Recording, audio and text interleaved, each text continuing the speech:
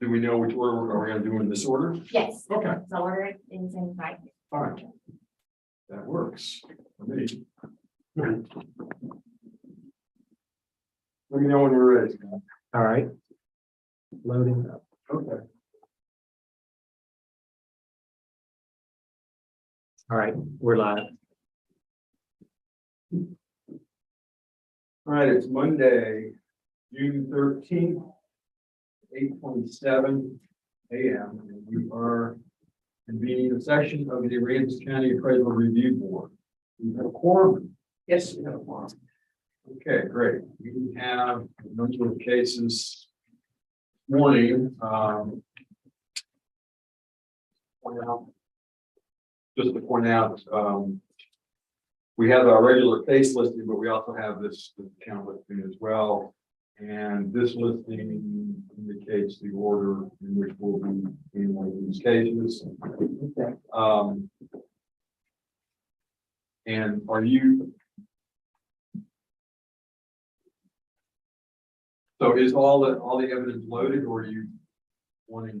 No, so in the tablets is the Aransas County evidence. Yeah, O'Connor brought theirs on the drive. Yeah. And it's going to be projected up there. fine. And then the original protest letter on your tablet, if you go back one arrow where it lists all the dockets, it's going to be Protest there. letter. Okay. Yes. And it was the same for all, so just put it in that one place. 462 is on page 5. That's the first one. Yeah, and Val also handily put in the page numbers on the case listing. Oh, I didn't see that. Yeah, Oh, this being so clever then. yeah, well, you beat it to it. Okay.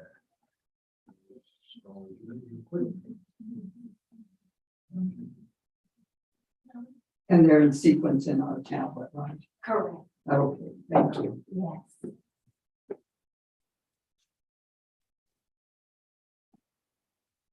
Okay. We're going to commence a series of hearings. I'll announce each one as we go into it, but we will swear in for all these hearings at one time. And as we close the hearing and go to the next, I'll announce the next hearing. So we're commencing a series of hearings against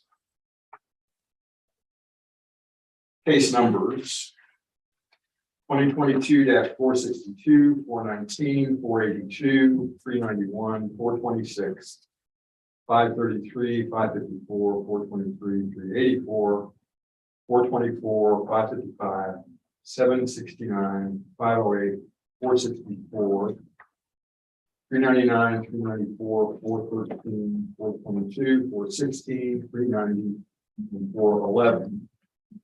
The hearing is being recorded and streamed live on YouTube. And we have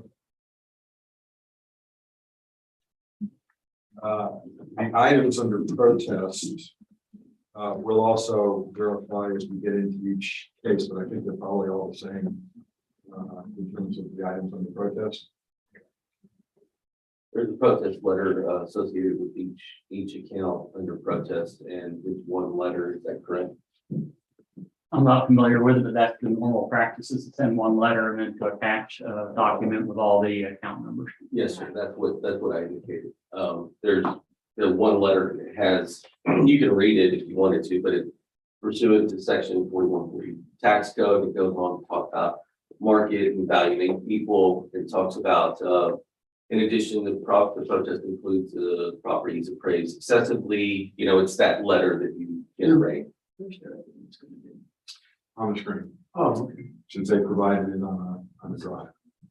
I'm sorry, Mike, I interrupted you. No, I was just saying, in answer to your question, they have one letter that describes the entire protest, and then subsequent to that, they have a listing of the accounts, and it's all the same protest. That's very normal. It happens all the time with property agents. And if it's not just one letter, they may have sent in 2 or 3, but they would all be the same letter, the same, Same. and then attached. Also, I wanted to say that we're not following the order of hearing that was mailed. We have agreed to changing the order of hearings. And so just to confirm, the appraisal review board, the appraisal district, and O'Connor is in agreement with our order of hearings today. Yeah, we have no issue with the order of hearings. The district. Whatever they do, it's fine. Yeah. We're good with us. Okay, and also this is just one portion of the hearings that are scheduled for today, just so we didn't have a multitude of pages for you to look through. Once you complete these, we'll go on to more hearings. Okay. All right, we are the appraisal review board that will be hearing your protest today. We do not work for the appraisal district. We are appointed to perform an independent review of your protest. At the end of the hearing, you may complete a survey regarding your experience. The survey may be completed, including the determination package, and all the information about completing and returning the survey is included there, as well as how to take it online and what we're sort of trying to do that. The survey is voluntary. You also have the right to appeal our decision, and appeal information is provided to you in the determination package that will be mailed out after the hearing. Tax code section 41.45H says in accordance with tax code section 41.45H, all written material and evidence that has not been provided must be provided at this time. It is important I assume that all of your evidence has been provided on the data that is provided. Projected. All right. You have you do. The ARB members who are considering the protest have not communicated with anybody about the protest and signing an affidavit to that. I, Scott Wagger, do solemnly swear that I have not communicated with another person in violation of tax code section 41.66H. As it pertains to case IDs 2022-462, 419, 482, 391, 426, 533, 554, 423, 384, 424, 555, 769, 508, 464, 399, 394, 413, 422, 416, 390, and 411. I've got a copy, it's on the square, communicated with the person violating tax code 41.66F. The relations in cases 2022, 462, 419, 482, 391, 426, 533, 554, 423, 384, 424, 555, 769, 508, 464, 399, 394, 413, 422, 416, 390, and 411. I, Joanne Ferguson, do solemnly swear that I have not communicated with another person in violation of tax code 41.66F in relation to case IDs 462, 419, 482, 391, 426, 533, 554, 423, 384, 424, 555, 769, 508, 464, 399, 394, 413, 422, 416, 390, 411. I, Ron McKenna, do solemnly swear that I have not communicated with another person in violation of tax code section 41.66F pertaining to case IDs 2022-462, 419, 482, 391, 426, 533, 554, 423, 384, 424, 555, 769, 508, 464, 399, 394, 413, 422, 416, 390, 411.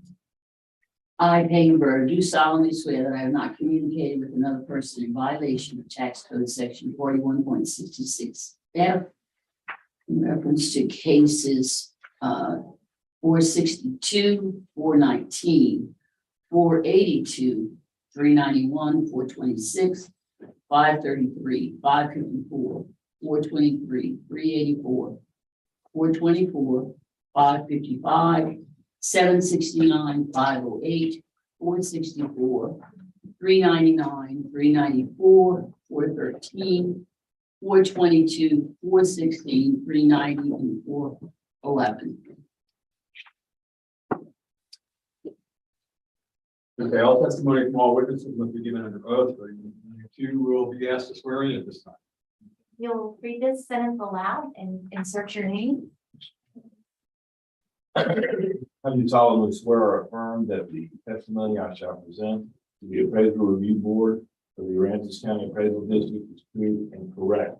And if you'll state your name, My name is Chris Connor Day. and before you sign, if you'll go ahead and read off the list of case numbers. That are in this first column. The case numbers are follow these numbers here, right? Yes. 56413. Oh, no. Right here. Case ID is fine. Okay, case ID. Yeah. Excuse me, 2022-462. The Just 419. Okay, 419, 482, 391, 426, 533, 554, 523, 384, 424, 555, 769, 508, 464, 399, 394, 413, 422, 416, 390, and 411. I, Pat O'Connor, do solemnly swear or affirm that the testimony I shall present to the appraisal review board for the Aransas County Appraisal District is true and correct. For case numbers 462, 419, 482, 391, 426, 533, 554, 423, 384, 424, 555, 769, 508, 464, 399, 394, 413, 422, 416, 390, and 411. And we'll need to get you gentlemen to sign my notary book on a break or. Be glad to. Thank I usually charge for autographs. you. Then Michael Soto is on where the testimony, firm that testimony shall present to the appraisal review board of the Aransas County Appraisal District. True and correct, the following cases: 462, 419, 482, 391, 426, 533, 564, 423, 384, 424, 555, 769, 508, 464, 399, 394, 413, 422, 416, 390, 411.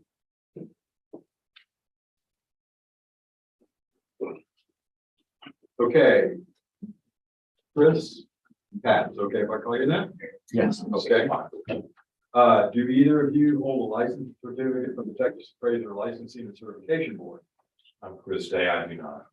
Pat O'Connor, I do. I'm a general certified appraiser, but I'll be here today as a property tax consultant. Okay, thank you. So you're not appearing in that capacity? I'm not a. As an appraiser. appraiser.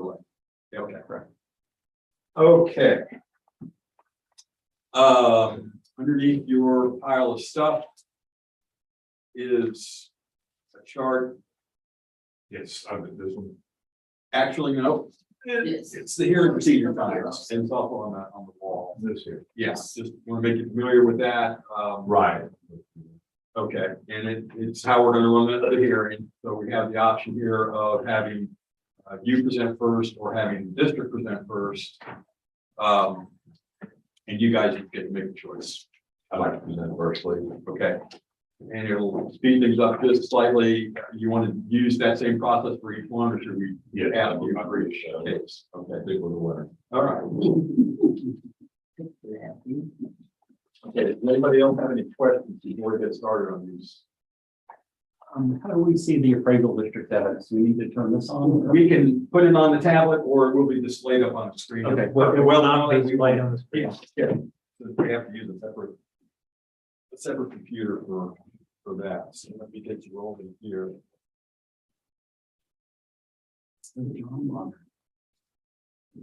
Okay, 2-5. Great, you've got these in order. Okay. Yes, they're in order. So, if you just poke on one of these, it should bring up the district evidence. And I personally find it better in landscape mode, for this kind of stuff, since it's, I think that's locked. I can unlock it, we can unlock it. That works for me. So we are not gonna see the district evidence up here. No, Yeah, you can if you want to. It's just you elected to go first, so you're. Okay, yeah, I got it, what I'm saying. Okay. well, let's talk about operation and how we do that. Because we have the air gap computer here, and we would need to switch back and forth. Oh. We can do that, but No, yeah. That's the issue with the thumb drive. So we have all of your evidence displayed up here. We have all of our evidence displayed right here. Okay. They're both in electronic media. Basically, they're in this room. If you'd like to see them in, if you'd like to see ours up there, we can do that, but it's just gonna, it's gonna make every operation, we have to go through a technical. Let's just expedite.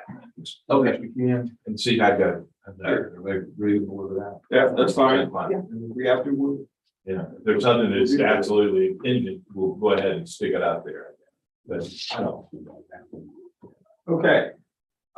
We are opening commission hearing on case ID 2022-462, account number 56413. Keel Agro Unit 5, Lot 24, Lot 1R. 462? Yes? Yes. It's on page 5, the middle of the page. Yeah, I gave the legal description. I'm sorry, I got it. And I didn't have the addresses, the regular property addresses. I can try and get into those as we go along. Okay, Chris, you can proceed. All right, good morning, everybody. We're going to show on the road, and what we got here is a property at 1 Albatross Road, Keel Agro. This is a value of last year being $2,311,370. Market and equity. This year, the value's increased by $392,410, $2,703, $780. That's an increase of 16, almost 17%. $100,000 of that increase is in the land, which is 12,611 square feet. The improvement is a building built in 1999, 4,732 square feet. I think we're all familiar with Keel Agro. It's a very nice neighborhood, different types of homes in there. But there are some sales that I wanted to bring up, and that would be on my evidence, page 16. I want to start with those. Yeah, here we go. So as you can see, the top highlighted area is our subject property. That's the sale amount or the value. The other comparable properties below it. And because of the uniqueness of the property being so valued so high, we know this is a really neat place. It's got to be just fabulous. But if you can look at 22 Albatross Road, there was a 21 sale of a much larger property at 5,919 square feet. Just a little, slightly more land. This place was originally built in 1983, as we can see, with an effective year 2003. That sold for significantly less, even though it had it's larger at $2,612,500. Below it is another property that's again much larger, a little less land, a 1995 build. Bearing in mind that we were built in '99. At 1.6 million. The $3 million property right below that is somewhat comparable in size, but it's significantly larger in land. Also, it's a newer property. It went for $3 million. But as you can see, just moving down that progression of values there for the sales in 2021, we're not seeing anything that's supporting an increase in value of this property of the 395,000, I believe is what it was, is of what the district put on this. Yeah, 392,000. To put it in a realm of, you know, being comparable with all the sales, I think that we're somewhat overvalued. In fact, maybe significantly overvalued. Again, a 99 build, it's a 7 SP class. So, and again, all the properties on this in this area, in this neighborhood, the neighborhood designation is 3204. They're gonna have an influence of water views and that type of thing. It's a really nice little point out there, probably in Little Bay. I'm looking at a market value of this property as opposed to 2.7 million is somewhere around that 2.5 million. And there would be a much more effective number to do an actual valuation on it. I'm going to now move over. I wanted to look at some equity, which is kind of remarkable. Yeah, we can go to that. Now we pulled, I think, what, 6 comparable properties in the neighborhood with adjustments.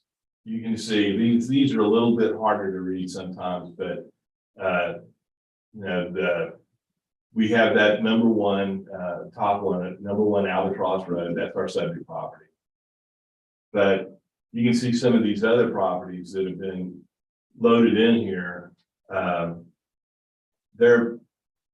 It's significantly, I mean, their equity value is significantly lower than the subject property, even with adjustments. But you can see the land is relatively in line, uniform. The size of the improvements is relatively uniform. Again, when we take our equity information and distill it down into an opinion of value based on the equity listed here, and this is, again, we have to recognize equity in terms of, I like to think of it in terms of interpretation sometimes, but you know, our total appraised value for this property is coming in at $2,085,428, which is really a lot lower than what it's valued at market wise. There is no cap on this property. So what I'm suggesting is that the district take into consideration, the appraisal review board take into consideration the sales that I've mentioned that were in the neighborhood, also the equity involved here, and declare that the property per the appraisal district is overvalued, and that a more equitable value is certainly reachable here. Thank you.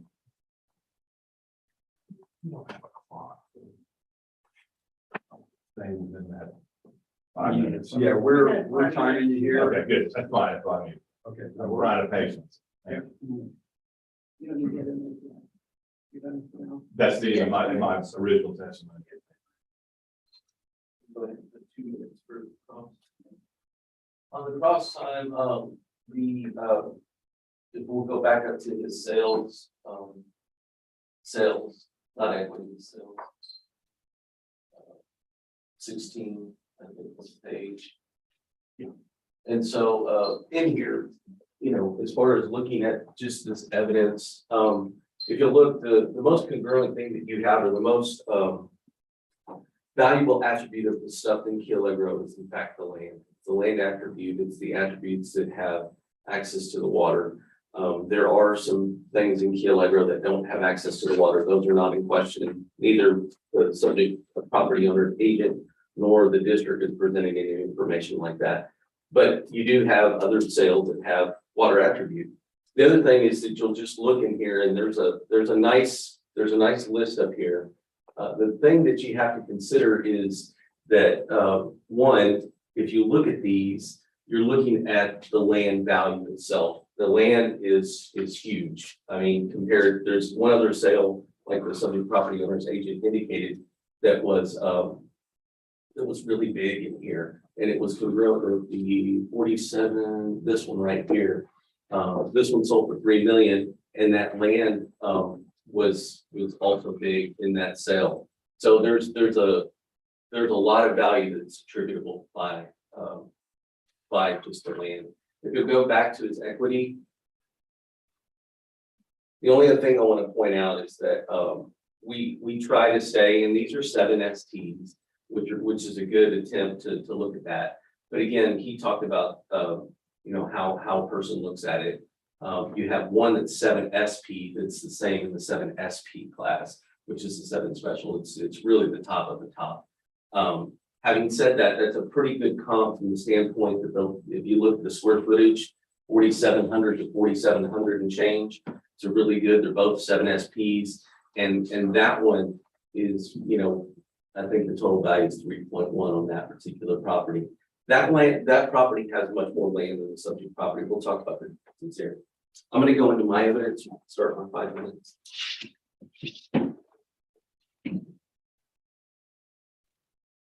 So, what you heard from the subject property owner's agent is, that it should be somewhere in the $2.5 million range from a market value. And so I think he's indicated a 2.086 from an equity. And I'm going to respectfully disagree with the subject property owner's agent. I'm going to present my evidence. The burden of proof is on the district to prove both market and equity. All the other things that are protests, the burden of proof lies with the owner or owner's agent. And so I'm going to go into my property information here.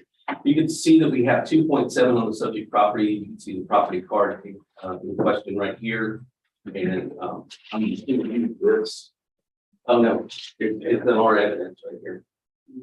Do you have that right there displayed? I have the property card for 7. Okay, so that's 2.7 and change. You can move on down, and there's a pictometry imagery for the subject property. You can see that this is on #1 Albatross. So the neat thing about this particular property, it has unobstructed views out to the east on Aransas Bay. And you can see that it's the last house prior to getting on Finisterre, which is the most exclusive road on all of Key Allegro. The other great thing about this property is it has a canal behind it, and it has the water view unobstructed across the street there. It's really nice. What do we have as far as comp sales? Again, we have a sale on Albatross, the same street. It sold for 2.6 million. It's a 7 ST. It's a little bit bigger. It's adjusted for it. As far as the land size are almost identical. There's an adjustment for that. You can see with all of the adjustment that adjust out to 2.775. The second cell is also a 7 ST minus. It's on 6 Malibu. That adjusts out to 2.6 and change. Comp number 3 is on Blue Heron. That's a 7 SS. That was a $1.77 million sale. And it adjusts out to 2.6. The difference being there is the land value. You can see that it only has 6,900 square feet of land as opposed to 12, almost double the size of land for the subject. The next one that you see is on Bayshore. Bayshore is a little bit different because it's on the east side of the road. Again, that sold for 1.8. That adjusts out to 2.4. So you can see even in our own evidence that we cannot support the market value at 2.640 is what we have. I think what you heard from the property owner's agent was 2.5. Where we disagree is in the equity. You're moving on to equity grid. You can see that the equity we're trying to stay in the 7 or 7 SP class.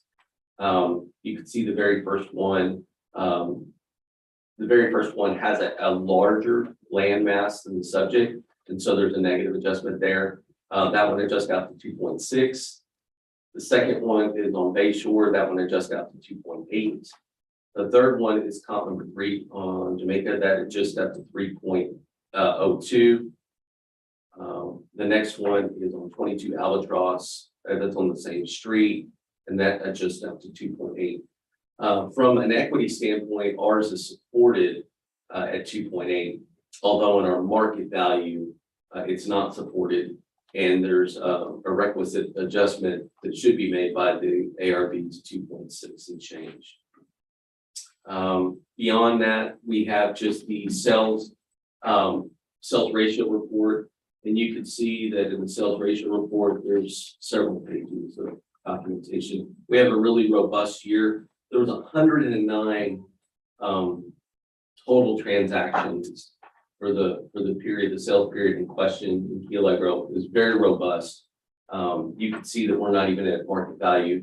Our weighted mean analysis is 97. So that says that, what does that number mean? What does that weighted ratio mean? Well, it means that you're looking at all the sales, you're looking at all the appraised values, and what's that percentage? It's 97%. Meaning that if you had $1 million sale, we would be at $970,000. That's really what it means. So again, the burden of proof is on the district. We were not able to prove market value, but we're not saying that it goes all the way down to 2.082. We're saying that it should be at 2.6. 04, I think. What we got? You have 2 minutes for rebuttal. Quick rebuttal. The district mentioned about the land, and of course, we see that the land there at Key Allegro is an extremely valuable and important part of the overall value of the property. But what we have there is the land going up $100,870. That's, the thing that we're interested in here, I believe, in the market is the improvements. That overall went up $291,540. Now, even with the sales that I've seen that the district has presented, that I presented, I know that there's a lot of activity in that really wonderful neighborhood. They do have a lot of amenities there. They have a lot of beautiful views and everything. That's part of the land that goes with it. But the fact of the matter remains is that the property was built in 1999. I'm not saying that's getting long in the tooth at this point, but it's a 7 SP minus, I believe. And I don't see anything that's supporting an increase of that $291,540 on those improvements. I'm not discounting this is a great house, but I am saying that it's not been proven that there's that kind of an increase in the value of those improvements on that property. I see that the district's made very clear about the location and about the neighborhood and about the amenities involved in it. Yes, it is nice and beautiful. It's on a great street, but when it comes down to, the brass tacks, that type of number just is not supported, that type of increase. So I take that upon the district or upon the ARB to reconsider the original 2.5 million that I had as an opinion of value. Thank you. Yes. I've got 2 minutes for district rebuttal. Yeah, the equity that we have is well supported, meaning that it supports the value of 2.7 that we have. We have properties that are representative and show that the equity is there. The difference in value, I think that what you've heard most recently from the property owner's agent is that, you're deciding between 2.5 and 2.604. My evidence would be that I have one on the same street that's very similar in land square footage. You can see on our comp sales grid, comp number 1 is 12,608. That one's 13,860 square feet. There's an adjustment for that one. That one's over 2.612. They're very similar from effective age. The class is better for the subject. The area for the comp is more. Those are adjusted. And if you'll look, that's one of the comps that we use. And we agree with the property owner's agent that 2.703 is not where it should be. We just don't have this gross adjustment down to the 2.5. We're at 2.64 is what we have for that. As far as other comps that we have, the only other SP comp that we have is on a different street. The one that we have that's in the same unit is that 22 Albatross that sold for 2.6. Again, I would ask the board to consider the very nature of this market. We have 109 sales in this subdivision. 109 sales, for which we have a sales ratio of 97%. That's saying that we're really close on all of this stuff. On this particular one, we're agreeing with the property owner's agent that we should not be at 2.7, but we should be closer to 2.64. I think what you heard from the property owner's agent is 2.5 from a market value standpoint.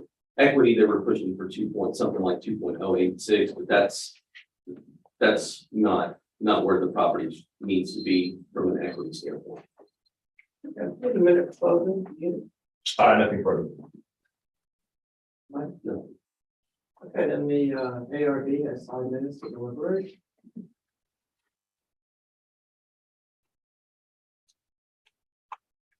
I think my opinion, report, I believe the district has shown that the market value would reduce the value currently noted on this property to 2,646. 2 million. 2 million. 2 million. 2,640,650. I can agree with that. Yeah. All right, on account 2022-462, case ID account number 56413. After hearing information from the owner's agent and the district itself has shown that the market value of the property should be reduced from 2,703,870. 2,640,650. Second. You have to regard other, you have to give another. We didn't even talk about those, but I don't know what they are. Well, I didn't see any place. It's on the protest form. Yeah, on the protest form, you selected other, are there any other issues that need to be addressed in the hearing? Or that fall under other, aside from Not that I'm aware of. market and equity? No. Okay, and so while we're on that, can we say that applies to all the properties we'll talk about today? Unless we say otherwise, that covers something like if we disagree with the class or the condition code or the size of the building, if we think there's an error in the appraisal district description, True. we'll address that. Okay, so we'll leave it on the table then for each hearing then. And what you're proposing is appropriate and reasonable. Okay, Relation to this property, other is not a good consideration. So, motion I made, I think it's okay.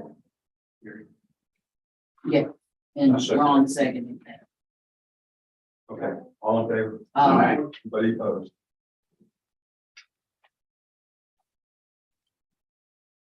This hearing. We're opening a hearing on case ID 2022-4-419. Account number 25046. Allegro Unit 3, Block 13, Lot 10. And yeah.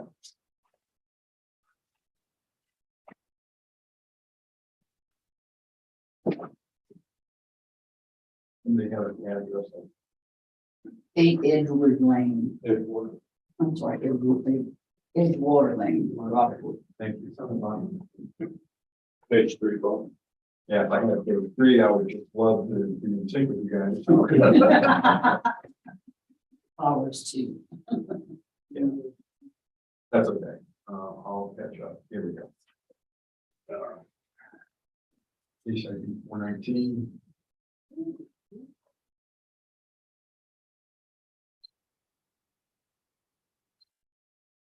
Okay, Chris, you want to go first? Okay, yes, sir. Our subject property at 8 Edgewater Lane. Property built in 1970. It's a 7 SS grade. Last year, the value of the property was $99,300. That's market and equity. This year, the value is 1,644,240. That's an increase of $244,950, and that roughly works out to 17% overall. The land stayed the same here in Keel Agro. So it didn't roll, it didn't stay, it didn't move. So we can see that. I want to address sales, which are, there's a old closing statement in this file, and then we need to move down to page 60. I know that sounds like a lot, but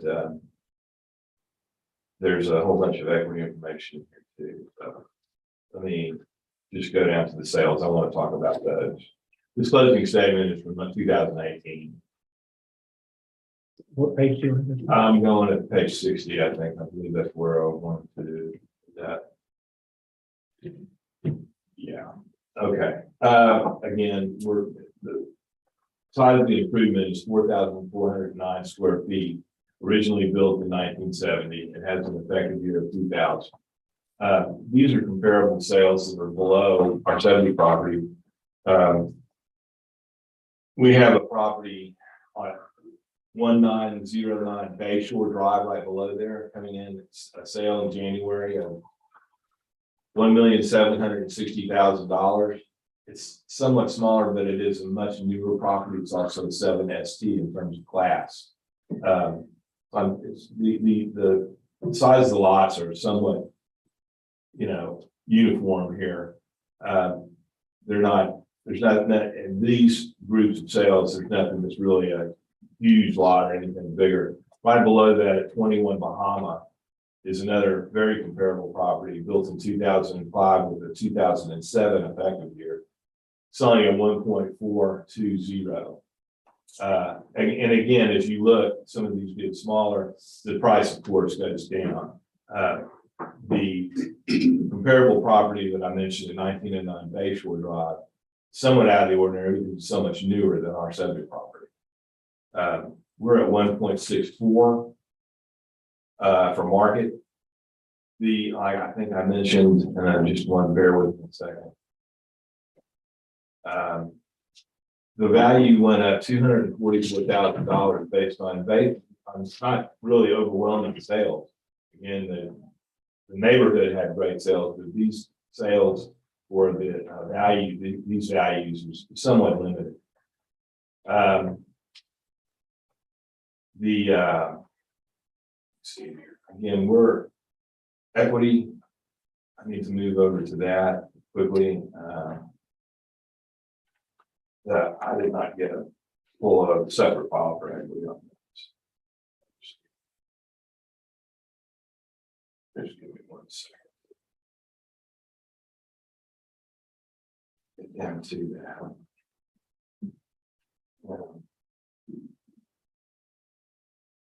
Now, if you go to page 69, we pulled very similar properties here again that are somewhat in line with our subject property. There's 3 of them there. And as you can see that our equity number for the proposed appraised values comes in at 761,000, which is remarkably different than what the district has on their equity. We also have to recognize that there's adjustments made on this, on all these properties to get them in line. Just hard to come up with a really solid equity report out of just 3 comparable properties, but I think that the value of the subject property that we're talking about is not supported from the district. I would like to give you, I have an opinion of value, but after I looked at this, I've amended it somewhat.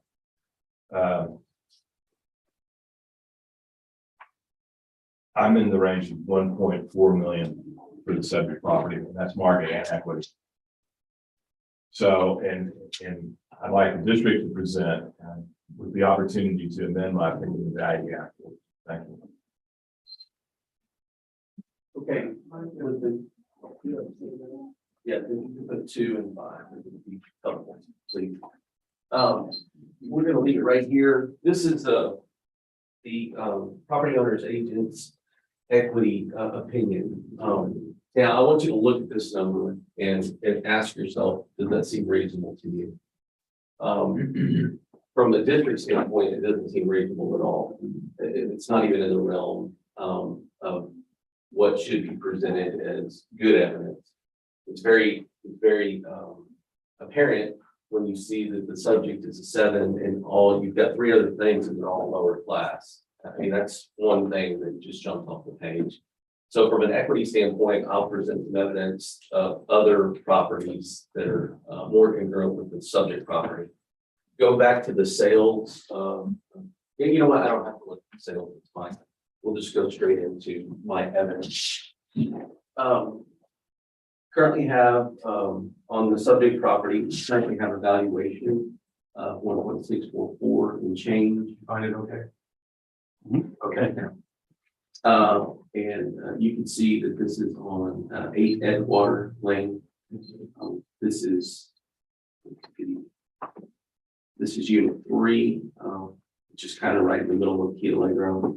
The comp sales that you have are 6 Malibu, 18 Blue Heron. You have 21 Blue Heron.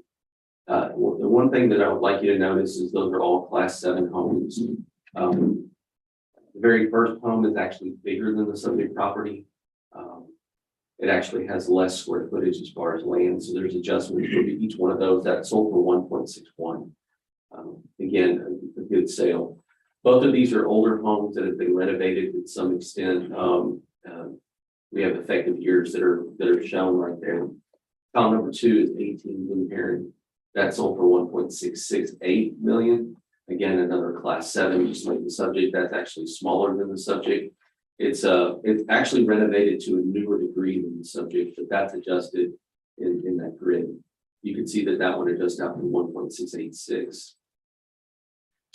Column number 3 is 21 Blue Heron. Again, another class 7. This is much smaller than the subject, also much newer from an effective age. Those 2 things are in adjustment in the grid right there. That one adjusts out to 1.756. Again, these are properties that are in the Key Allegro subdivision. They're both in units 3 and 4, I believe. You can see that the market value is 1.686, which supports the value of the 1.644 that we have on the subject. From an equity standpoint, these are not necessarily sales, they're just other properties that are class 7 within the subject neighborhood. You can see that the land is adjusted appropriately in each case. We're going to pull class 7s. We're going to try to pull things that are large. And what I mean by large is 4,400 square feet is kind of a large home. So we're going to pull things that are in that area. So the first comp is 4,200 and change. The second comp is 5,300 and change. The third comp is 4,915 and change, 4,915. And the fourth comp is 5,100 and change. So these are all larger homes. And what do we have on the market? What do we have? Respectively, we have 2.2, 1.9, we have 1.7 and 1.6. Those are all class 7s to some regard. They're all class 7 and they're all appropriately adjusted for the land. You can see that the equity is well supported here at 1.70, which supports the market value that we currently have on the subject property of 1.644. The nice thing about both of these grids is the congruency. You can see we have 1.68 on the first grid, and then we have 1.70 on the second grid. So there's nice congruency with the market value. I believe that the value is supported. Also behind that, you have the sales ratio report that indicates, again, the same, I believe it's the same set of 109 properties that you have in a very robust market. We have a 97% weighted mean ratio. So I believe that in this case, there should not be an adjustment. I respectfully request that the ARB uphold the value of 1.644. You have 4 minutes. Thank you. We want to talk quickly about, again, equity. And All right, what was the district's equity number on that? Would you mind repeating that? I'll pull it up. It's 1.7531 on equity. Yeah, okay, all right. And our subject, our equity number is 761,000. I think that we need to take something, there's a huge gap there.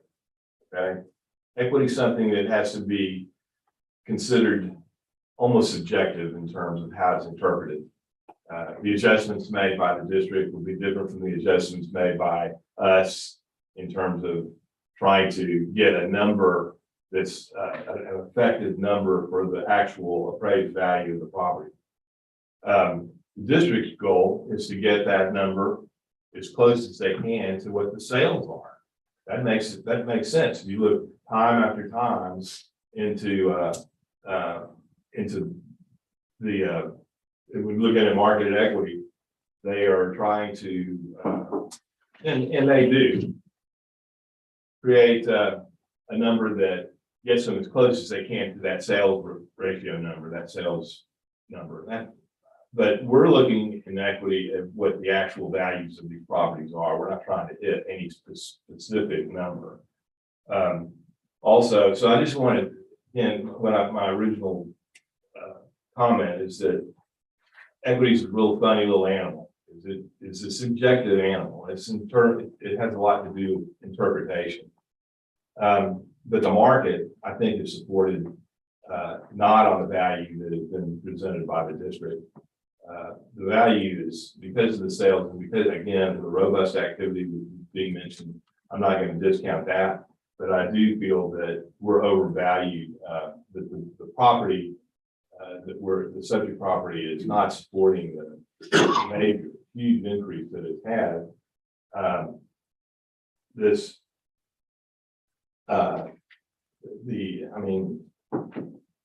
That's a huge increase, $244,950. I think the 1.4 million that I'm suggesting is closer to the actual value of the property. Again, a 1970 property.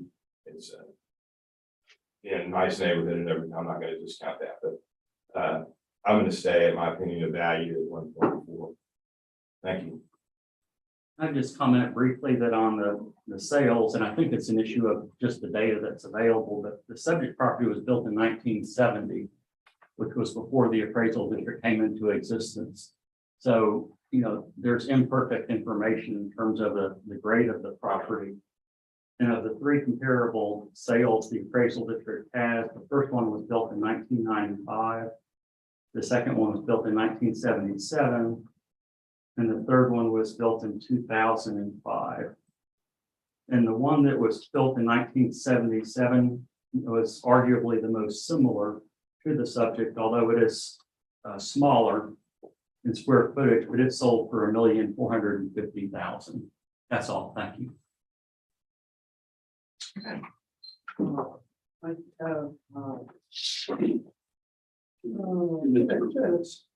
Yeah, in rebuttal, what I would say is that, I think the equity was the first thing that was mentioned.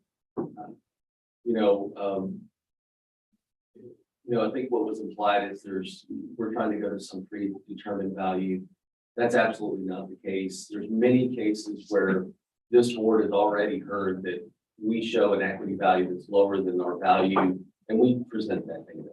There's many times where we show a market value that's lower than what, the value that we have, and we present that data. We're not going to some predetermined value. That's what I'd like to say firstly. And, in the information that we have, as far as the best comp sale, which was comp number 2, our information indicates that sold for 1.668, not the 1.44 that you indicated. I apologize. I misspoke. I'm not very familiar with your firm. I'm wrong, and I apologize. Not a problem. And so this is just a clarification there that data for that comp, and I'll agree with the subject property owners agent that it's probably the best comp. It's original built in 1977. Our original built in 1970. Both of them have been, refurbished at some point. The subject is 2000. the comp is 216, which means it's upgraded to a higher edition, like it's newer. But in both those cases, it's adjusted for that. It's also much smaller than the subject at 3,086. The land, although, is very similar. If you look at the land, there's only an $8,000 difference or $8,500 difference within the land of that grid, and that one sold for 1.668. The subject is currently at 1.644. Again, we purport and ask that the ARB support the value or uphold the value of the 1.644. From an equity standpoint, go ahead. I'm sorry. Okay, you have a minute for closing? Nothing further. 5 minutes. Yeah, and just closing my thought, from an equity grid, just ask yourself what sounds reasonable. 1.7 or 700,000. 700,000 doesn't even sound reasonable there. So again, I'm asking you to support the value of the subject property of 1.6. All right, and Chris, you were in 5 minutes to review. Scott, can we look at the market, data on their presentation, and above there was the map? It's equity. Can you help me with what page that's on? Yes. You found it, never mind. Yeah, the variable property. But those are, this is. Is this the equity? Comps? I believe those are assessment comps. Those The are listing assessment of comps. properties on the same street, not sales. No. Yeah, I was wanting to look at sales, which I think may be in another file. Yes, it's up there. That's it. If you look, that's the neighborhood. Above that. That's it. That's where it begins. Page one of the sale. I thought I saw a map above that. Well, there's an aerial, is that it? Yes, That. yes. Mhm. Okay, I apologize. I thought I saw one that had this, So your subject or your comps identified as well, but not, okay. So you're asking for how much of an increase over last year? I'm not asking for an increase. Well, I'm, so you're asking for it to stay or, I'm asking for 1.4 million for the overall value of the property. and last year it was at, 13994. It's Yeah. what? yeah, that's what it's. No. I think that 761, 611 is totally out of whack. An equity stipulation. I think the district has given us two pretty accurate assessments in terms of the market value at 1,168,470 and the equity at 1,709,531, which are fairly significantly above 1,644,250 currently on property. I think it should remain where it is.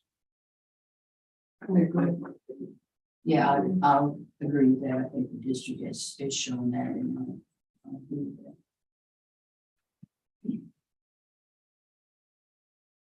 Yeah, I'm fine. Again, the sales comps turn out to be higher than. market value. Mhm. Their estimate of value is almost exactly what it was last year. Right. And we know what's happened in this market. Mhm. We definitely hear the type of increase that's happening. Everybody okay with that? Yes. Yeah.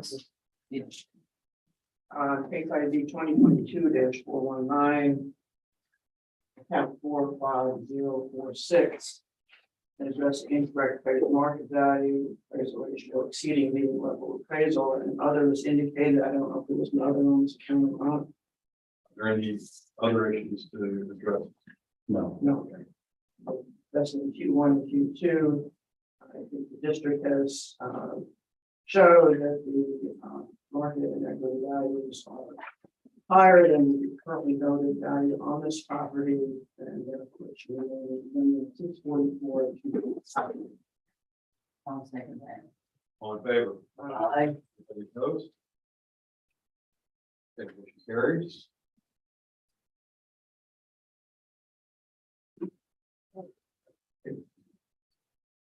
All right, so I'm moving on to case ID 2022-482. Count number 65574. 111 Redfish Point Drive in Rockport. On page 6. Chris, you want to go first? Mr. O'Connor is willing to take this. Okay. That's fine for, we'll go first. Okay, good.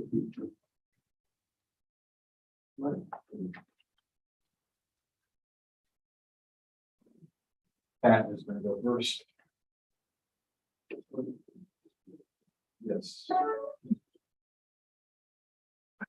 Say? Okay, you're going first? Yes. Okay, you have 5 minutes. Okay.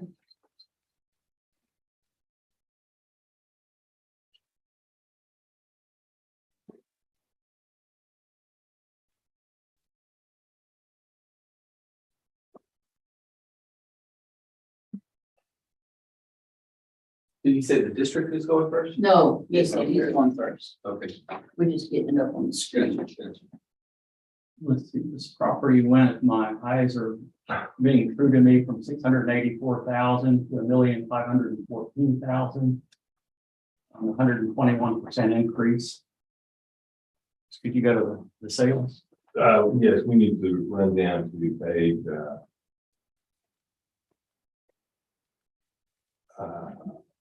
begin with the sales for the neighborhood would be on 19, please. You just look at the appraisal district record card for a second and see if I can. Go back to that map for a second, please.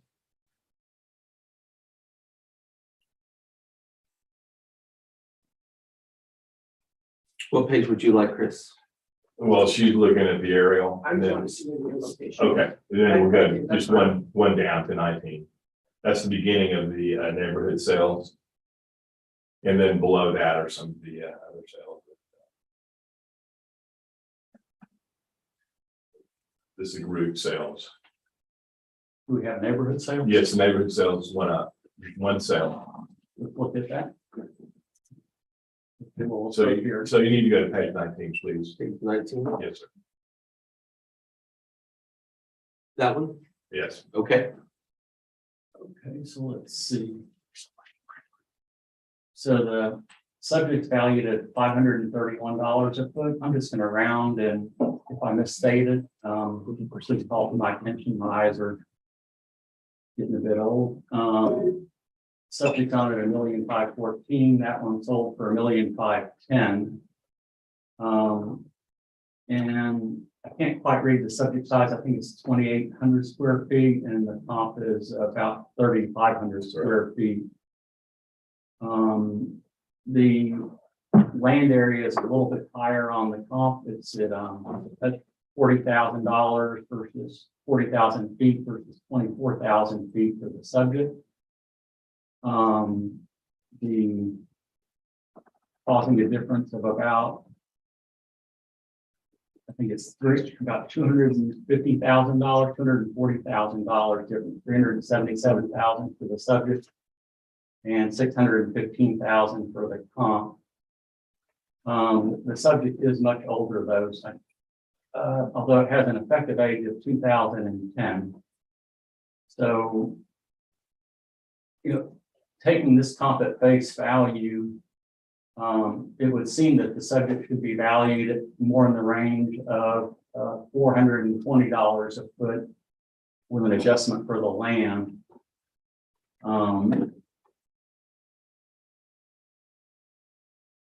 If the effective age, about 20-something.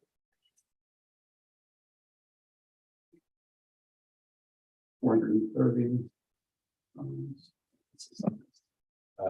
Of the study, Yeah. 2,847.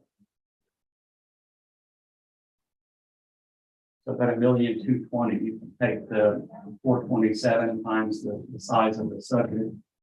Could you go to this, let's take the sales. So that's the group. So, the subject's on for 1,500,000, give or take. It had a year built of 2019. has a grade of 7 ST plus. The only one that's even close is that I can see is number 6. Number 6 has a year built of 2021. The 7S minus. The land values are similar, subject to 377,000 versus 440,000. This comp is a bit larger. It's about 1,000 square feet larger than the subject property, and it's over $233 a foot for a total sales price of $925,000 in March of last year. You know, and I think sometimes we place or a lot of consideration in the appraisal district's grades, and I'd like you to, oh, sorry, I've gone over.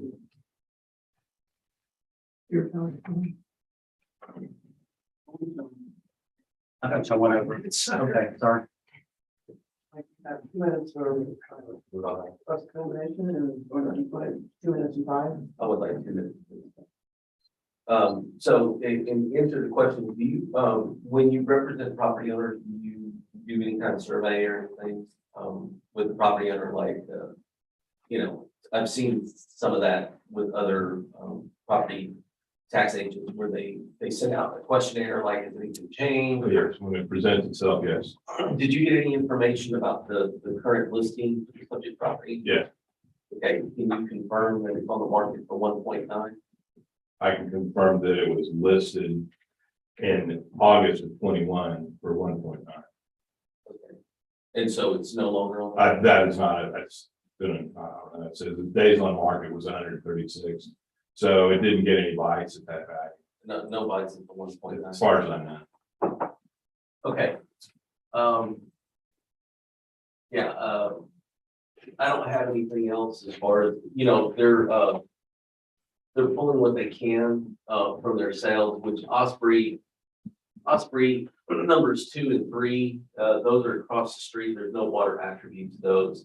The 1781, I believe, if it's on the water side, that is a water attribute. Fulton Beach Road, probably a water attribute. Loop 1781 down here at column number 6 is probably a water attribute. So again, numbers 2 and 3 are not water attributes from an Aransas space standpoint. That's all I'll point out there. Let me go into my evidence. Before they do that, Mike, can I ask if you could show, we do have a map that had those locations? Yes, ma'am. Or do you not? We don't. We have a map for the assessment comps, but not for the sale comps. It's not for the sales. Right here is all the nearby property. Oh, I'm sorry. No, I'm mistaken. We do have Those those. would be equity comp, is that what? is that- Those should be, Yeah, those are equity pumps because there's only one sale in the subject neighborhood. Okay. I believe. I should be more familiar with our evidence. I apologize. That's equity, and below it is something that you might find useful is the nearby properties map with the breakdown of the value below those the page B23. There you go. Mike, you know, your 2 minutes. Yeah. Okay, so in my 5 minutes here for my presentation, it's 5 minutes, right? You do 2 and 5. Yeah, I had the 2 already, so Yeah. 5. Comp number 1 is right, you know, it's adjacent, it's in the same neighborhood as the subject property. So if you'll look at the subject is currently assessed at 1.514. You know, we raised both, I believe both the land and the we raised both the land and the house itself. We raised the class of the house. Now, why would you raise the class of the house if something was already built? Because you don't always know what's going on inside. We knew that this one was listed. It's really fine. So we changed the class of the house due to the interior finishes of the house. It's currently listed at 1.9. What you have here is this is the Redfish Point area, and the first comp is also on Redfish Point Drive. It's a house that was originally built in 1952 that was extensively redone. It has an effective age of 2010. But it sold for 1.524. So you ask yourself, what's the closest comp that I have in this very small neighborhood? And I have one comp. And it's at one point, and it's 105 Redbridge. The subject is 111. It's this, it's the property to the north. And you can see that, you can see that it's just a few doors down from the subject. It's sold for 1.5. We have 1.5 on this, on the subject. And by all accounts, you could say, hey, listen, why would you appraise, why would you adjust this? And the answer is the market tells us to. The market tells us to adjust this. Now, what's interesting is that you can see that this thing is in our evidence right here. You can see that it actually, on our tablet, you can see that it goes over 2 accounts. So the one account is protested here. The one on the, we put all of the improvement on one instead of splitting the house into 2 different things. We put all of the improvement on one. The ownership is the same. So what you'll see on that first comp grid, you'll see a negative $237,000. That's because it's taking into account that if you added another lot, you'd be in the 24 plus 24, you'd be in the $50,000 square foot range, or 50,000 square foot range is what I meant to say. So it would be congruent with supporting the value that we have. Now, I will say, to the subject property owner's point, it did not sell at 1.9, has not sold at 1.9, but we don't have it for 1.9. We essentially have it for 1.5 plus the 232 or somewhere in that range, 230. So we're in the 1.7 range for the whole property. Again, it hasn't sold, but the best information that we have. So we have a ceiling of 1.7, right?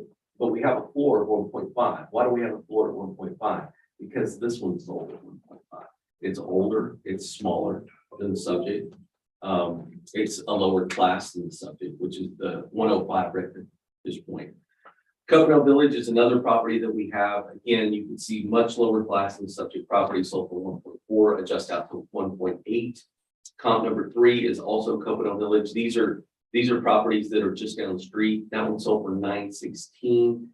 Again, that adjusts out to 1.2 in relation to the subject. We have a 1.59 number on that supports the valuation that we have on the subject property. Moving on to our equity, the equity value. Sorry, the equity value that we have on the subject property has 1.57, which supports the value that we have of 1.514. You have minutes. Do you have questions or? Yes, I would like to address the district representative about the property and subject property. You mentioned that the improvements, has the district been inside of this property to see what's in it? No, but we've inspected the interior photos that were online Interior photos from the sale? from the list. Okay. I think that's, of course, those are photos that are really polished and make this place look great. We have to recognize that. I haven't seen them, but as I know, whenever you're selling a house, you make sure that those pictures look great and pick and choose what they are. It's hard to judge exactly what you have there without actually having somebody come in and take a look at it. And I'm not discounting that, but what I am saying is that there is an emphasis put on the listing of this property. The property was put on at a very high rate with a value of 1.9, I think is what we came up with on that.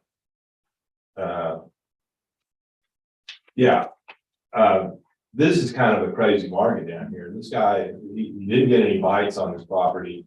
Even if it is still listed, it was listed in August of 21 at 1.9. Nobody knows what the value is of it now. You can probably look it up, but for what the evidence presented here, we don't know. But based on that, the district has, again, with some of the sales in there, but limited sales in that neighborhood, they've increased the value of the property overall $830,000. That's a huge hit. That's a 121% increase. So, that's a lot of extra stuff put in a house, $830,000 worth, based on what, I don't know, some photographs from a real estate brochure. I find that to be really unsupportable in terms of the actual appraisal practice. I feel it values significantly lower than the 1.5 the district has on this. I think the board would agree that the overall increase on the improvements was $700,000. That's remarkable. So take that into consideration, if you would, panel. Actually, I gave you more time than I should have, so. Oh, that well, was it. do you need me to write you a check? Don't even say that. Right. Okay, in closing, what I would say, or do I not get rebuttal? Really had it before you- Did I? Go ahead, just say, go ahead. Oh. Well, if the, I might have checked it off. Go ahead. okay, yeah, 2 minutes of, okay. So in my 2 minutes rebuttal, what I would say is, I didn't spend a lot of time on the equity grid, but the very first grid that I have is also in, I'll also put that this is also in Redfish Point. It's not a sale, but it is a house that's also a 7. It's very close to the square footage of the subject and within 5 years of the effective age of the subject. You can note that the market value that we have on that subject property is 2.02 million. So it's not like we did it just to the subject. And that's very evident if you go all the way up to the card, the property card. Notice that the neighborhood has a 180 on the neighborhood. That means that the 180 was taken into account from the sale and we applied it to everybody in that small little neighborhood. And so, yeah, there's a lot of value that's added, but it's value that's attributable to the market activity that's there. Again, what I would reemphasize is you have a very small neighborhood with a very small subset, but the 2 pieces of data that we have are. Go ahead. No, He has 1 minute for close and I'll close with 1 minute. Fact remains, that is an incredible increase in the value of property based on limited sales and limited evidence of what's inside of the property that should be taken into serious consideration. Thank you. 1 minute for closing. So what I'd say is you have 2 really solid pieces of data. One is a sale in the neighborhood that's a very small neighborhood of 1.5 for a house that's older, for a house that's older than the subject and less of a class of the subject. But also in the equity grid, you have another house that's of the same class, very similar in living area, very similar in effective age, and has a value of 2.02 that supports the value of the 1.5 that we have for the subject. Furthermore, you have several pages. I think there's 24 sales, not in that neighborhood, but along that 1781 area. And we have a overall 98% weighted mean. Again, the value supported. I know it's a huge increase. The subject is currently or was listed at or currently listed at 1.9. Before that, it was something higher. That's what you have. That's all I got. Okay, ARB has 5 minutes to deliver. Scott, can we find out what the neighborhood adjustment was in the prior year? Yes.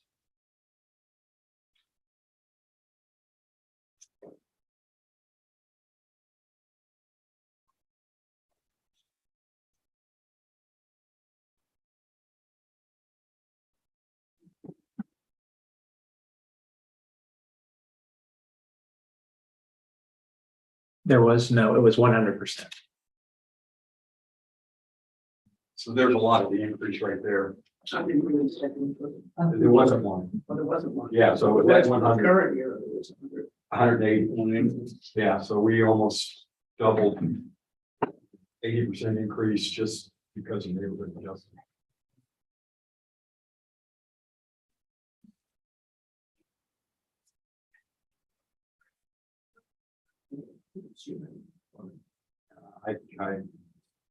Yeah, I think that one of the main significant things today is the value of this property market for the fact that when we bought it for that price, it's still up there. And, probably something that goes in 1.5 and 1.2. But the district's shown that the equity and market values that the market is properly noted, that both the market and the equity values are not significantly higher, but higher than the 1,514 currently placed on this property. So I think in addressing the incorrect market value, incorrect ratio exceeding median level appraisal, that the district has shown that they are correct. And that was an emotion up to my standpoint. Yeah, the other thing that catches my eye is the two accounts. I don't know what the factor, what the effect is of having effectively the house and majority of, a good chunk of the land. Increase in land, while it went up, it's still. I can't see it.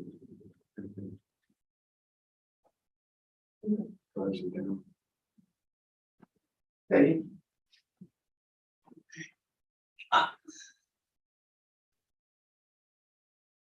Yeah, all the data's there but that is such a big increase.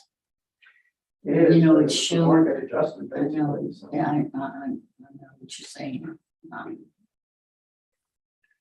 But, it's, the evidence is clear, so I'll have to go with that. Yeah. Just one other quick question though,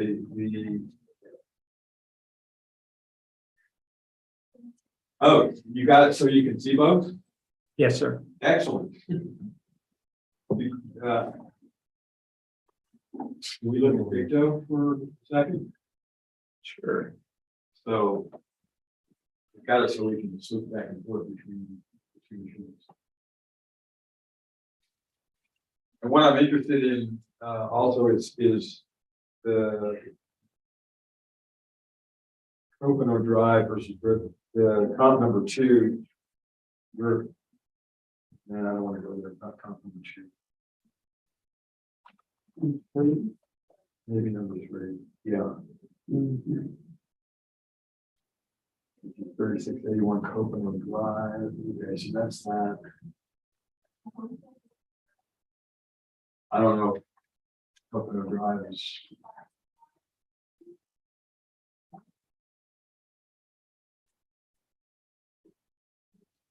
And Where? What else? 5 years.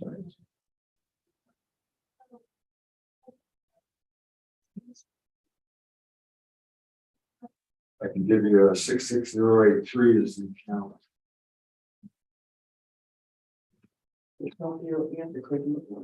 Yeah. Yeah, comp 3681 comp. That'll be right there.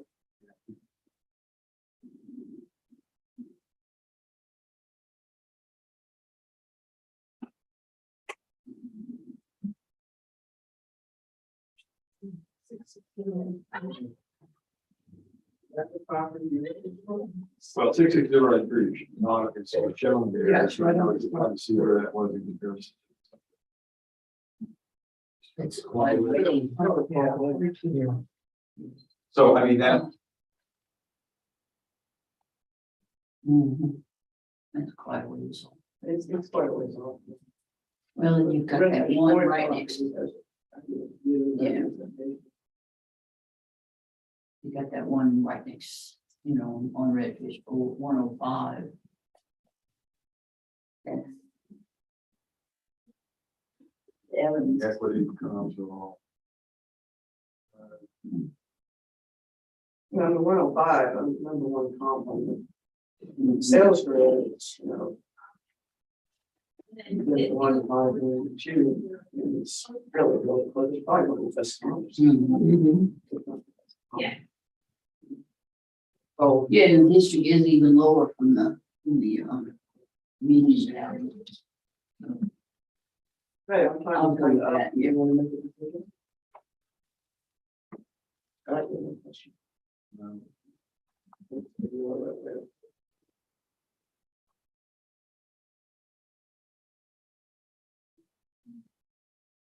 Oh, five, oh, five, 1, 4, 7, 6.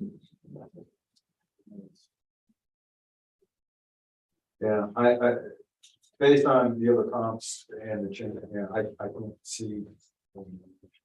1, 5, 4, yeah, right. 5, 4. Yeah, Case number 2022-42, account 5574, 111 Repetition Point Drive, and that's an incorrect appraised market value, appraised ratio, heating, and other, which I don't think was brought up. Sorry, what was that? This is just equity and sales. That's correct. Yes, ma'am. Addressing the Q1 and Q2, I think the district has shown that both from a market and equity standpoint, both of those numbers are relatively higher than the current market value, 1.5, 1.49, 440. So my recommendation is that number. All in favor? okay. Any opposed? Okay, closing the session. This hearing, an open hearing on case ID 2022-420.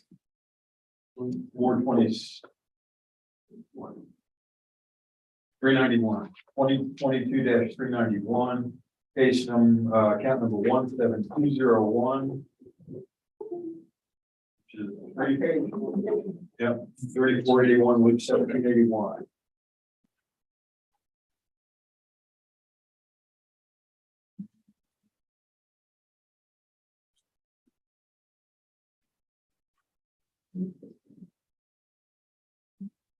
You ready?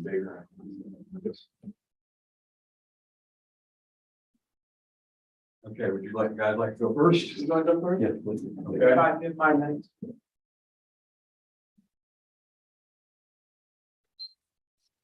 Okay, so we have another account that's gone up dramatically. In this case, about 45% from 850, call it 860,000 to 1,240,000. Let's look at the sales.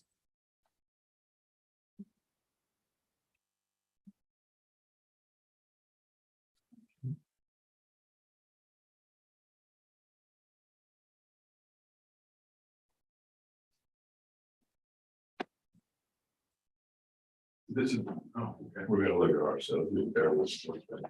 Page 33. Map down, Scott. Page 33, where's your sale? Or, Well, it's a long lot. sorry, neighborhood. Yeah, you can see open the. Got the day over there. Yes. It's open. But thank you. Okay, so the subject's valued at 1,245,000. It was built in 21. The first sale is larger, but it is much older. The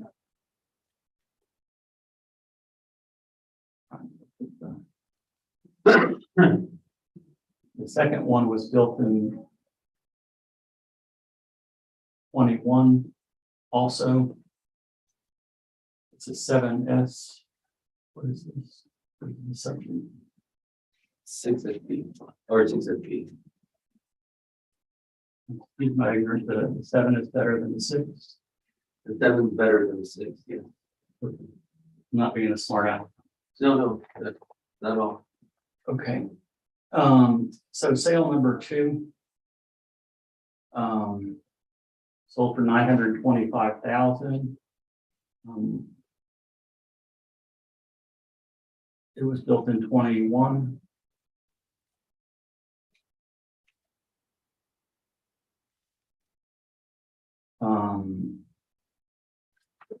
And it is about 600 or 700 square feet smaller than the subject.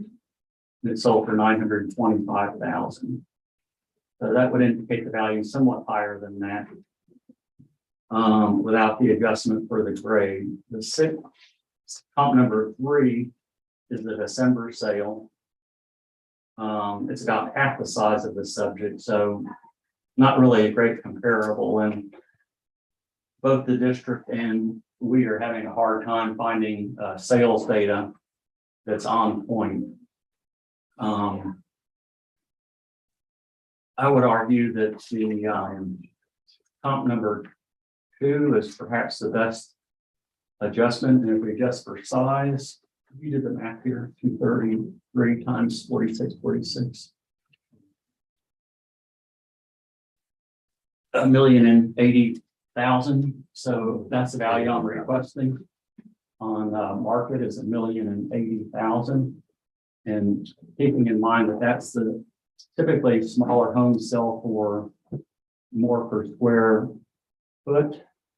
Was that 1.08? Yes. Yes, 1,800,000, yeah, 1,080,000. 1.08 is what the- Yes, sir. what the request. And the let's go to equity, see what we have there. I'd like to ask the panel to give some consideration to the fact that there's a large increase and limited information. The district may have more strictly relevant sales, but I didn't see a lot. These comps are all between 4,000 and 5,400 square feet. In terms of age, they were built in 2009, 2009, and 2006. So they're relatively similar in age. The assessed values range from about 400,000 to about 800,000.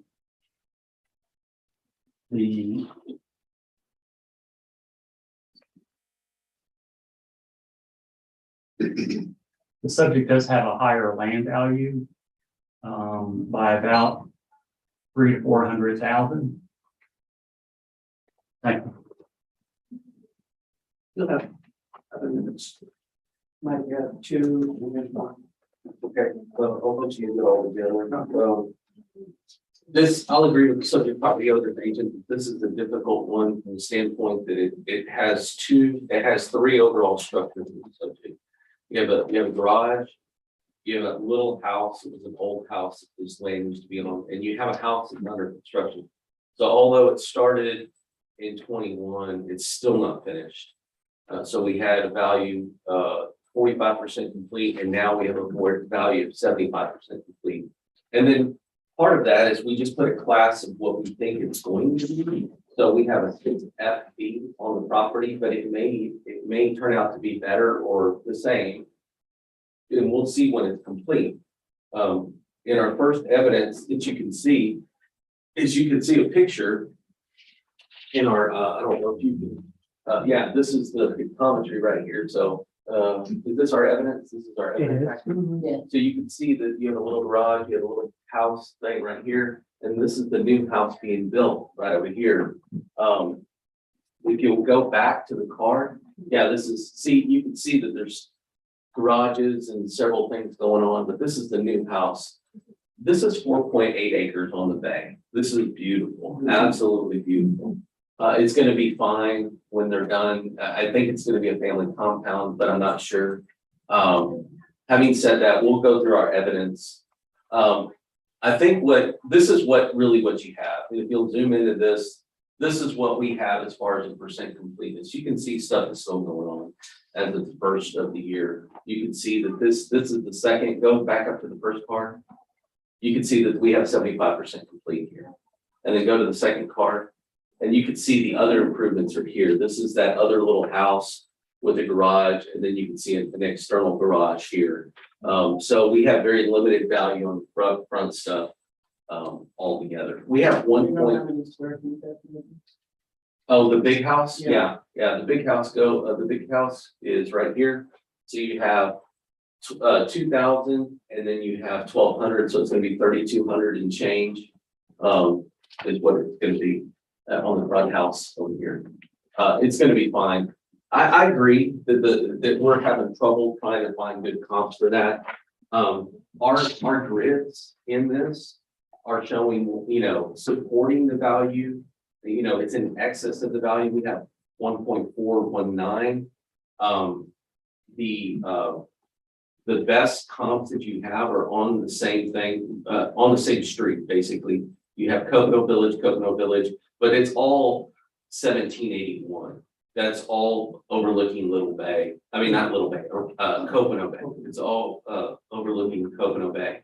The very first comp sales that we have is 961,000. Again, it sold for much less than what we're purporting at the 1.2. But all I'm going to say is that you have multiple structures on this, and you'll notice that the land square footage, we have 211,350 divided by 43,560. Yeah, you have 4.85 acres on the bay here. It's beautiful. It's absolutely gorgeous. The next sale, again, if you're looking at these houses, comp number 2 is more online with the old house on this property. So on this property, you got multiple houses, and you have a 3SS that's the old house. And this one on comp number 2, that's all you got, is you got an old house. But in light of all of that, subject property owners indicated 1.08. I'm at 1.245. Plus 1.08 equals divided by 2 equals, the middle of that is 1.16. I'm having, it's not an easy thing for me to do, to have a valuation on a property that's partially completed. What I'll say is next year probably won't be in a 6, and it'll be going up because it'll be complete. But I don't have a lot of surety right now with that. So the subject property owner, they have purported 1.08. I purported 1.245. The middle of that is 1.16. I don't know. I mean, I can show you my equity if you'd like to see that. It supports the value, but again, I'm telling you that I have a partially completed structure. It's hard to do evaluation. Are you comfortable 1.16? 1.16. 1.1625 is what I've got. 1.162500, whatever that comes out.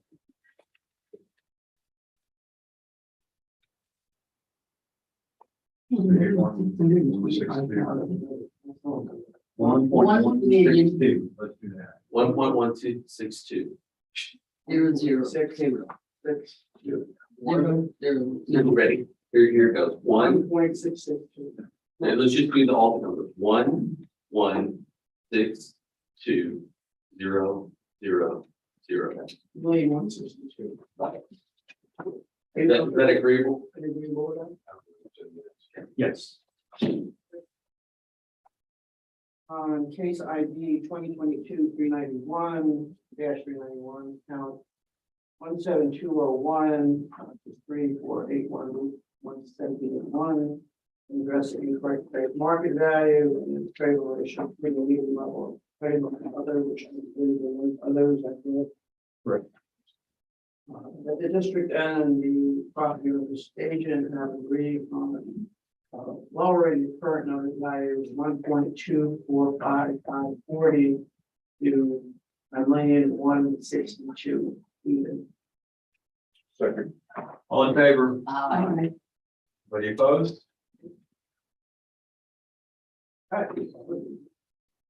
Okay, it's 10 o'clock. Does everybody want to take a quick break or just carry on? Whatever y'all want. I never oppose it, right? Okay. Okay, let's keep going. I'm struggling a little bit with the Kindle. Is the next account 25229? Yeah. Yeah. Okay, so we are opening a hearing on case ID 402240. I'm sorry. We're opening a hearing on case ID 2022-426.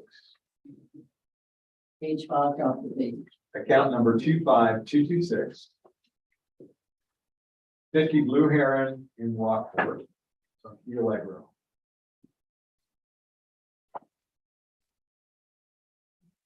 You folks like to go first? Yeah.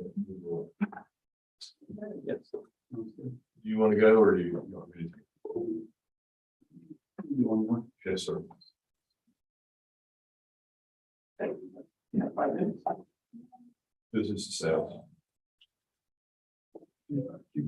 Okay, the, You want to see the property? yeah, why don't we start on summary? Okay. Yeah, so the adjustment on this one isn't nearly as large. It went from 1,066,000 to 1,213,000, about a 14% increase. To provide some perspective, next we're going to look at the comparable sales data. This property is small for the area and it's new for the area. It's somewhat of an outlier. For the sales I'm looking at on the screen, it's the newest property that exists. Or of the sales. It's also the smallest property. It's about 2,500 square feet. And the largest one is 5,900. The smallest one I'm looking at is 3,100. The subject is assessed at $476 a foot. Let's see the land. And the land varies quite a bit between these. The subject land is on at 839,000. I'm seeing that correctly. Yes, and it's at 94 and 98. Which seems to be a bit higher than the land. Most of the others seem to be at $83 a foot. There may be something I'm not aware of. This is listed as an 7S. The top 4 sales are 7s, the bottom 3 are 6s. The improvements are on at $94 a foot.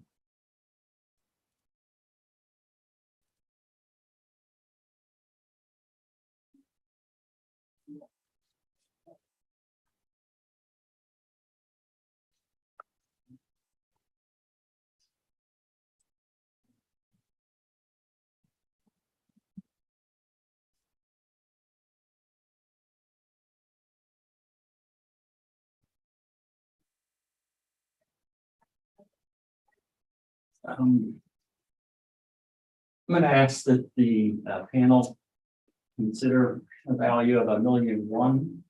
It's about $113,000 less than last year's value.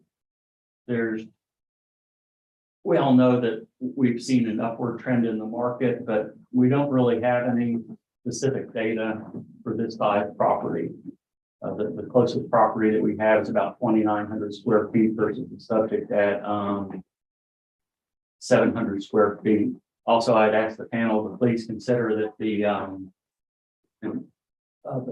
district representative may have further insight, but the subject's land looks like it's on at $95 a foot. And most of the comps appear to be at $83 a square foot. Thank you. And let me go to unquote appraisal. Call that out.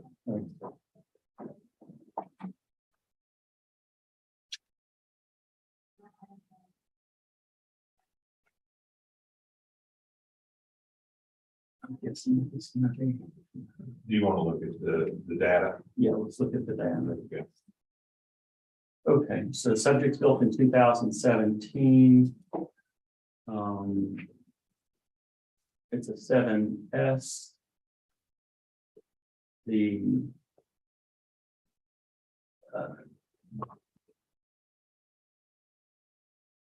pumps 2 and 3 were built in a similar time frame, 2021 and 2019. The land values are lower. So if we adjust for the land, which is about 200,000, these are on at roughly 800,000. The total value for comp 2 and for comp 3 is roughly 800,000, and adjusting the land 200,000. since the subject's land is higher, I'm requesting a value of $1 million on unequal appraisal. Thank you. Sorry, seeing that, what, $1 million? $1 million one on market and $1 million even on equity. And Mike, you have, what, the two or seven? Seven, we'll just go with well, the very first thing is we have the property card. You'll notice that we have 1.213 in change on the subject property. This is on 50 Blue Heron. It overlooks Little Bay. Specifically, it looks right across the beach park. It's the place that people drive by on the boat parade. It's a place that everybody works up on 4th of July. This is phenomenal as far as the location. It's westward facing as far as the location. And you can see that on the property card. If you look at just the property card on the very first thing, this one sold for 1.17 back in 19. So we're just now, the rest of the market is just now catching up to really where the value is or was 3 years ago, over 3 years ago. We have 1.213. So that's a very little increase over a 3 year period if you're looking at it from that perspective. It's a very nice house. You know, you've got a 7SS. You can see the picture of the house right there. Moving on, we've got pictometry. You can see the image of the pictometry where it is. Just beautiful. That little curvature in that canal area overlooking the Little Bay and the saltwater pavilion and pool. It's a pretty nice setup. Moving on to the comp sales. What are our comp sales? We're trying to pull things in that class 7 that are kind of small. The subject property, I will agree with the property owner agent, is small. 2548 is the square foot of the subject.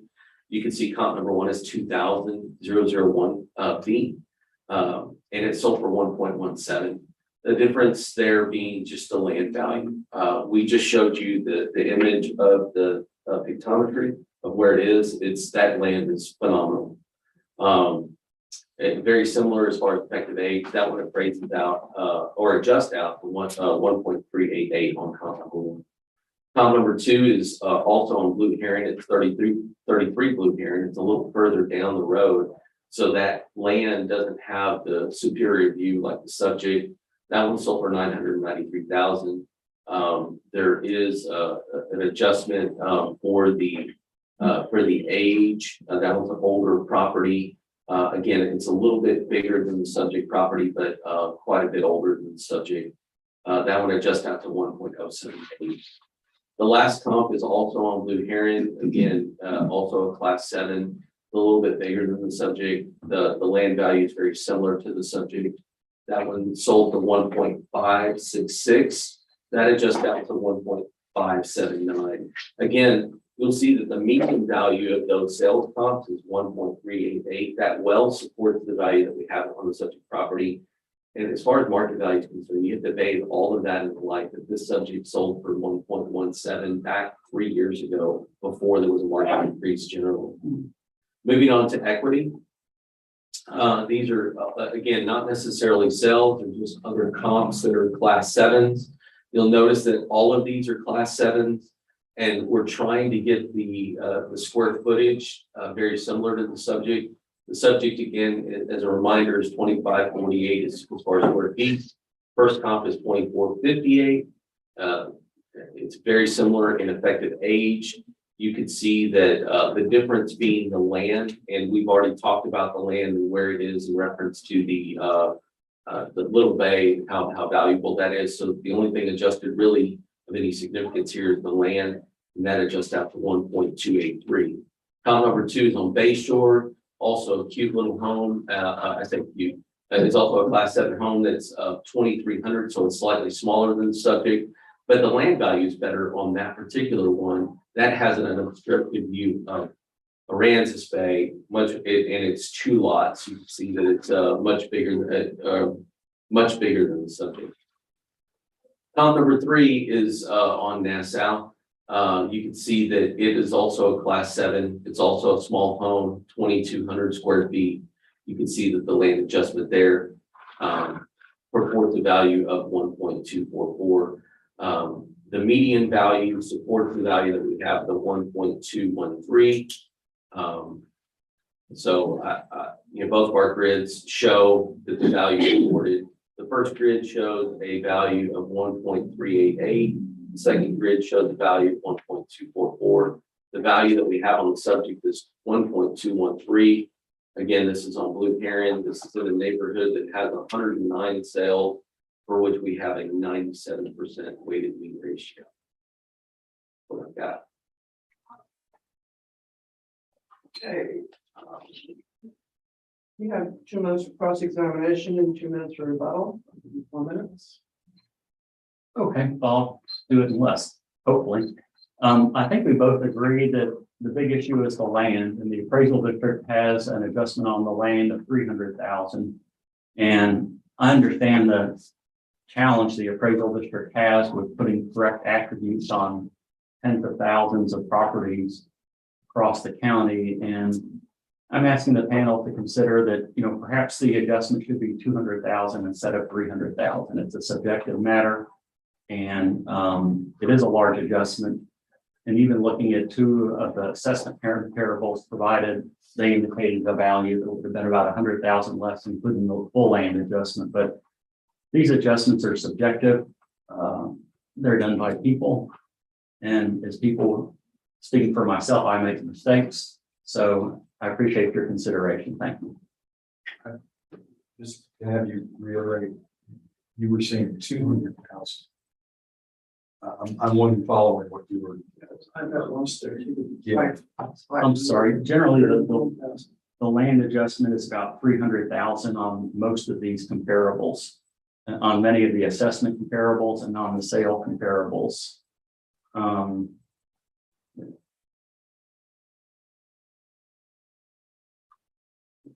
Land only 28,000. What I'm showing is grid equity comp number 1. Subject has a land value of 539. The comp has a land value of 276 and is adjusted 276,000. The next one has a larger land area and is adjusted downward 409,000. On sales grid number 1, subject's land is valued at 539,000. Pump's land is at 228,000 with an adjustment of 310,000. So that's where I was getting the 300,000 approximate adjustment for the land. Thank you. You have almost 2 minutes left. Anything else you want to add? No, not burden the board any further. That's a big thing. Okay. Mike, you have 2 minutes for a vote. Yeah, all I would say is that the subject is in a neighborhood that has a very robust market activity, 109 sales. And if you base that in the light of what's reasonable, the subject sold for 1.17 3 years ago, before any of this robust market activity. Is it reasonable that it's at 1.2 when it sold for 1.3 years ago? And the answer is yes, it's reasonable, absolutely reasonable. As far as the adjustments, yeah, we absolutely make the adjustments for the land. I didn't present this, but you could absolutely look at the land table for one on the left and the right, and they would be congruent with the dollar per square foot that's there. You could, that's how we do what we do. We have to either pick a land attribute to compare to, or we have to pick a class. And then in our situation, we pick the class and we try to stay within the same square footage or really close to the same square footage as the subject. It is very reasonable for the board to make the evaluation that if I had 1.1 3 years ago, is it reasonable that it's 1.2 now? And the answer is absolutely yes. In light of the market, 109 sales, is it reasonable that the property at the location that it's at would sell for 1.2? And the answer is absolutely yes. Our comp sales indicates a value of 1.3. So we're saying that on the open market itself for almost 1.4 million in today's market. From an equity, our equity is supported because we're using other class 7s. We absolutely adjust for the land. We're looking at class 7s that are within a few hundred square feet of the subject's main area.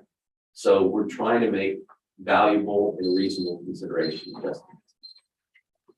Okay, you have 1 minute, closing to you. I just looking through the evidence that we have and the evidence that the district has. We're using what we have here to see. I'm just wondering where you get the number 1.3 million for a sale 3 years ago. I didn't really see it in your evidence. 1.3. Is that what you said? I said 1.1. 1.1. Yeah. 3 years ago. That's right here. Yeah. Do I'm you sorry. have that written down in you? It's on the card. On the record card. It is on the record part. That's a lot of information. Trying to distill that. Yes, sir. Okay, I just wanted to be sure of that. Yes, sir. Yeah, that's okay. It's 1.17. 1.17. And then I followed it with 3 years ago. That's probably where you. I got it, yeah. That's what was confusing to me. I see Yeah, what no you're worries. talking about. Thank you. I concluded. For in closing, this is reasonable. 1.2 is reasonable for this subject property. It's all 1.17 3 years ago. And it's reasonable to be at 1.2 change. Furthermore, that both of our grids indicate a market value in excess of that. To me, this is a very easy call. That's all I got. Okay, ARB, we have 5 minutes to discuss. I have 2 questions. Again, harking back to the neighborhood adjustment. Scott, can we look at the previous year's neighborhood adjustment? And while he's doing that, Mike, do you know the pool, which has a code of SWP 61? Okay. What's the difference between that code in different places? A class 1 is lower than the class 6. The class 6 is, I think, the highest. I don't have the record in front of me, but I believe it's the highest swimming pool code that we have. And we only have $4,500. We generally undervalue from a contributory value of pools and things like that to a large degree. $4,500 is all we have contributed to that. 4540. Scott, it was 110% in 21. It's Okay. 135% now. Thank you. You're All welcome. right, so again, that in my mind catches a lot of the increases because the neighborhood adjustment increase. So, Harry, that's the one. From the Yeah, I agree with the 1.2. Okay, so I do 2022-462, account 56413. I'm sorry, I'm giving you one. Start over again. Case ID 2022-466, account 2529, 50 Little Heron. The address sheet for appraised market value, appraisal ratio exceeding the level of appraisal, and I assume there is no other, is that correct? After getting information from both the property owners, representative and the district, the current value number on the property of $1,213,510 could remain in effect. I second. All in favor? Aye. Opposed? Okay, close that hearing. In this case, it's 24601. No. 60877. 533. It's so we're opening, and that's on page 6. Bottom page, bottom one. For you reference the, on this sheet, the case IDs are in numeric order, so the higher the number, the further you go back. It took me about 5, I was into the 4th one to go, oh, yeah, that's right. Yeah, they're all in alphabetical, I mean numerical order. Okay, so we're opening a hearing on case ID 2022-533, account number 60877. 64-A, Copano Ridge Road, Rockport, Ridge.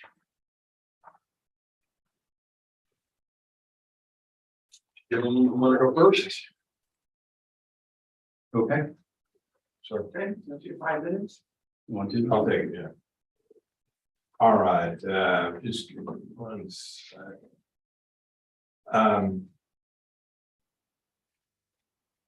By the way, this is no relation to me.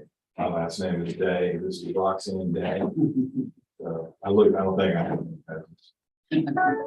All right, our subject property, again, Copano Ridge, latitude value 800, well, at the appraised value, 892,595. This year, 981,855. That's the appraised value. The market value went from 929,000 to over $1 million, 1,065,000. That's an increase of 135,800. This property built in 2005. We're all reading on the same page here. I wanted to mention some notes that my client brought up about the property. And this would be in May 2022. They have a compromised bulkhead, which I'm sure everybody can recognize. Significant exterior and concrete cracking, subsequent damages to soil and landscaping, suffered during Page recent 5. winter freezes. Sorry, page 5. Oh, sorry. They also have some overhead power line. The increased density and building of newer homes of significantly lesser quality with highly increased traffic and rental. These all affect the view, the sound level, and the incidence of crime and construction, litter and debris in there. So the property is, the client is basically saying it's not what it was when he bought it.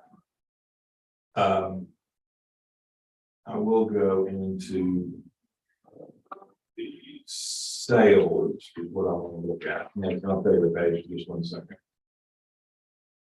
Okay, that would be on page 21. This is the neighborhood sales for the Copano Ridge area. If you look at our comp number 1 at 62A Copano Ridge, this property is 2,500 square feet versus our 2,700. Our subject has a little bit less land. 23. The comp has 23,000 square feet versus our 16,000.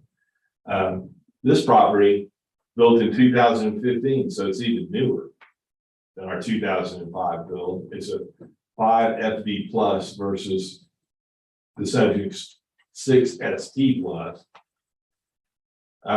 This property sold it for $759,000 in April of 21. So there's another 2020 sales below that, all of them significantly lower than the $1 million that the district has on this property. Going to page 22, here's some group sale. You can see clearly here that all these properties are coming in significantly lower than the subject property. They're somewhat smaller, but still, there's our 2005 build gets us in as kind of one of the older properties out of that group. So I'm, wondering when you basically for this area, for the neighborhood, you only had 1 sale that is used as a comp. And that's an outward comp to say the least that we mentioned at 62A Copano Ridge. I'm sure there's some various view aspects of this. If you go up 1 page, you can see I want to see the aerial. I mean, that's quite a neighborhood there, and that's quite a property that we have that we're within the subject with the nice dock and fishing pier and all that. But it's still a part of the neighborhood. I'm gonna go over to. Let me, this equity page. And look, this, our equity, again, comparable properties in the neighborhood. All of them are on our page is coming in about the same size and square footage for the improvements. Everything adjusting, pretty standard adjustments for this. There's quite a few of them here, but our proposed, equity value is $817,469. So we need to consider that, when we're looking at this overall. Can you say it over again? Chris? Yes, sir, 1 second. 817-469. Yeah, Your time's up at the moment. okay, my time's up. Go ahead. No, ma'am, no, I want to stay within the criteria, please. Thank you. What's your seven? Just seven, I'll just go ahead. This is a property on Coconut Ridge Road. It's an anomaly from the standpoint that most of the properties there are on a single lot. This is like a double lot, so it has more square footage on Aransas Bay. It has a very nice. Aransas. That's on Coconut. I'm sorry. Coconut. Thank you very much. Yeah. Coconut Bay. Thank you. It's on Coconut Bay. It has a very nice view of Coconut Bay, western facing, or northern facing, but you can see the west and left, on the left side. The thing that's interesting about this one is it had a value last year of 929. Is it reasonable that we have 1.065? And generally, the answer is yes. But burden of proof lies with the district always. So you'll see our evidence, and we have 1.065 and change on the subject. You can see on the very next page is our pictometry, and you can see from that pictometry, you just look down. All of these others are single lots, and this one is a double lot. So there's a lot of value inherent to that. Having said that, we the burden of proof still lies with the district. What are good evidences of this? Well, the one, I think it's right next door, which is 62A Coconut Ridge Road. That one sold for, just like the subject property owner agent indicated, $759,000. Well, you're saying, okay, 759 versus 1.065. What's the differences? The size of the lot is a big part of that. 241. That one adjusts out to 111,000, or 1.111 for that subject property. It's smaller than the subject. It is newer than the subject. Both of those adjustments are appropriately adjusted. The next one is also on Coconut Ridge Road. That one sold for 1.026 million. Again, this is across the street from the subject. It's about the same class as the subject. It's newer than the subject, but much smaller than the subject. That one sold for 1.256. If you look at the third one, it's 128 Ridge Harbor Drive. Again, that is in the Coconut Ridge area. That one sold for 712,000. Again, the difference there being the land. That's much smaller than the subject. About the same effective age as the subject. That one only adjusts out to 950,000. Again, that 950 is what the value of the whole property for the subject was about last year. Moving on to equity. When you see our equity comps, you'll notice that we have a median value that's actually lower than the subject property value. In this case, the burden of proof lies with the district. We're not able to prove. We're only able to prove 1.029 million. 1.029648 is what that number is. The subject is at 1.065290. And that's all that we're able to prove from an equity standpoint. Again, we're trying to get class 5 and class 6s that are small, 2,400 square feet, 2,700 square feet, and the last one is 2,500 square feet. Again, we're trying to stay within the class, about the same size. The difference being here is that there's large land adjustments because you have a double lot as opposed to most of these are single lots.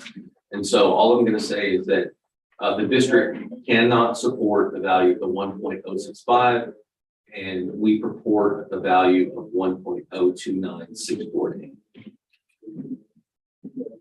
Following that, there's several pages of information that indicates, I think there's 31 sales in that general market area that we have a 94.9% weighted mean. So we're well underneath the sales ratio where we need to be.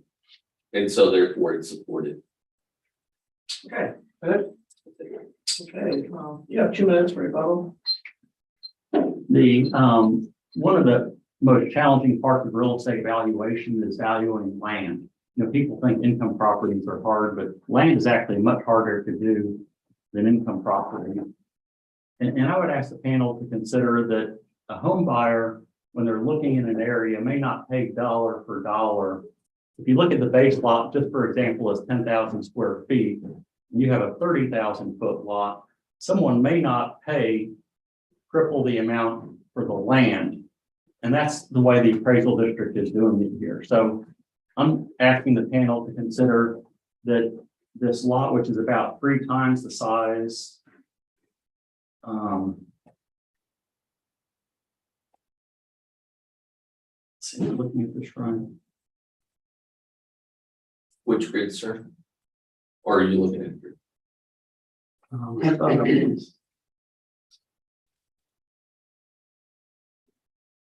Okay. I'm asking the panel to consider that the land adjustment, for having a double lot is not dollar for dollar and should be somewhat lower. Thank you. Mike, you have, you have 1 minute. I'm sorry, you have 2 minutes. Again, the burden of proof lies with the district to prove both market and equity. In this particular case, the district cannot prove the equity. We're at 1.029. In what the property owner agent just described to you was economies of size or scale. This ARB has heard those arguments in the past, and many of those cases,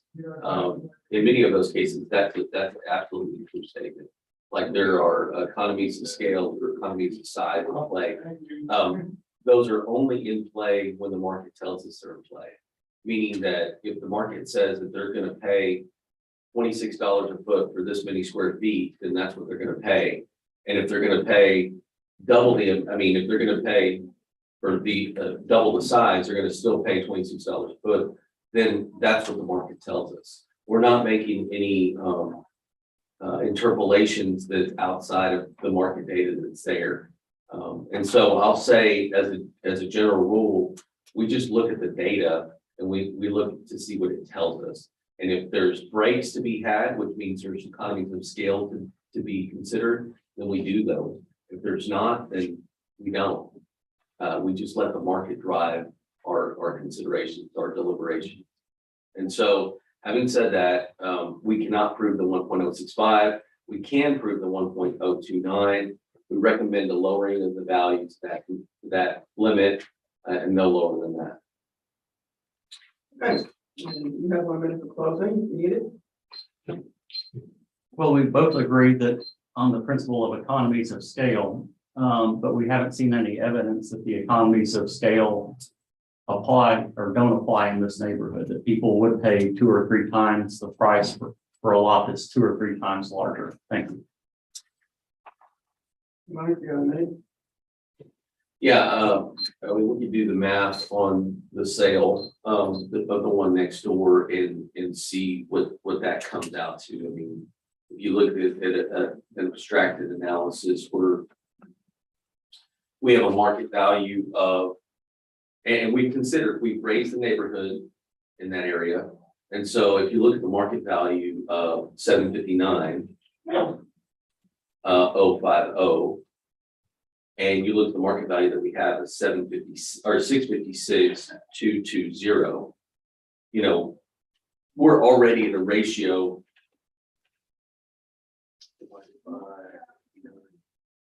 We're already at a ratio of 86%. We're already 14 points undervalued on the sale next door. And people could argue that it's either in the house or in the land. What's the attribute that's driving that sale? So if you said, okay, what do you have left? You have 759. No, it's okay. All right, the ARB has 5 minutes to review. I'm gonna sound like a broken record. What was the neighborhood adjustment last year, please?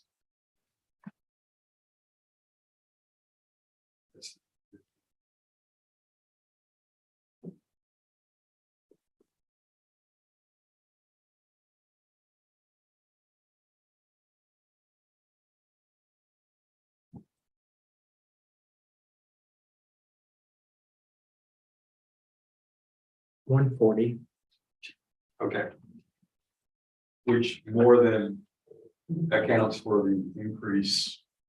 So just in the neighborhood adjustment. And there was no increase in demand. Yes, and there is no neighborhood adjustment associated with the land segment. It's all in the improvements. And I can't get to the 817. No, The I rest, think the 101.2968, which right, is the value, equity value approved by the district would be the number. Yeah. All right. Case ID 2022-533, 60877. Addressing incorrect appraised market value, appraisal ratio exceeding the level of appraisal and other, which I believe there was none. Is that correct? Correct, yes. After listening to evidence from the property owner's agent and from the district has shown that they can improve the current value of the property. Therefore, we recommend that it be reduced to the median equity value of $1,029,648. second. All in favor? Aye. Anybody opposed? Okay, there is such.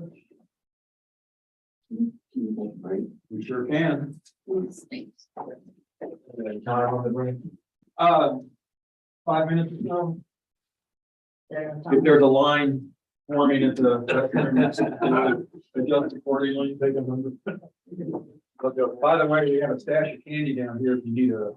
So I have good idea. Sure, I know it's right here.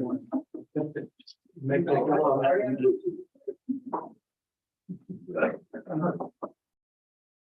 Chris, how are you? Doing good. Good to see you. I knew you wanted that. You saw my eyes. I saw you zeroed in on that. The only thing I like better in this vein is Milky Way. What? Milky Way. They're all the good things. That makes a big help. It's big help. Yeah. It's a big help, yeah. Yeah. It's, Okay. all of it is slow though.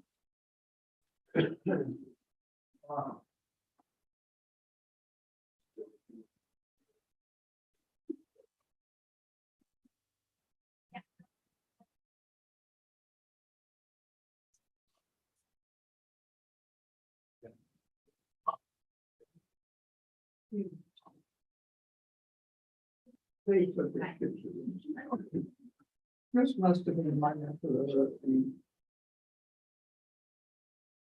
Horrible picture of place.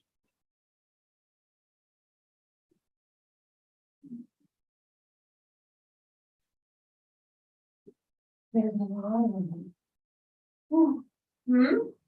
Lot more. Cases. Yeah. 21. Oh, there's more than 4. Yeah, then there's this house. They didn't want us to get too pressed. Yeah, they hit us with a few the first week, second week, like, this is nothing. Yeah. I'm gonna have some candy. Yes. I'll reach over you. Don't be one of them days. Maybe we should buy some more at lunch. Okay. Need some water. Oh, there it is. I thought it was no real mine. Can I get y'all something like lunch? Water, coffee, tea, milk. Milk. Okay, Oh, you got, look at him, he filled out all his favorites. I mean, one of them, So he's prepping early.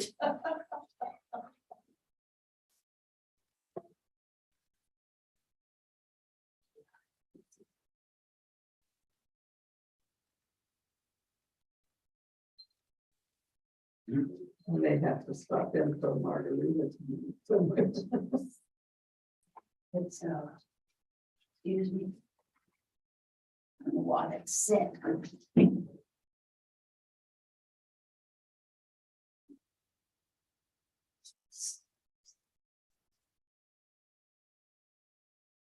So. Yeah, I know you had to go into work, huh?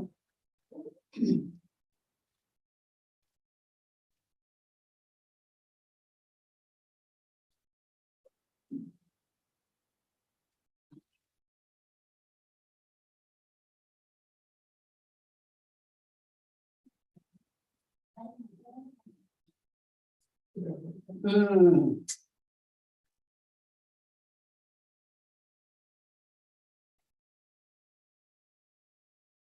What time, Chip? Cause I'm at, I'm working.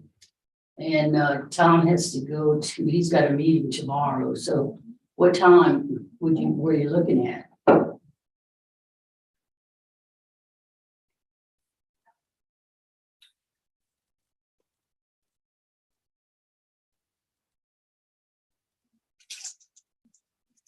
Yeah. Well, if I could get him before 1:30.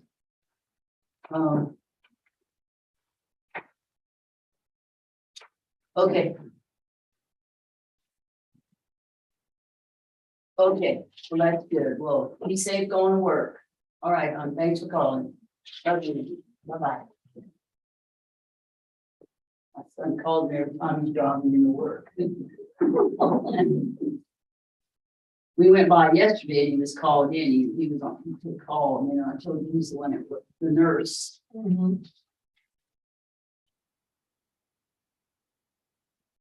He said he had a couple of cases, so. And then they had a male dog, Bentley. I took, that dog was so small, I told my son, that's the son you didn't have.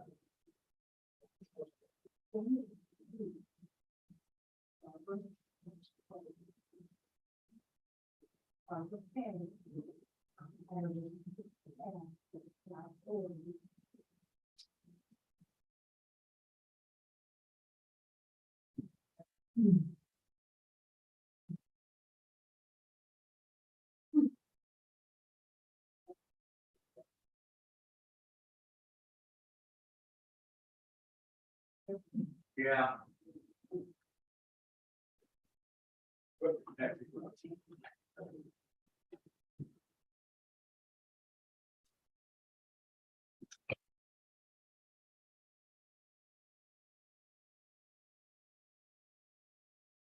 Okay, which one is? I know. Well, you better grab it before they get any more, because he is just in. So you got, oh, he took a with He took a with him. He took a handful of them, all his favorites. Yeah. He doesn't trust us. I wonder why. I don't keep any noise. I don't either, and I've gone back on my drive. So I have to do. But I want. Really bad, there's water I'm good. I just need to take Hold, this. feel hold, like your hold. I don't want to go forward.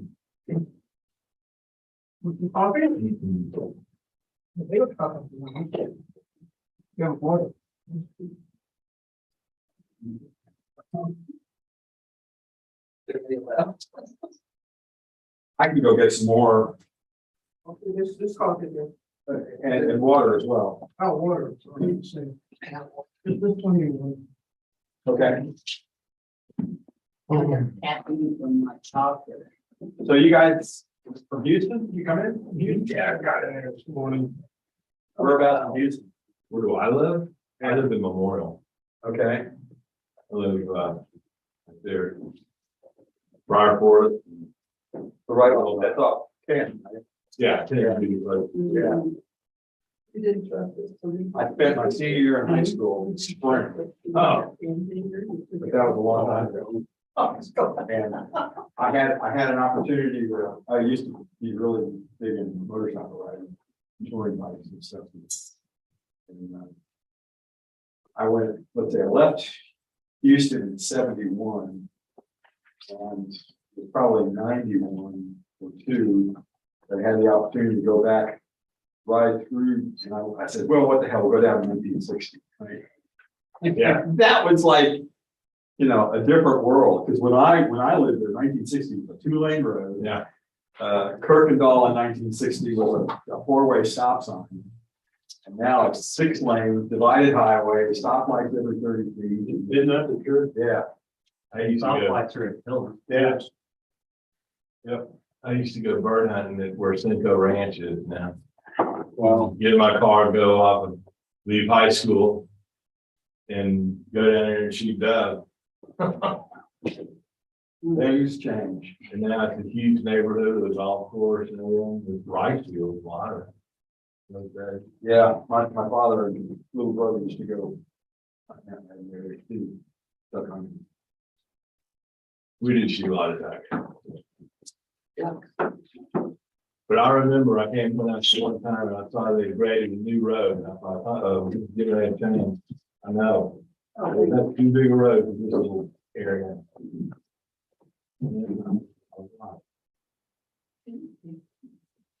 25124, that's my next guy. Not 24601. Yeah. You do 601? Yeah, You did, all right. No, I'm just. 54 is the case. No, It's 554. 554 is the case. 24601. 24501. 24601, yes. Thank you, Scott. I see what I knew what I meant, I just didn't say it. We're on page 7 here. And there's only one on page 7. Yeah. That one. On page 1. No. Okay. Sorry, I hit right. My mistake. No, not page 7. Goodness gracious, what is this? This one. Up page 1, correct? No, we're doing. It says 7. We already did that one. Oh, I'm on page 2. We're at- All right, listen up, everybody. We're on page 554. Right. Account number 24601 is on page 7 at the top of this page. All right. Very good, That is thank you, correct. teacher. I'm just saying there was some confusion. I should have had some more candy. It's probably gonna get worse by the end of the day. Just make sure that the name is right on this. Right. Yes, yeah, it's Kevin Johnson. Is it? Yeah, that's it. When all else fails. Kevin Dunn. Yeah. Okay, let's see. Okay, folks, here we go. Ready or not, It's, we're opening a hearing on state ID 2022-554. Count number 24601. Which is 1846 Bay Shore Drive. In Rockport. Okay. Gentlemen, would like to go first? Okay. Or all of others. Our subject property. I I say that actually adds up to a lot. Last year valued at $931,760. This year, an increase of $123,190 to $1,054,950. It's quite a significant increase. The land stayed the same, so the improvements built in 2019 went up again at 123,000. I was looking at sales, and I'll go down to the sales and give you the pay. Can we back up one more second? Okay. Run through your numbers again. I'm gonna. Yeah, he got him right. Oh, okay. I wasn't. Well, no, I want to be sure that you're clear on everything that I said, so. Current value, you have. Current value, I have at $1,054,950. Okay, I'm missing. Thank you. Okay, everybody's agree. 1 second. No, I messed you up. No, you didn't. It's impossible. The sales begin on page 54 here, and there's a lot of them in this neighborhood. At 3,582 square feet, we're a little out of the ordinary in terms of size. There's some larger properties that sold and some smaller properties, but our best comp coming in here is number 3 at 27 Nassau at 3,266 square feet. That sold in February for $830,000. We want to increase that. It's pretty hard to read. The size of the, yes, you can take that up one. Where was I? Okay. The land on our comp on number 3 is 5,602 square feet versus our 7,636 square feet. That's coming in remarkably at 246,000 versus 418,000 on the subject. That's a big grow in the land right there. This improvement though is what's the most interesting thing. The first square footage coming in at the living area, well, the sale per square footage at 294.51. Just look down there. There's a property under 5 that's a little higher than that. But everybody else is coming in somewhat lower than that. There's a photograph of the house here. If you go up one, you go to page. Yeah, see, this place. I was intrigued to buy this property. I guess that's not out of the ordinary property for here, but that photograph makes it look to me like there may be some sorts of levels of incompletion on it. It's a rebuild. That was a brand new house. It was, and so they built it from ground up in 19. No, after the storm Okay. recently. I don't want to say it though. That was completely entire. It was a tear down and it was rebuilt. But it looks like they left some of the materials for the house there in front of it. I'm not sure exactly how that worked out. It doesn't look finished to me on that photograph, but that's, I wanted to bring that up. It's hurricane certainly knocked down a lot of them down, especially right there on the beach. I wanted to go to the equity at this point. 1 second. Yeah, we look at our adjustments for the equity. There's a number of good equity comparables here. Again, some of the square footages are off, some of the ages are off. They're built, older and stuff, but we have to take into consideration the hurricane took its toll on these properties. So, we're saying 2019 for our property. Most of these, I guess, survived because they're in 1990s, 1968. I see there's different properties, but even with all the adjustments for that, our total appraised value still comes in significantly lower than the subject value at 566, 525. Again, subjective in the way that the adjustments are made are probably different from our point of view than the districts. But I think the sales is one of the most telling factors. There's limited sales. Regardless of the age, the condition, or the location of the property, there's limited sales for that square footage, that type of properties. And basing the increase that we have on it, or the district has on it, I feel like our subject value should be about 993,000. 993. 993 is my OPD available for amendment. Am I, 2 minutes or 7 minutes? 7 minutes, I'm just giving you my time. The subject property is at 1,054,054 in an area that increased in value. You can see from last year, we were at 931, we're at 154. I think the delta that was indicated by the subject property owners agent was 123,000. It's about, what is that, 12 or 13%, something like that. Somewhere in that neighborhood. The burden of proof lies with the district. You're going to see from this is, first of all, this is it is a house that was totally rebuilt. I mean, not rebuilt. It was a brand new house, basically. They scraped it and they went with this Nordic theme. Like you can see, like from the picture, like if you just zoom into like the next comp grid or whatever, you can look at the picture of the subject right here and zoom into that. Just make that big. They went just, make it larger, whatever. This is kind of what you would see in Holland or Sweden or something. It's real minimalistic. That's the look that they went for. So it's complete. It's just a minimalistic kind of look. So much so that they have railroad ties for their walkway. And let's just say that the person really wanted this look. Having said that, the sales that we have on here indicated value that's a median value of 1.66, which supports the value of 1.54. But if you move over to our equity grid, we cannot support the value. Again, we're showing a value of 1 point on our equity grid. Go down right there, 1.023, 1.02.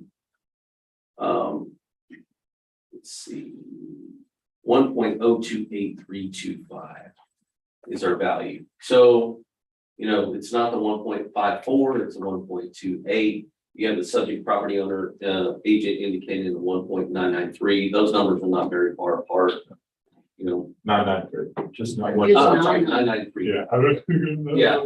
Yeah, so you have 1.028 minus 993. Those numbers are only $35,000 apart on roughly $1 million property. We're both right there. So make your decision. I don't have anything for you. Yeah. Right. I got you.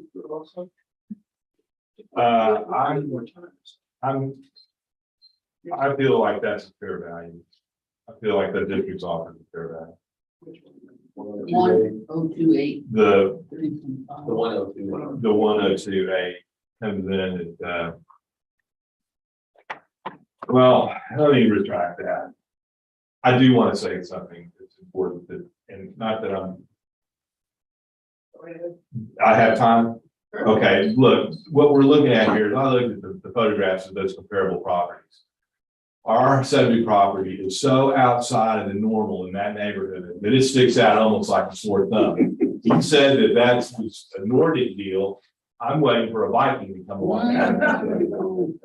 It is out of the ordinary. It makes it almost an outlier. The way those railroad ties, you have to love that to even think about buying that place. Because the first thing somebody's going to do is they're going to say, well, I'm going to need at least 90,000 off to get these railroad ties. So what we need to do is think about that is in terms of the value of the property.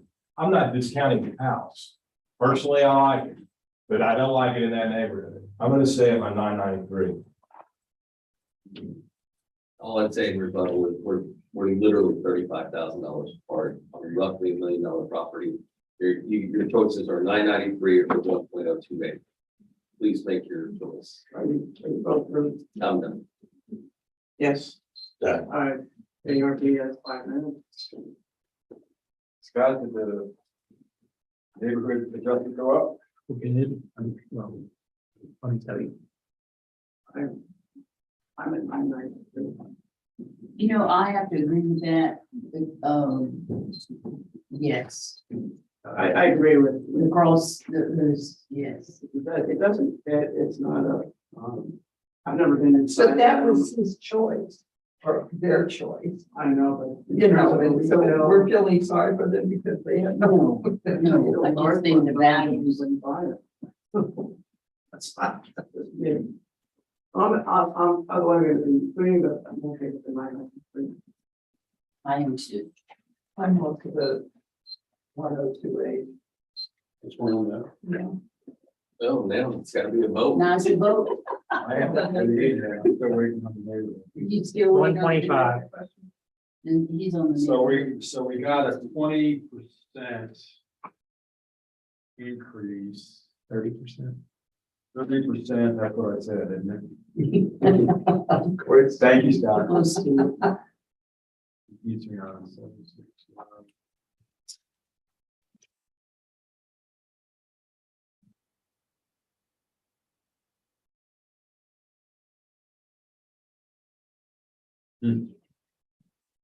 Yeah, if I believe that, the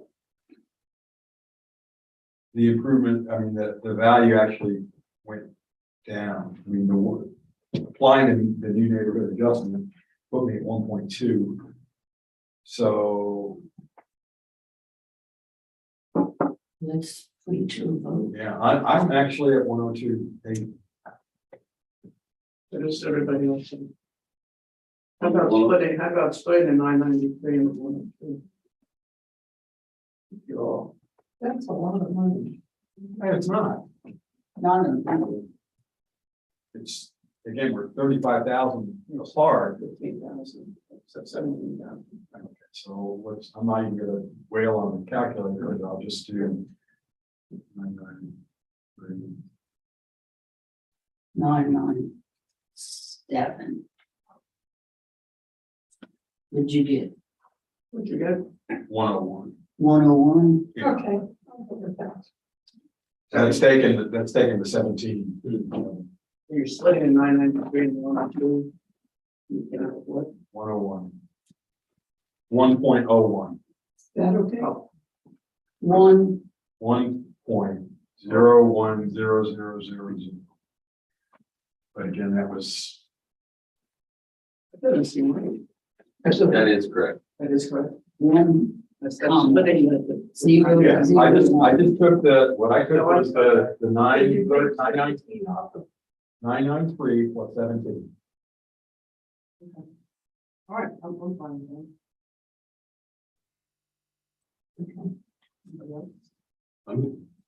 Thank you. Okay, Okay. Now, case ID 2022-554, account 24601. Addressing incorrect appraised market value, and appraisal ratio exceeding median appraisal, and other I believe there is none. The hearing evidence from the property owner's agent in the district, ARB has agreed to lower the value of the property from $1,005,450 to $1,002,800. now, No, No? 1,000,001. Oh, 1 million. Oh, I didn't write that down. Oh, I read, Yeah, you I read- did. I read the wrong. Yep. $1,001,000. Yeah. 000. So that's $1,010,000. Is what I'm getting. $1,010,000. Yeah. Okay, just for clarification. Right. You got it. 1, 0, 1. 1, 0, 0, 0.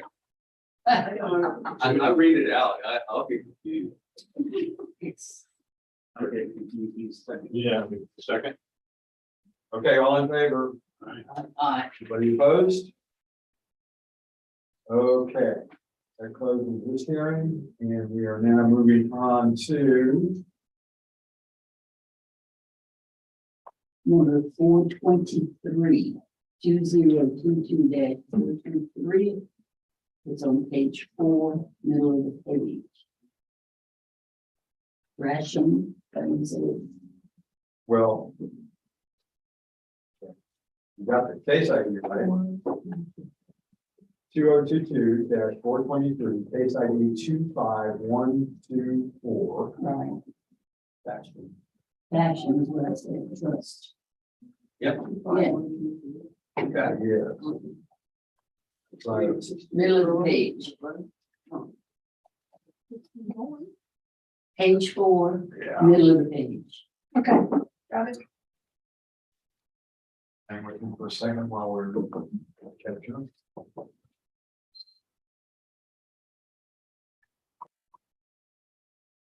Did you get, Yeah.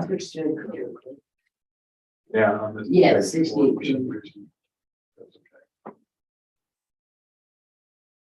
That's okay. Okay, so we're hearing on case ID 2022-5423 and case ID 24124. Key Allegro Unit 4, Block 16, Lot 25. Not good as my board. It's not funny. I'm laughing with you. Boy, I don't know how I got this. Have this to me all the time. Okay, Chris, would you guys like to go first? Okay. Our subject property, is a Key Allegro property. It looks like it's may possibly want to be one of the earlier, builds in there because I have a completion date of 1972. Please take note, last year the property was valued at $901,690. This year the value is to $1,006,010. 33,000 of that was in the land, 6,617 square feet. The improvement at 2,850 square feet, again, a 1972 build, went up $71,230.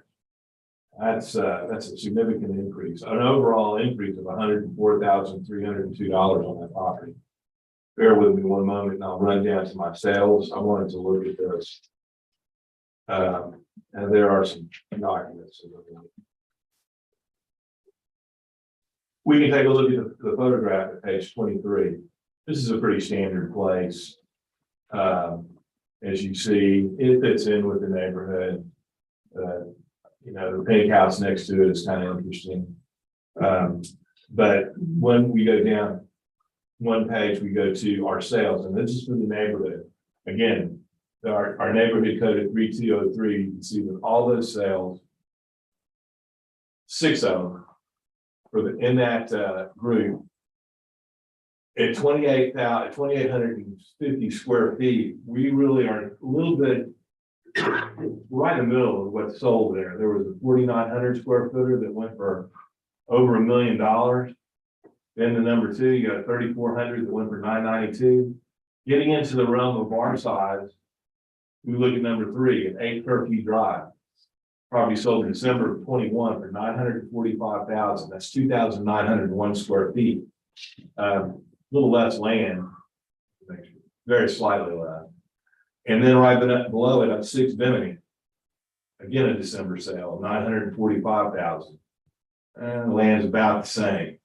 But those places, those comps are newer. The Bimini property was built, I had a effective date, they were built about the same time, excuse me, but an effective year date of 2000 and 2006 respectively. Our effective year date is 87, which is saying something about the condition of our property. Now, we want to have a property that's in saleable condition, and so the higher the effective year, the more that's going to affect that. Again, limited in that neighborhood, about within the square footage realm, 6 sales. That doesn't seem like a lot to base an enormous increase like they put on that. Sales are really kind of driving the idea here. I'm going to go over to my equity and just take a quick gander at that. Again, there's comparable properties for the equity page here. If we look very similar, very homogeneous neighborhood. Some of the you can see the difference in some of the sale prices are all driven by square foot, age of property, but they're significantly lower in terms of value and I want to stress the word value here, then our subject property is coming on at, well over $1 million, over $1 million. I don't see with I can't fathom what's driving that increase. Again, what the bones of that house are is a 72 build with an effective year of 1987. Look at the one right below there. If you look at that, very similar property selling for valued at 649,000. That's about the same age as our property. And there's adjustments made for that, but equity comes in for our numbers at a total appraised value of $920,550. So we're not out too far out of the realm. I'm going to say I want my opinion of value to come in at $953,000 for the subject property. Thank you, panel.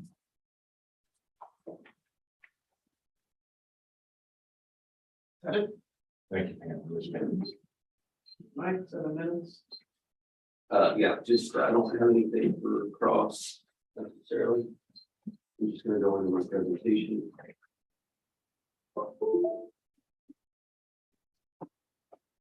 Again, we're at a similar thing. Basically, we have 1.006 million as opposed to 953 reported by the property owner's agent. That's a difference of roughly 53,000 on roughly $1 million property. That represents 5%, I believe. And so we're not that far apart. I'm just gonna go through my evidence really quickly. We have 1.006 on a house on Curlew. The value, much of the value that's reported by the district lies in the land element, and you can see from its location on the second thing where it is in proximity. We looked at one not too far from here recently, but it's across from Little Bay. That's the canal between there and the Rockport Beach. Again, just the premier location. On the next screen, you'll see the comp sales that we have. One of the ones that we actually do have is on Curlew, but it's much further inland. And what I mean by inland, it's on an island, but it's not on the point like this one. This is 8 Curlew as opposed to 68 Curlew. There's a vast difference there, and you can see that there's a large difference in the land valuation. That one sold for $945. Smaller class in the subject, or less of a class in the subject. Almost identical in the square footage. It's within 50 feet or 51 feet of the subject. That one is newer than the subject from an effective age. So I agree with property owner's agent that one, or any property that has an effective age that's newer than 1989, we take into account. And that's why there's not that much value attributable as a whole to the improvement. Having said that, our comp sales are supported at 119. Moving down to our equity. Our equity is also supported at 1.028. It supports the 1.006 that we have on the subject. You can see that we're trying to get class 6s that are about the same size. They're in various locations. I guess 35 Blue Heron is a good comp from the standpoint that there's only $17,000 difference in land value. It's within what is that, 200 and some odd, 242 square feet as far as the size, and the effective age difference is only within 5 years. And you can see that we have a value of 1.018 on that property. So that's a pretty good comparison as far as your comp equity. Again, your choice is not too hard. We got 1.006. The owner's agent is purporting 953 for a difference of only about $53,000. So that's all I got.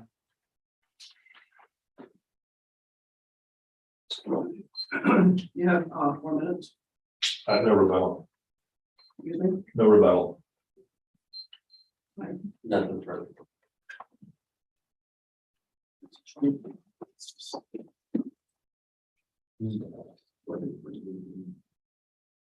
I could do that, and I did 26. came up with 979. So right in that area, say Peggy. Yes, 979. But what we did was take the difference of Yeah. 25,000 and split it between the two values. Coming out with 979, is that correct? 979,000. I'm okay with that. Ron? I'm good with that.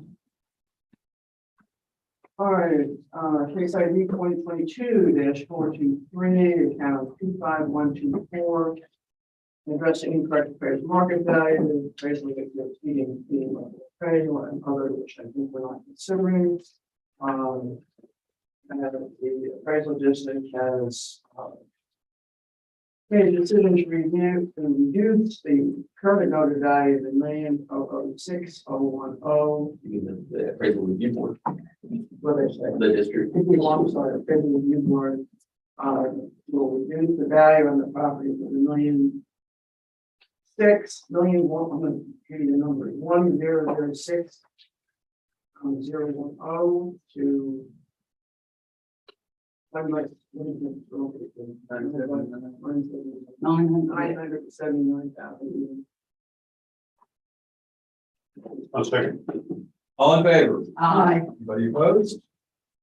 Okay, carries it. Closes this session or this hearing. Moving on to case ID 2022-384. Account number 16826. Top of page 1. 361 Coconut Ridge Road.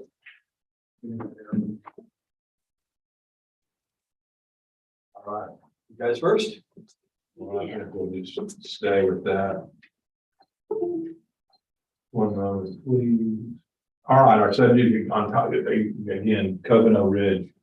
Built in 2012, this is a 6 FB plus grade property. Last year's value at $705,433. This year, the total average comes to $926,970. An overall increase of $221,537 on this property. $30,000 of that is in the land of a 20,242 square foot lot. That's pretty big. But 191,537 is in the improvements. That's a significant increase in the value of the improvements. Just to give you a good idea, last year the improvement square footage price in 2021 was 162. This year is at 225. So we've got to figure out what is driving that. And I will go down to the sales. 1 second. We can take a look. I like to show the picture. This is really, it kind of is the house. I love that color. That's really cool. It's a nice looking house, very similar for everything in that neighborhood to me. It looks like there may be some kind of a warehouse or something next door to it, but nothing that's impinging on it. But this is what gets me, is the only 2 sales to the neighborhood. We're looking at that. We're at 3,045 square feet, so we're out of the ordinary large and compared to the other 2 sales at 1,900 and 1,400 respectively. But look at those values. These are older homes still. These are smaller pieces of property, but that's just, the sales in there, that's a neighborhood of $500,000 properties. We're not seeing $926,000 sales in there. Even the 2019 sales suggest smaller properties. What I'm trying to suggest is the 3,045 square feet, we're a little out of the ordinary in that neighborhood. So that it kind of would affect the value of it. People coming through there aren't looking for $900,000 homes, they're looking for $450,000 homes or in that realm, that range. So this guy is a big boy on campus, and I think that affects the value. His location is definitely going to affect the value. If you go down one to page 32, here's a group sales issue. 3,045 square feet that's big for all the sales in that area. Nothing really even compares to it for comparable properties. We just can't find a good comp in that Capano Ridge Road in that area. The adjustments that have to be made are remarkable to get the increase in value. I'm gonna go and look at my equity just to quickly go through that. I think that should be addressed because it's ought to be interesting. Here's some properties that have been valued, again, for the taking into consideration the size there. You can see our subject at 3,045, there's a 3,200 square footer. Again, 2,700, 3,200, 2,800, 2,900, 3,000 square feet. Those are big houses and there's not that many of them. We come in with the appraisal value being at $645,005. I'm gonna say that's somewhat low, but you know, when you look at the appraisal, it's really not. It's just hard to get you have to make so many adjustments that it's hard to get a real strong value in either equity or sales. I'm gonna say that my opinion of value for this property is $804,000. Thank you, Pam.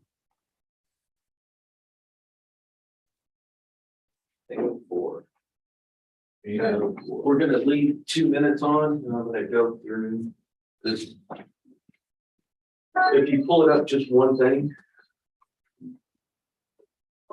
Scott, You don't want it? yeah, I want it there. Okay, you want his evidence, I'm sorry. That's okay. You're doing a good job. Yeah, yeah. So just go up one page. This is the equity, thing that was pulled. Notice that the subject is Capano Ridge Road, Sanctuary Drive, Sanctuary Drive, Sanctuary Drive, Windcrest Lane. These are all off-water lots. So obviously, you should not consider the location and the thing there. This is the only one that you have that is an on-water lot. It has a value of 707 as opposed to, what do we have? Well, this is 707. And is this the subject? Yeah. Subject is at 775. Yeah, so, I mean, and I believe that that's 926, I think that's the assessed value. Yeah, that's the appraisal. Because we're looking at oh, equity. We're looking at equity. That's equity. so that's, but again, is that structure, is the structure value right here?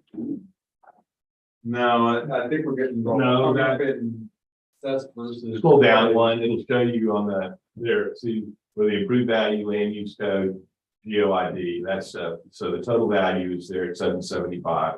Improved value at 668. That's the assessed value of the homestead Yes. capital. Yeah. 926, Yeah. Yeah, so our value that we have is 926, so I don't know what an assessed value comparison to assessed value comparison is. Not even really, you shouldn't look at that, you should look at market value versus market value, because this person can have a cap in a over 5 lots, and this person doesn't. And you don't look at that, you look at the market value equity that's in play. All I wanted to bring point to that is, this is all like, should not be considered. Whenever you're getting an equity grid and you're pulling 3 of your 5 comps or off-water lots somewhere else, no, that's just not, you shouldn't consider that. I'm gonna go into my evidence. This is on Capano Ridge Road. Again, this is at the western side of Capano Ridge. You see that the subject is a class 6 FB plus. That's hardy plank construction. It was built in 2012. You can see that we do have a neighborhood ridge of 175. I believe the question was asked and answered last year. What was it? And there was an increase for the entire neighborhood for the structure value. Why do we do that? Why do we increase the structure as opposed to increasing the land? Well, the market tells us to. Either we have land comparable sales or we don't. This is an older neighborhood. Therefore, the market's reacting to things that are already built and they're paying more for them. In your comp sales, you have 3 sales, I believe. You have, and these are again on Capano Ridge. That's the same street as the subject. The first one is the exact same class, 6FB. It is smaller than the subject. It's newer than the subject. There is a difference in the land valuation, but not that big. You see that adjustment is there. That one sold for 1.026. Again, the same class as the subject, but there is some differences. It being smaller and newer than the subject, so there's an up and down adjustment there.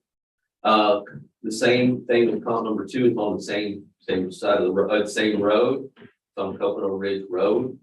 That one sold for 798. Again, much smaller than the subject.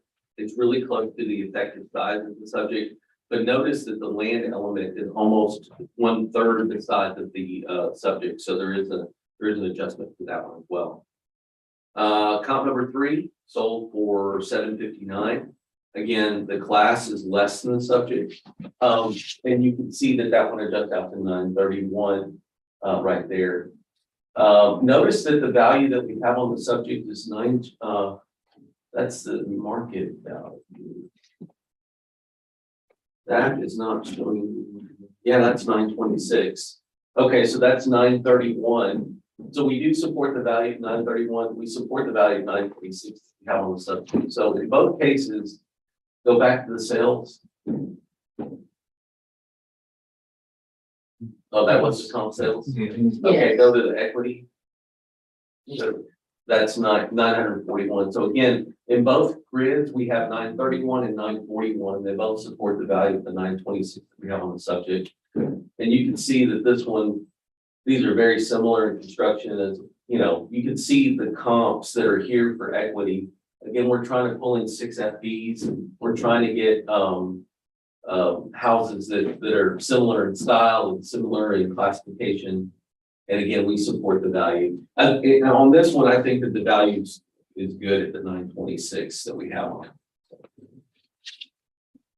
Okay, we have 4 minutes.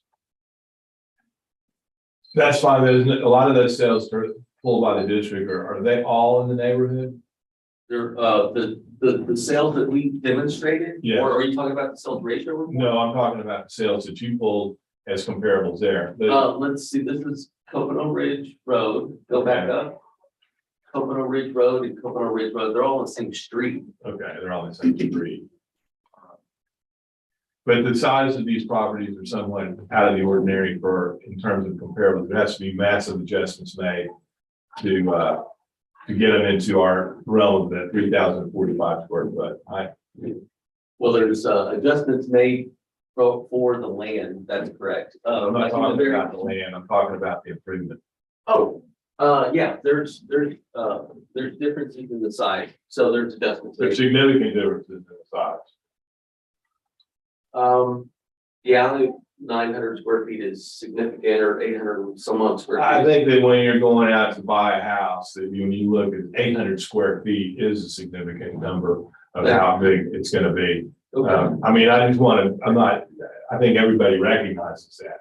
Again, my original statement was, should be taken into consideration that market area where people are looking for places there. People aren't going to be looking for the $926,000 house. They're going to go, wait a minute, I don't want to spend that much. Oh, I like it, but I don't want to spend that much. They're going to go in and they're looking for smaller homes in that area. So that, I think that would impinge the value of the property, the subject property, just because of it's like, you know, putting a Cadillac in a used car lot full of Vegas, you know, it's that kind of thing. I think that should be taken into consideration in the value. It's a little bit out of the numbers and dollars and cents here, but it's just a common sense situation. Thank you. Yeah, and if you're asking yourself, the 2 minutes or 1 minute is, or 2 minutes? Yeah. If you're asking yourself, you know, common sense or what's reasonable, I mean, here's your comp number 1. It's on the same street in the same subdivision, sold for 1.026 million. It's the same class as the subject. It's smaller than the subject, and the land element is smaller than the subject. So is it reasonable to assume that this property would sell for at least 926? The answer is yes. The answer is obviously yes. This is a really good comp. Same street, same neighborhood, same class, smaller than the subject, and the land is smaller than the subject. The land square footage is smaller than the subject. It demonstrates that when you look at this, this would say that this value should be 1.086 million. That this one should be 1.086 million, but it's not. We only have this one appraised at 926. And the answer is that this median value supports that value very, very easily. So in answer to the question or the rebuttal, would people take that into consideration? Absolutely. They're going to probably pay more for more square footage. And the answer is that they paid a whole bunch more than what we currently have assessed. In fact, $100,000 more for one that is 800 and some square feet less. It's newer, but we took that into consideration as well. The square footage of the, it's within 1,000 square feet of the subject. That's it. I mean, yes, the district believes that the subject would sell for 926 each. And furthermore, our equity shows that as well. All right, you have 1 minute for closing. Well, just to make note, that was in January of 22, that primary comp on 53 Capano Ridge Road. I think that should be taken into consideration too. So, somebody paid a lot of money for that place. That's all I can say about that. I think it's an outlier. It's out of the ordinary. It's at 6 to 53, right?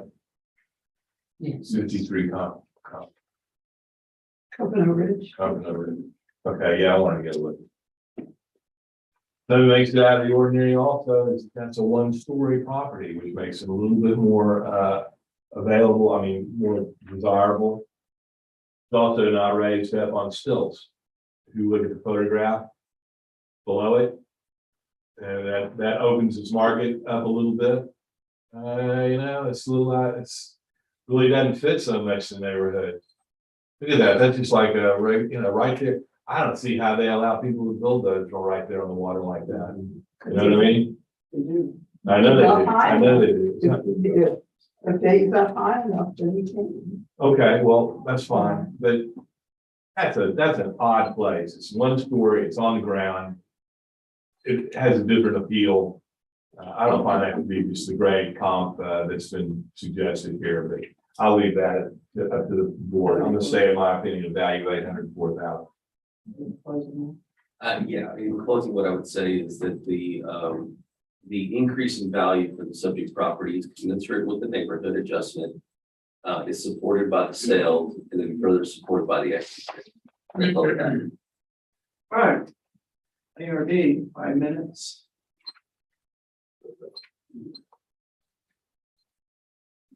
I think that the agents comparables of other properties, particularly substantially out of the area and the sanctuary, all to come up with the square footage and appropriate value there really don't mean anything because they don't have water and like on the other side of town. So I don't think those were particularly good, particularly good comps. I think that the district has shown that to be equity and market value, that 946 is actually significantly below, not significantly, but below what it should go for actually. So I'm. I have a question. This is on Salt Lake, right? Yeah. And actually, who number 2 is on Coconut Bay. Comp number 2. Comp number 2 is on Coconut. In the sales column? Mm-hmm. The 72 Coconut Ridge. I'm really surprised that one went that cheap. Somebody got a good deal. Yeah. Well, Okay. I had written down previously, the increase in the neighborhood adjustment was 25%, went from 150 to 175.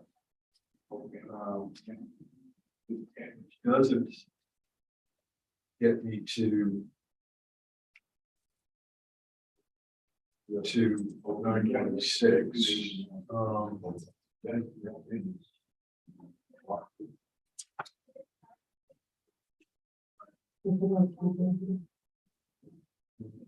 Scott, if you're double checking. It was 140 last year. Okay, so that's, I believe it was 30. that gets me close.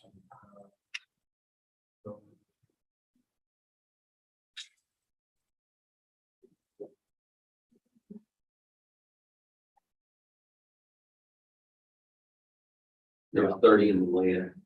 Yeah, I have to, I'm going to stick with the 926. Yeah. Yeah. Mhm. Case ID 2022-384, account 16826. Address incorrect appraised market value, resolution exceeding framework, other which discussed. Committee review board is of the opinion that the value placed on the property, the appraisal district of 926, 970, to remain as a. Second. All in favor? Aye. Anybody opposed? Okay. Close the hearing. Moving on to case ID 2022-424. Account number 25176, which is 11 Blue Heron. On the Allegra. Page 4.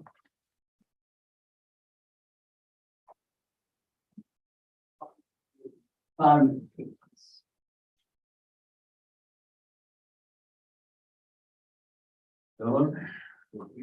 Subject property built in 1986, value last year $677,000, this year is $917,830. This is an increase of $240,000, $241,000 roughly, $83,000 in the land and $157,000 in the improvements. It's a 6 ST grade.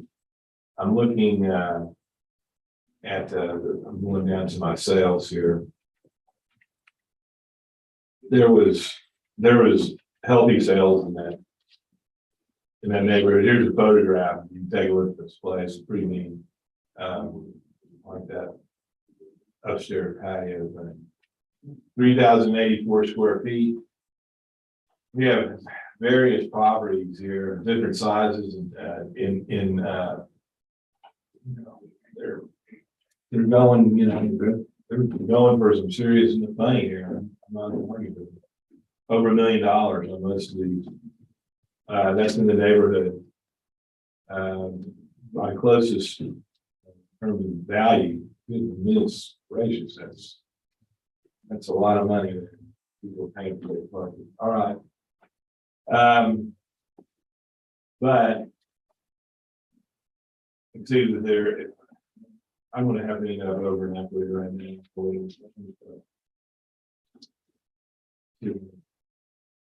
So we're our equity value comes in for the total appraised at $869,371. We can look at the number of comparables that have been brought up, all in the same neighborhood. The sizes are what the issues are. At 3,084 square feet, we have larger properties, smaller properties. Year builds are a little bit out of the ordinary. There's a 79 and 81. We were built in 86. They're all over the place here, but with standard adjustments made, I believe that I'm going to say, in my opinion of value, which was $798,000 for our subject property. 798.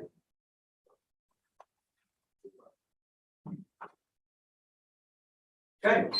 2 minutes.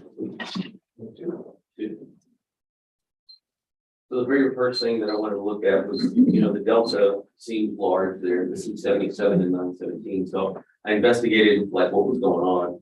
And if you look at our property card, I guess, Scott. The very first thing, you'll notice that this property sold in 9 of 20. So it relevant for the 21 year, that sale of 677,000 was relevant and probably was agreed upon. I'm just guessing without having the information in front of me, was probably agreed upon for the 21 value. So that's the reason it was 21. But again, we're in the year of 22 now, and things have changed. So that adjustment or that settlement was, was for that 1 year. And it's just like everything else now. So how do we support the value? We can start in 5 minutes. We support the value by looking at other sales within the area. That's how we look at the value. And you'll notice that the very first 2 sales are on the same street as the subject property. The subject is the 6ST minus. The first one is a 7SS plus. There's an adjustment for the class. You can also see that the land valuations are almost identical there. Why are they identical? Because it's a few houses away. It's 11 blue heron versus 118 or 18 blue heron. The next one is 22 blue heron, just a few houses away from that one. That one sold for 1.5. Again, first one sold for 1.6, the second one sold for 1.5. These are on the same street as the subject. The first one is the 7SS plus, the second one is the 6SS plus. Moving forward, you can see that the next one is also on blue heron. This one's across the street from the subject. Again, all on the same street, all in the same neighborhood. This is 6ST plus. That one sold for 121. When you look at those values, it indicates that the market value for the subject should actually be 1.2 million. We support the value to a large degree here. The 917 is well supported. Moving from an equity, again, we're just pulling, not necessarily sales, but other houses on blue heron. Other houses that are in the class 6 range. These are all class 6s. They're all on the same street. There's all adjustments for the class, for the size and the effective ages. And it supports the value at the 926 that we have on, we have 917 on the subject, and there's 926 from the median value. The district is very confident that this house would sell for 917 on the open market. And then furthermore, it's appropriately appraised at 917 because the 926 supports it from a median equity value.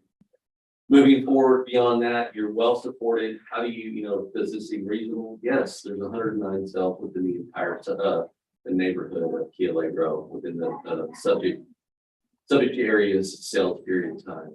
So not with the district's position is 917. That's it. All right, you have 4 minutes. Nothing further. Excuse me? Nothing further. Mike, you have 2 minutes? Nothing. A minute? You finish? A minute? That was correct. All right, I think that's 5 minutes.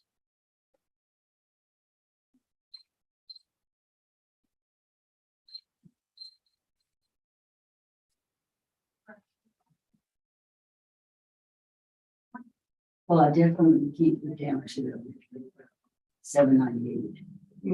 798 is just. You're saying no. No, I'm saying no to that. Yeah. What I'm saying is I agree with the district. It's showing the evidence of the value of 917,830. I agree.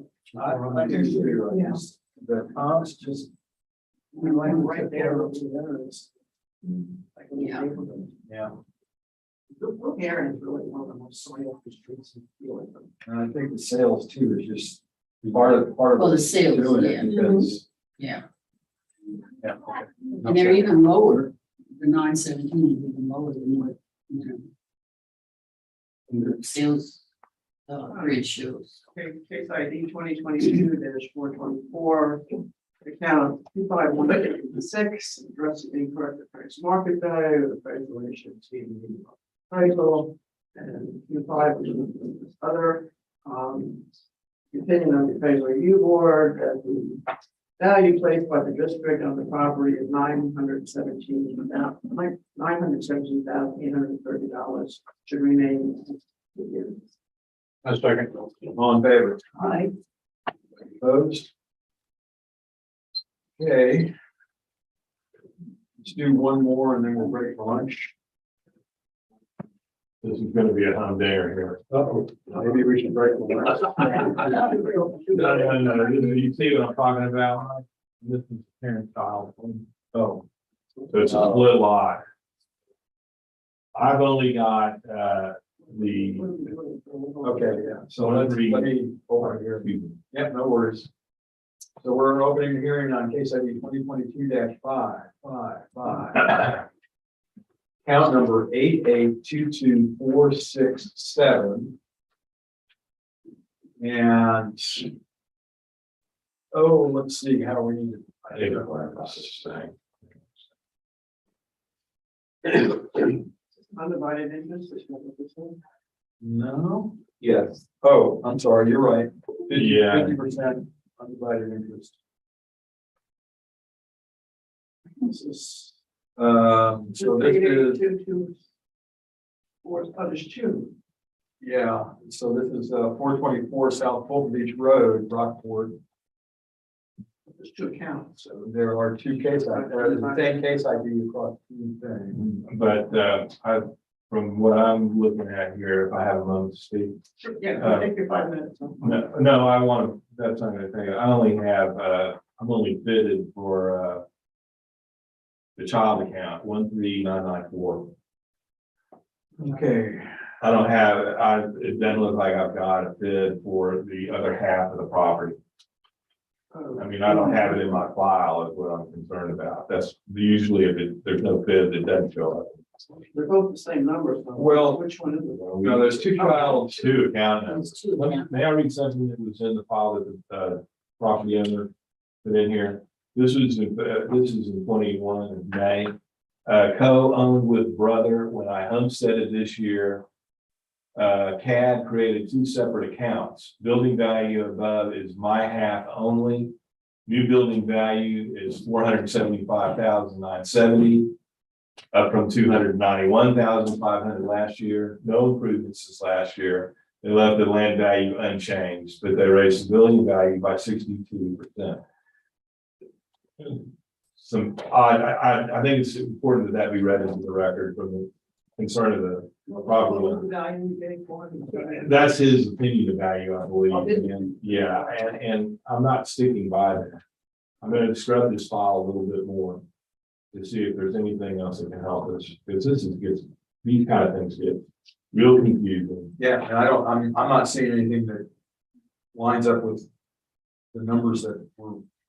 Yeah. The account number, that's displayed on the listing here is the parent account. Yeah. So we always look at the parent account and then, a person could have half interest or they can have 1/10 interest. It doesn't matter. You're looking at the whole property. Right, okay, so. Is that how if it I'm- was? Well, hang That's on, that's the way I have to present it. but if I'm reading this correctly, on this sheet, it shows the parent account ID, but she also identified the child IDs. And if I look at the case listing, it looks like it's the two child IDs that are shown. And I'm guessing that because the values are the same and it's 50/50. That's what it looks like. That's to me when I'm looking at it. Mike, am I Yeah, cross-eyed here? Is that correct? It looks like they're. Okay, she just put on this sheet right here. Yeah. She put the child accounts just because one of the pins match his kid, which is 13994, is that correct?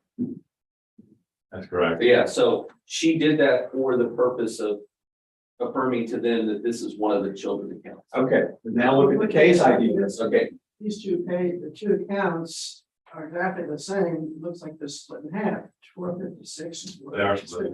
Right. it's because it's 50% ownership. Right. Okay, Okay, So. are we You're just asking that addressing question, one of yeah. these, or one of these? no, you have one case, which is case 555. Which is the parent account 8822467. So if you left it the same, it would be the same. If you reduced it by $10,000, then you would reduce each account, child account by 5,000. okay, so the question to me is, the number I see is 456,160. Is that 456,160 for the parent? Or is that 456,160 times two Times two, for the parent? times two for the parent. Oh, okay, fine. Wait a minute, so you're saying that it's $900,000 account? We're only getting half of the property? No, I think we're gonna do the whole The property. parent account is $900 and something thousand. 913, That 220. that is correct, sir. 913,320, that's correct. Excuse me, I'm ready. So how, 913,320 for the entire deal. so the approach would be just like if we're doing the whole thing. Yeah, you have to do the whole thing. Okay. Because like if you, I hope that, I'm gonna go by what you guys said. and I would just say this, that the logic behind there is that it doesn't matter if you have, let's just say instead of a 50-50 split, it was 90-10. Yeah. It doesn't, you're not like not supporting, like you're not defending the value of 10%. You're just looking at the whole and saying, what's the percentage of? All right, I'd say. move And forward. I'm okay with all that, just all the numbers that we have The here. thing is, do my comps work out on a 450,000 valuation or a 900,000? Should be 900. I mean, that's what. Well, that's the evidence that the district, well, let's just look at it. Market value and equity, the burden of proof is on the district. That's what the district provided, was on the whole parent. Yeah. Right, I see that now. So we can proceed. We can start the whole thing. But he's, Okay, did I actually open this hearing? I did not. No, we haven't opened the hearing yet. Chris, do you need time to? To take a breath, wipe my brow and, change my underwear. No, I fully understand why. It's just, it gets touchy here. So I'm gonna go ahead and go with what everybody feels comfortable with what we're doing here. I might as well feel comfortable too. Okay, so we are opening the hearing. Right. Case ID 2022-555. Account number 882247. Which is Yeah. 524 Fulton Beach Road, South Fulton Beach Road. Right. All right. Before Chris starts, let me just say one thing. We've all agreed this is an undivided interest. Yes. And let's say you want to sell your half interest. And so you're gonna sell it to someone else and they don't know your brother. How much could you sell it for? And generally speaking, there's at least 15 to 20% discount on an undivided interest. Go ahead, Chris. That being said, we'll just take this further. Our subject property, again, or maybe it's properties. 524 South Fulton Beach, it was built in 2003. Last year, valued at 447,500. This year at 456,160, it only went up $8,660. That was in the improvements, built in 2003. What we got to look at here are some of the comps. Now, without confusing things, you're working on the divided interest. not the Right, total. right.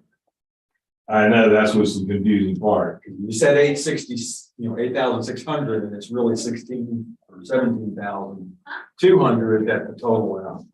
Well, this is, okay, and let's take it just a moment here, all right? I want to be sure that legally this is something that, I have a legal document that's an appointment of agent, right? And it's signed by, Mr.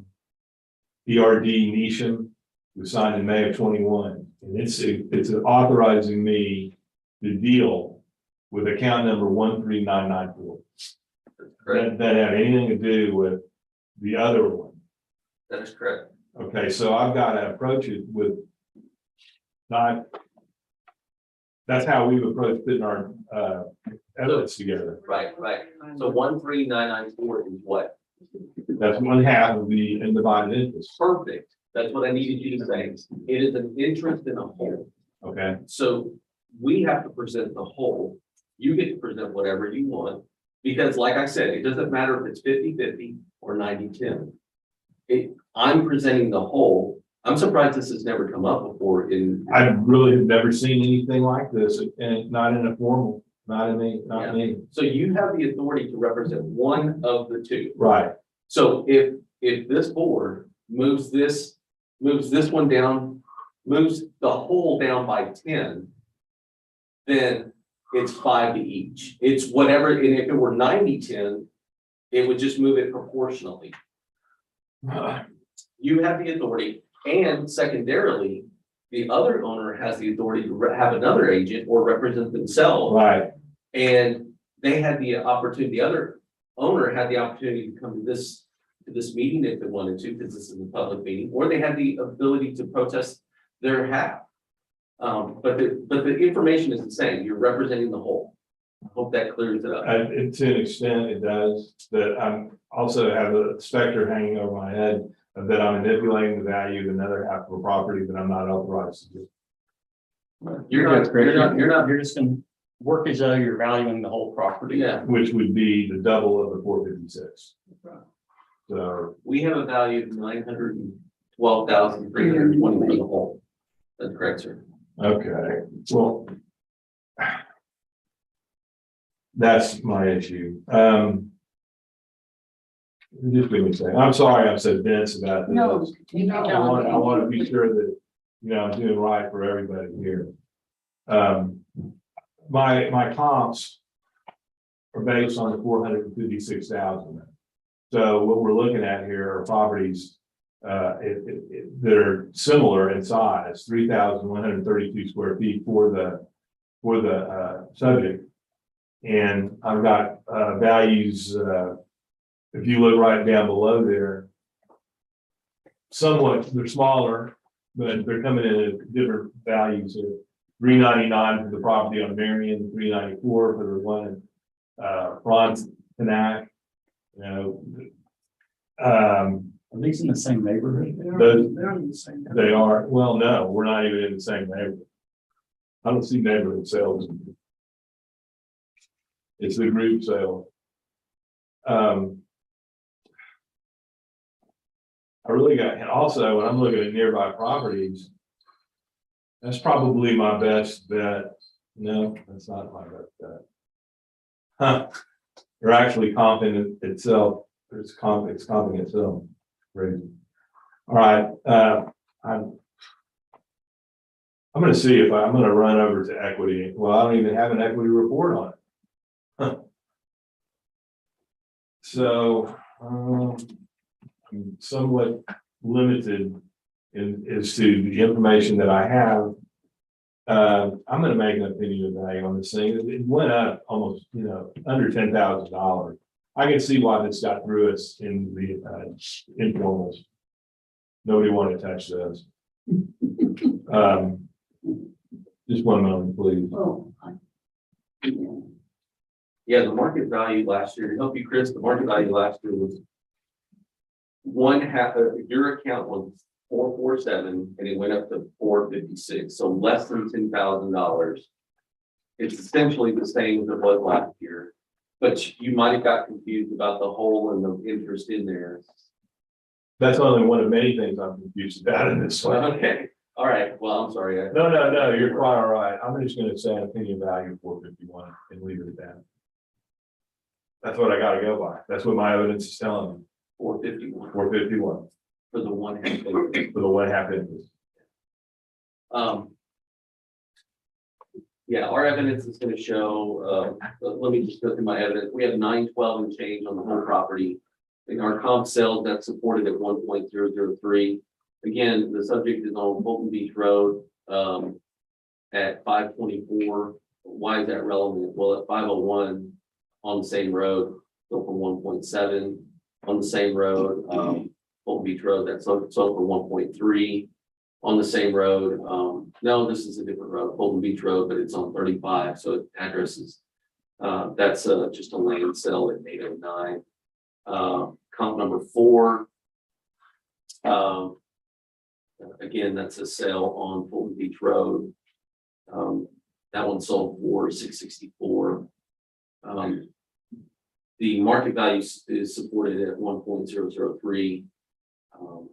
And so we're only assessed at 912,000. You can see from an equity standpoint, I'm pulling houses in the same general class as the subject. You can see right there, right here, that if we just go down, it's 985, that supports the 912 that we have on the subject. So all I'm gonna say is that, you know, we went up less than $10,000 on the whole. It's supported in both grids. The subject property owner's agent has purported, tell me the number again. Of my opinion of value. Yeah, 9, what did you say? Yeah. You said, He said 451. 451. So it'd be 902. that'd be 9, Yeah. is that correct? Yes. Okay, so I have 912, 913. I have 913, and you're 902, we're not that far apart.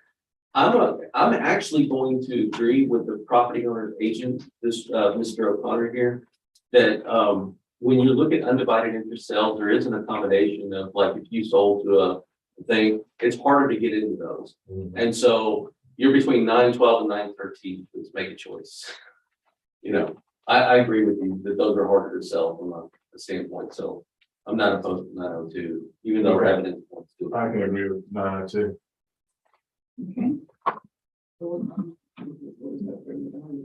Well, No, no, I know no. we're saying 902. Yes. 902, which is for the parent account. Right.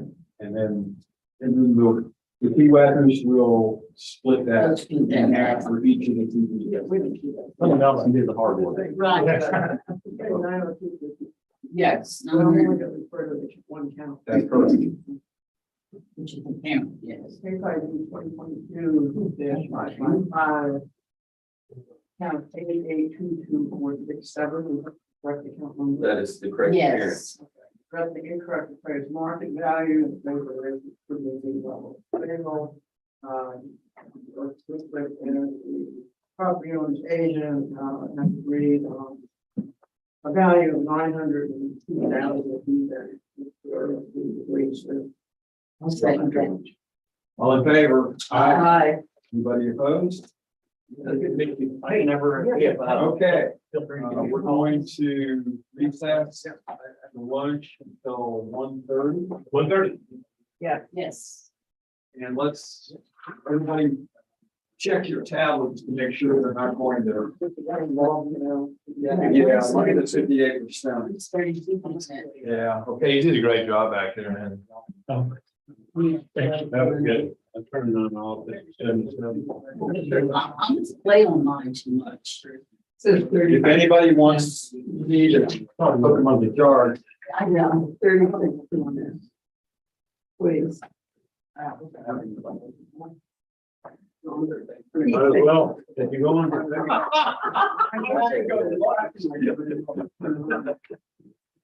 I'm gonna excuse myself. Y'all, thank you for your service and y'all have a good day. okay, Thank you. thank you. Understand, but. Thank you. Kathy, be careful on the cord, you know, as we step out. Oh. Just sign it. I didn't sign it for me.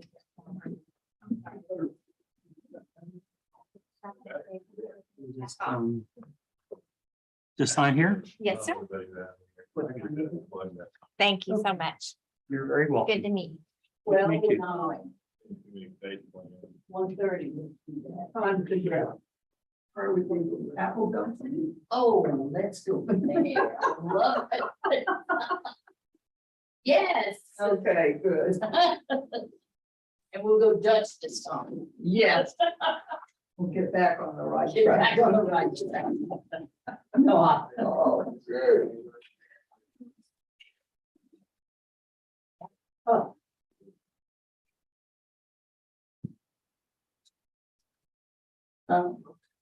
Yeah.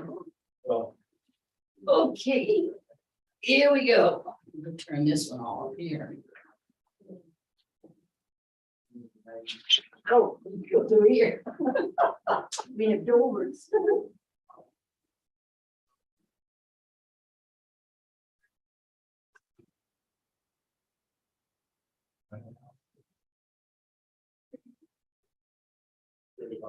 Yeah, you have a, you want, I have some others too.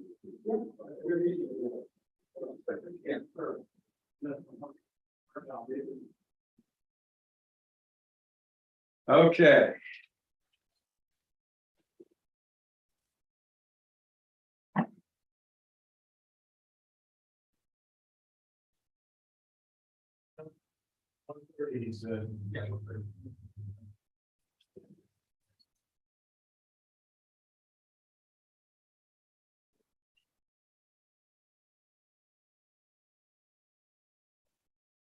You Charlie.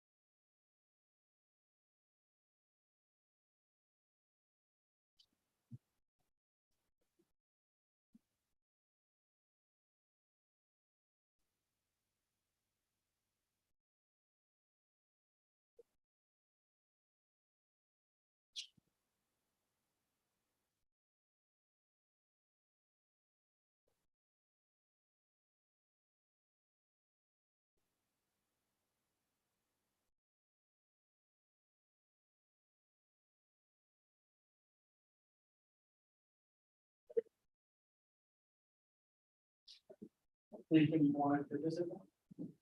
Just, do you have any? You know, pearls of wisdom for me? Yeah. The suggesting they, do their equity risk to come out to a predetermined value is probably not helpful, at least in this case, because they're not. I mean, how long is that? See how it's like throwing a piece of paper. Somebody said, hey, I see that. I would see it. Sometimes. Yeah. So, I'm surprised that I actually Fort Bend too, they changed their grid, so they're not using the predetermined map anymore. They finally got away from that and the only other thing we talked about is, the sales, and sometimes they're with you, and sometimes they're against you. And when they're against you, I probably hang it up sooner rather than later. Because the sales of support of that, they use some arguing. sitting there and going, Yeah.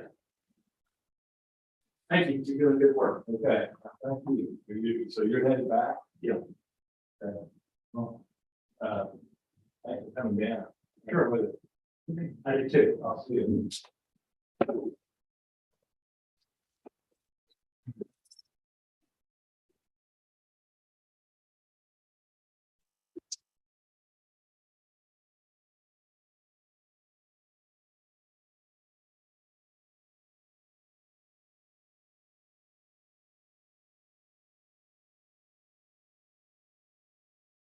Yes, I've got the door. They're keeping the front door. Yes, sir. Thank you.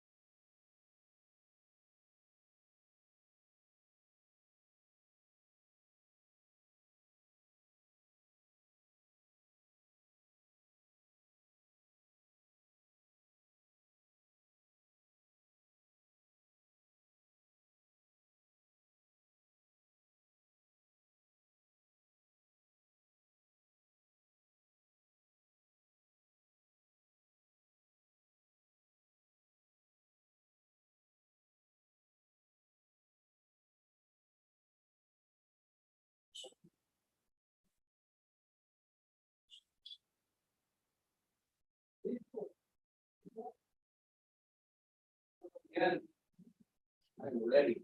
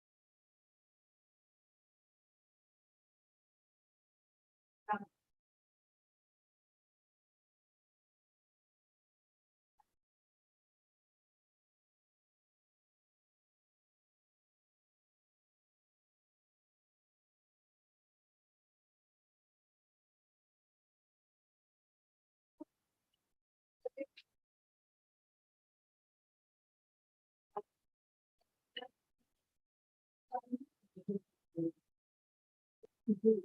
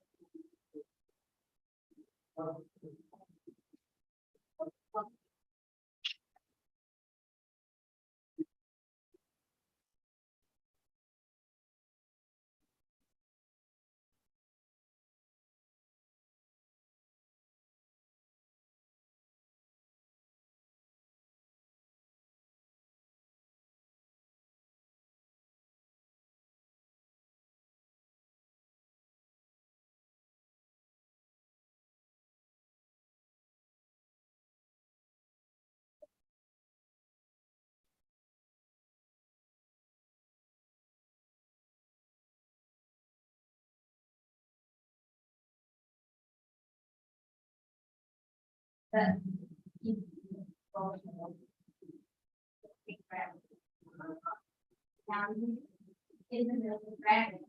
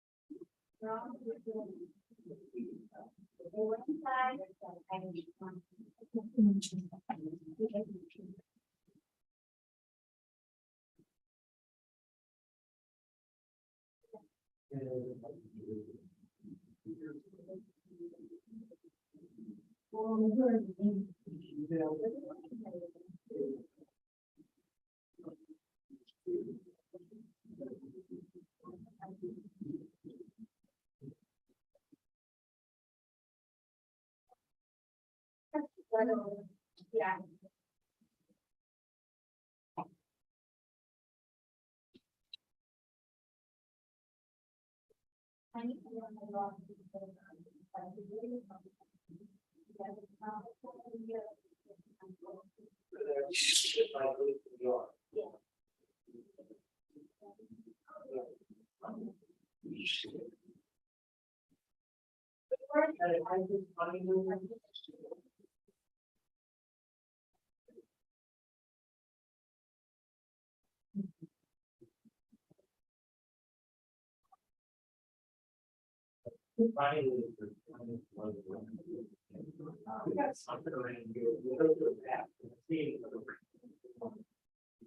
beautiful.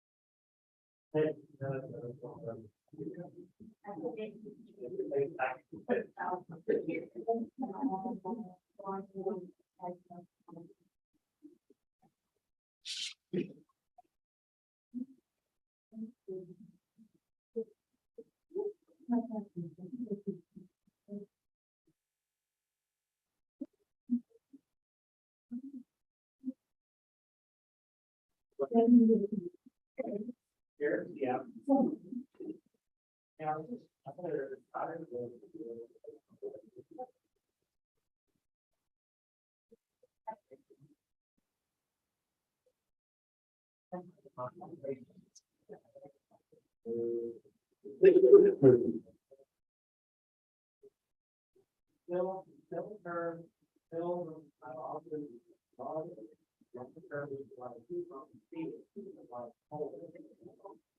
Now, she brought her in my office. And she's like, down. And then the boss was like. And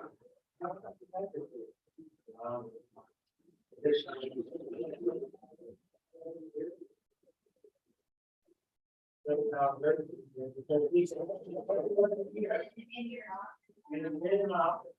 like, in here for. Like, all that jazz. You've been here. Yeah. She currently like there.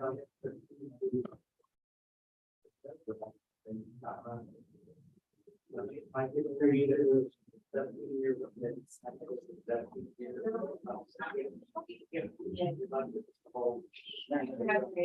want to get it on the chain.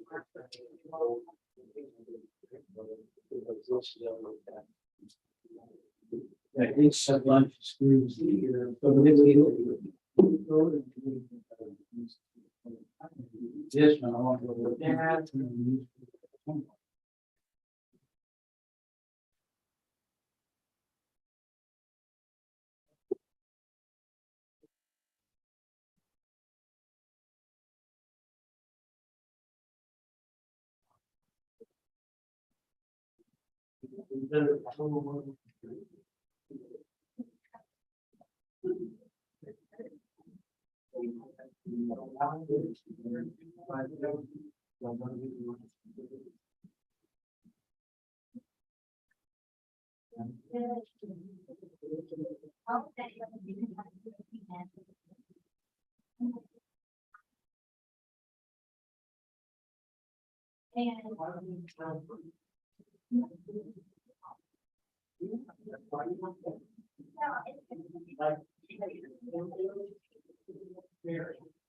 Not terrible.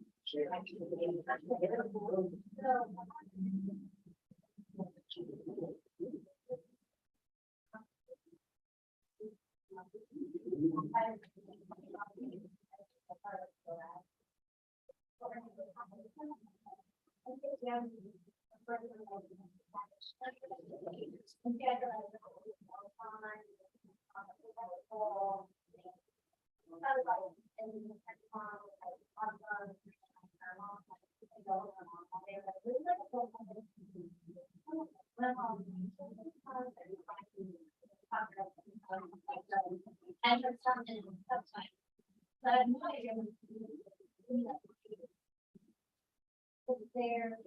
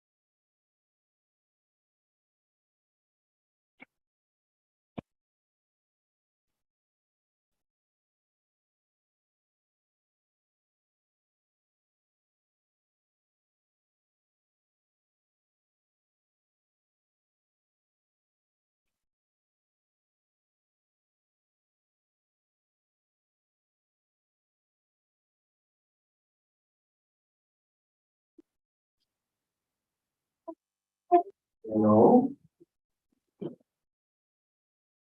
Did you plug in most of this tablet one? Yes. Thank you very much. That's great, because in case I forget, we're not totally out of the time. Self-preservation.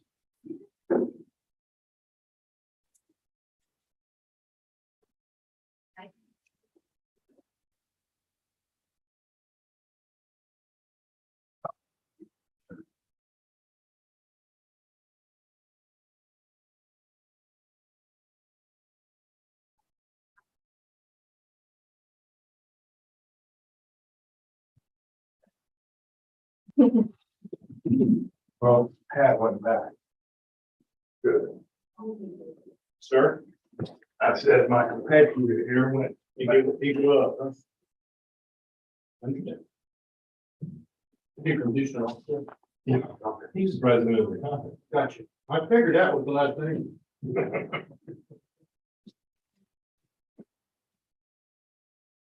And it didn't come out to hearings much. I don't know what it was. Oh, well. He just wanted to see me in action. There you go. Yeah, Ron. Oh, thank you. Let me get that little-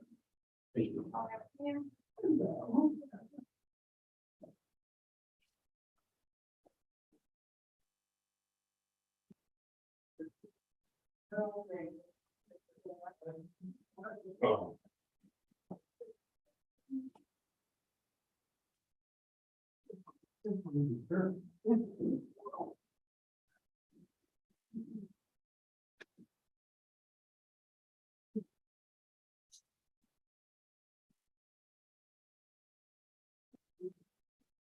That's a really bad drive.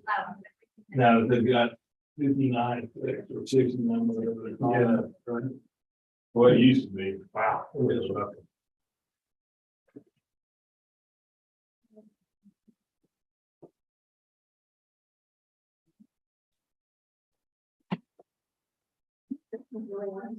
Yeah.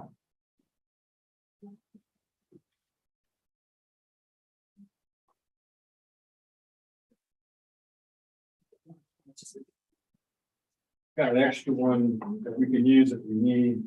Yes, If we mess up. you want me to keep it plugged in for now? That one's 92%. Okay, This is Peggy's, and it's 66. okay, It was low. Yeah, Yeah, she said there was 30 something. Yeah. Have anything running in the background?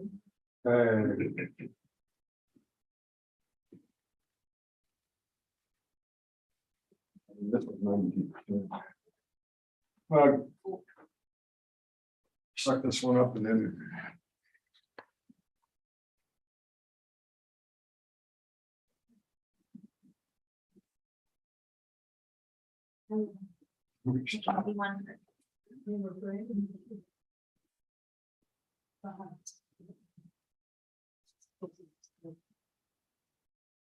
You know. Yes.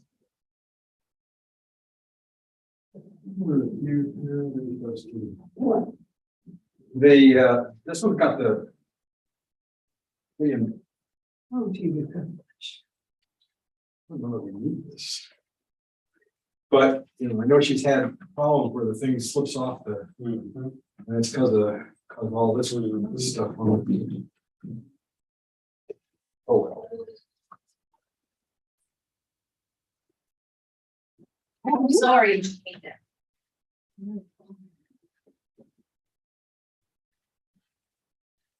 Okay.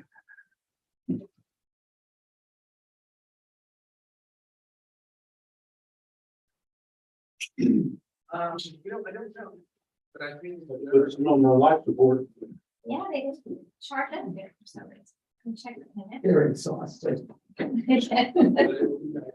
police, no more. They do. No more, no more. Sorry.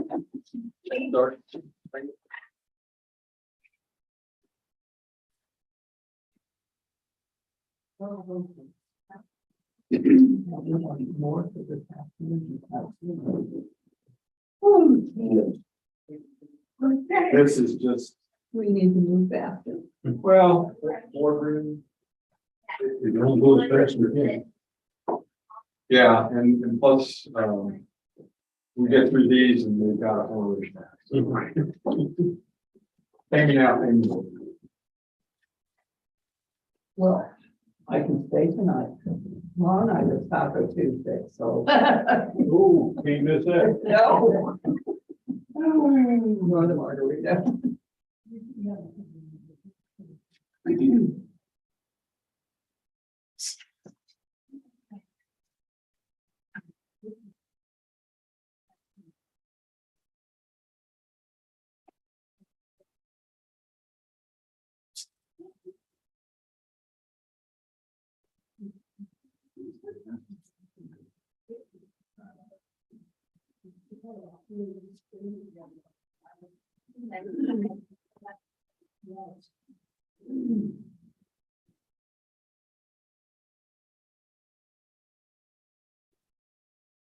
We actually, I think, did pretty well.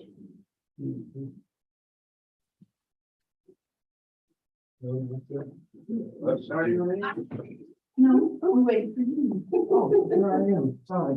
You're not late. Yes. We got it. Got 11? Okay. 11, yeah. Thank you. Yeah, 769. So that's what we're gonna do. And your tablets on life support. What's that? It's got battery. It's being charged. Oh, it's recharged. It wouldn't do it fast enough. In Harris County, we do 65 of these a day. Wow. Oh, goodness. That's. Guys talk faster. Oh, yeah, I mean, you talk about running and gunning, Yeah. God, No, it's if you're not, you know, like if you get behind that, they come in and say you need to speed it up. Oh, gee. But how do you speed it up and still be fair? You don't, you just say, I have a lot amount of time. And Kathy, you're plugged in right now, so be careful if you pull this, it's heavy with it, you might knock something over. If you don't want it on there, just pull it off, but in the meantime, just giving it a little bit of charge.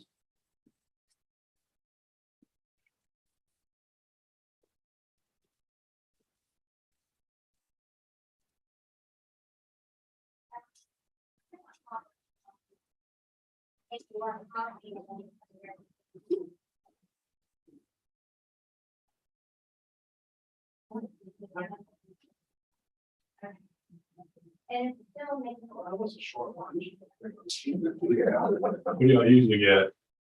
Oh, we never know. Sometimes. Our no-show rate in cars is not. You need people who schedule it, they'll come in. Yeah. So maybe we'll have one. With these values here, I'm really surprised at that.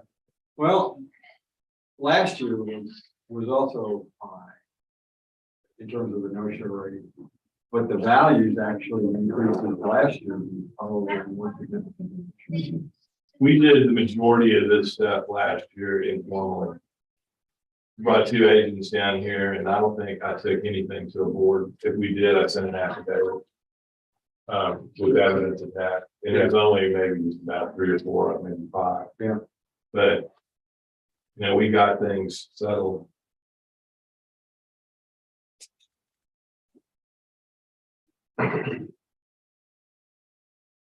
Don't get the stone to jail. Right, let me know, I'll still put it in. Donde está Miguel? Where is mine? Where's Mike?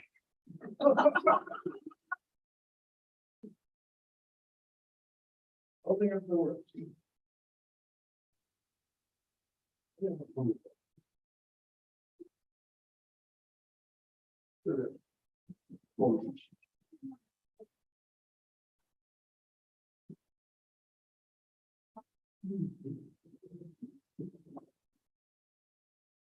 No. No. We are so full. You guys got- I have, Apple dumpling. yeah. Oh, Oh, yeah, that's what I had. Yeah, I had a French dip. And I had with egg salad, sourdough bread. Rochefort egg salad, I had tomatoes. Green cheese The sandwich. on the sandwich, mixed into the egg salad. Very good.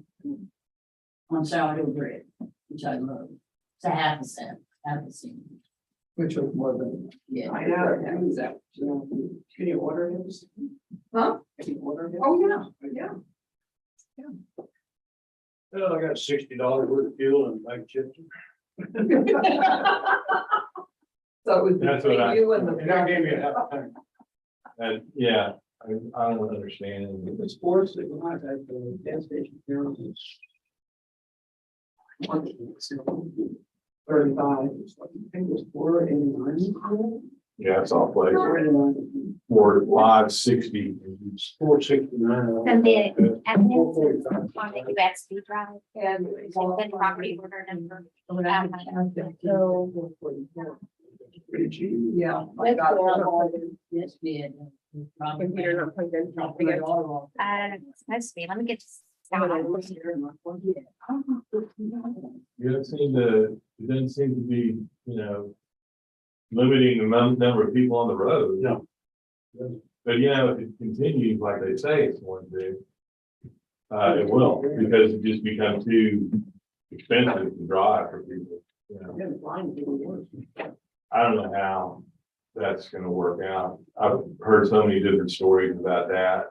If I can get my golf cart across the causeway, I'd drive it. Me too. Okay, I tried it the other morning to come over here and see all this road construction they've got. I mean, there's your little golf cart, which is really. It's just No, here. we're just in the back. But eventually, that's what the people are gonna just go, like, the other day I went to get some detergent at the grocery store. And I know what that detergent costs, See, and it The, was double, it's set up now for both, double. you have to do And I went, both this is sides why of it. And you push that little button down below. detergent. This. Less in the box. It sounds like it's. Buy rid of record, but look at the value. Yeah, I've done that. Here? Yeah, in the middle, Here? back up, Only filled. back up. Here. Right, back Okay. a little bit. I'm right. Little bit, move your finger forward. And really, you said- Yeah. Push that, right? Okay, see that, see how there's the light part to the right of your finger? Yeah. On that number one, okay, that's lit and it's turned off because it does. Double, so 3 months. So we're gonna go through, I'm just gonna go through evidence here and I can look at it here. $12. So, no, what you do in here is you gotta, So I told my kids, no, no meeting clothes. No We meeting. never do our time. okay, the order they're going in here, they already. Rusty on the hearing. The simple things in life. That more or They're less starting starting here, I hardly ever. do. in this order here, and so 24748, so here, you'll back on this, you do your arrow back. all And good. We're looking for 24878. When they said, when we came in line, what's your docket order for Aransas? And that was the first I'd heard about doing formal weeks. And I don't even, I don't ever do formal. Yeah, okay. So we're doing it now, and that's gonna go with. David. John, you're here to get the, like, he's coming out on the field with me. Okay, so this is. Why? Yeah, you go. I mean, I'm a seasonal agent. Really, you seem to have a good time. You've never been to Rockport. Hard to believe somebody grew up in Texas. Yeah. I have too. Okay, whatever. God, there's about like 3 years old. Anyway, everybody see each is done. Hopefully we can expedite this now. Yeah, we are. You told me Photograph. you don't got anything, don't. Because I had a bunch of here that I had to love us. And then. I'm not gonna do Out that. of this, you. Try and get through this fast. I want to get in. Yeah, absolutely. So just start knocking 15% off the heavy. No, we're gonna add. Yeah, I know. And you. No, just once, but you're gonna move it to two. Yeah, One, I two, told, three. Okay, go ahead, look at it. Okay. Still down to you. Over here. We'll get it through as many as we Here. can if you want. Um, If we got one 2 we're days, working on, we get we're through as working many on. as we can. You can affidavit it if you want. You might look at them tonight, the one. I've already got them full. Log into your- I've already got all the affidavits full. All the notices, all the They're all affidavits. here. These So are all everything the- that shows up here should be good. Okay. If I see one that, hits me in the face, I'm gonna say, we'll just have to do that. Okay, it's Because I think they Yeah, have and it it'll go prepared, they there. have it already. Set up now. Probably, or, I mean, I don't know. We settled it. Yeah, well. So then I can move yeah, over that- here. that's- and then that. Yes. But I need to do the hearing stuff first. I know. Yes, yeah, if you need to do that and then just. you just put it on. Like this $8,000. You also got, we're just talking. I think it's, I had one thing with $8,000. So hearing, no hearing. Are we live? all that stuff. We've been live, yeah. We've been live, okay? News to me. It's not blinking, right? Yeah, we're good. You're good. Yeah, y'all are good. Okay, so we're, Oh. reconvening, Grand Planning Appraisal Review Board. We're commencing the hearing on case ID 2022-769, account number 24878, 39 Sandpiper. Subject property, 6 FD plus, last year valued at $790,000 in change. This year valued at $905,410. We had an increase of $102,780 in the improvements, both in 2018, and $12,010 in the land. Overall value increased $114,000. That's remarkable. I'm going to scroll down to our sales. One thing I want to read in my client. He said the home is complete, new build from Circle and Harvey in 17. This house has been remodeled. This home was completed in 2019. We homesteaded it in March 22. We completed appraisals on other homes on the street. Ours was a much higher increase.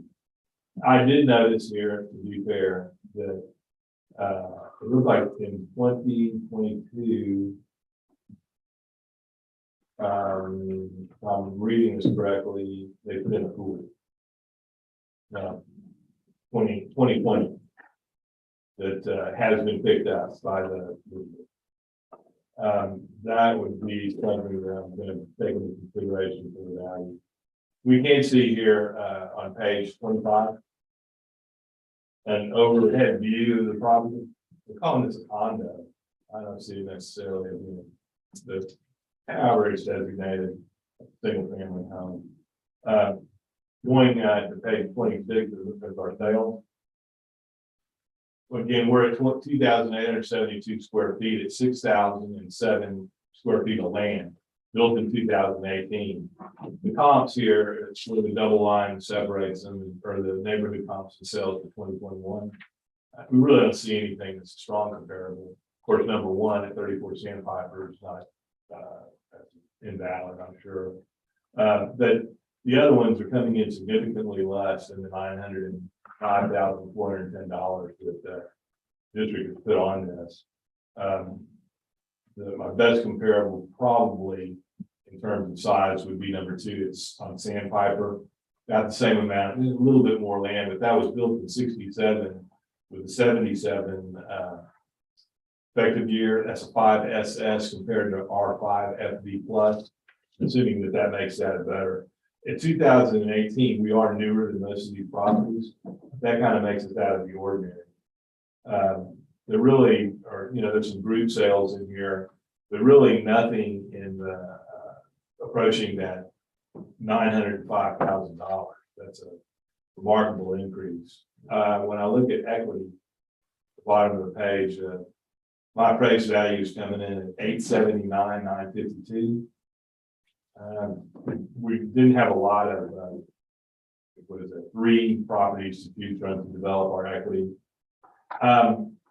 I think that's low, of course. I'm gonna venture my opinion value at $840,000 based on those sales. I think that's pretty strong evidence that the property's overvalued by market. Thank you. I think what I heard was 879 was the equity and 840 was the market. Is that right? Well, my opinion of value is 840. Market on this place, y'all are 905. No, but your evidence, like when you said 879, I think is what you said. That's Robert. Okay. It says already 7. That was what our equity number was. But that's good. So our current value that we have on the property is 905 and change. This is in Key Allegro. We've been over many in Key Allegro. Key Allegro experienced a change from 1 year to the next. That's the reason we had the 790 to the 905. Burden of proof is with the district. The district can prove 1.2 from a market standpoint. You're welcome to look at the comp sales grid. They're all right there. We're using other class 6 properties in that locale. And you can see that 1.2 is supported. Although a equity grid, our value is not supported. We're at 896 and change instead of 905. So you have 896. I think what was reported by the property owner's agent was 879 from an equity and 840. I don't know how it came to the comp sales of 840, but we're supporting 1.2. As far as value for the subject from a sales comparison vote. I believe that you should take the ARB should consider to take the lower of the two values, which is 896 to 17, and that's the district position. But your presentation, Nothing further, I'll take the 896, 278. 217, Please round it there, $10 increment. 200. 200. Or run it down. Yeah, like 210 or the closest $10 increment. 2022, there's 769, or 24878. We have some other issues on here. In addition to incorrect appraised market value, appraised ratio of CDU appraisal, we also have other. We have exemption was denied, modified, or canceled, and property description is incorrect. Are those three something you're not addressing? I'm sorry, I didn't understand. You've also indicated the key five, which is other. And 6, which is exemption was denied, modified, or canceled, and 211, which is property descriptions incorrect. Are we not evaluating those? I don't have evidence to bring that up. We're just doing two more. Yeah. Okay. And addressing the appraised market value, the appraisal ratio, exceeding the appraisal, information presented by the property owners, agent, and the district, Greenwood district, all in agreement with ARB, that will lower the value currently known on the property, 905 to 10 to 896. 210. A second. All in favor? Aye. Anybody opposed? Okay. This hearing. Open the hearing on case ID 2022-508. Count number 8820161. And that is 118 Foxtail Lane, Rockford, Bar. Okay. Let's see.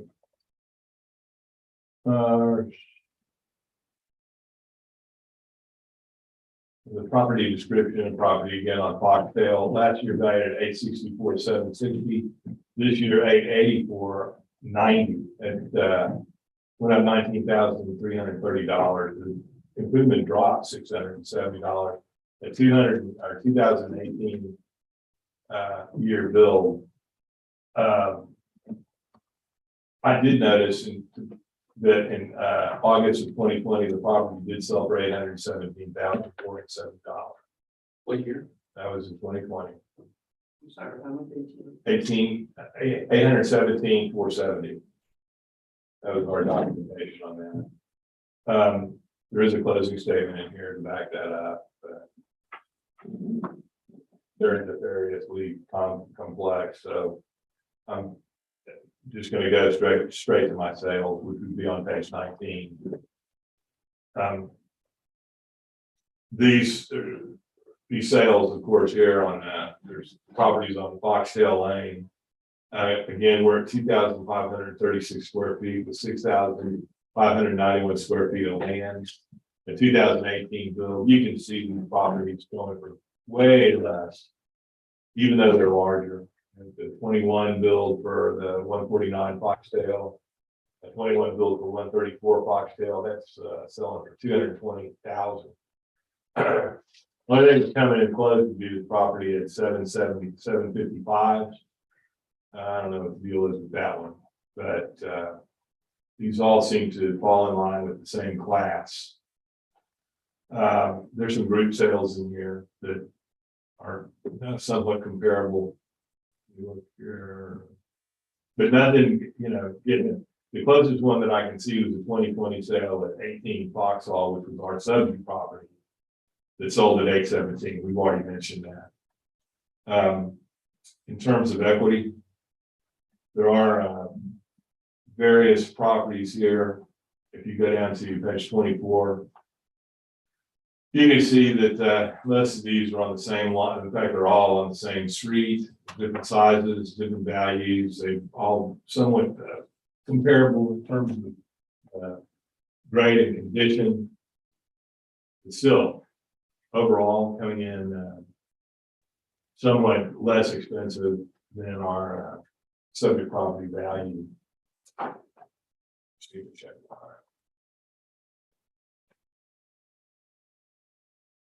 And then, yeah, we're at 884. I came up with an opinion of value that I may have been in 1 month.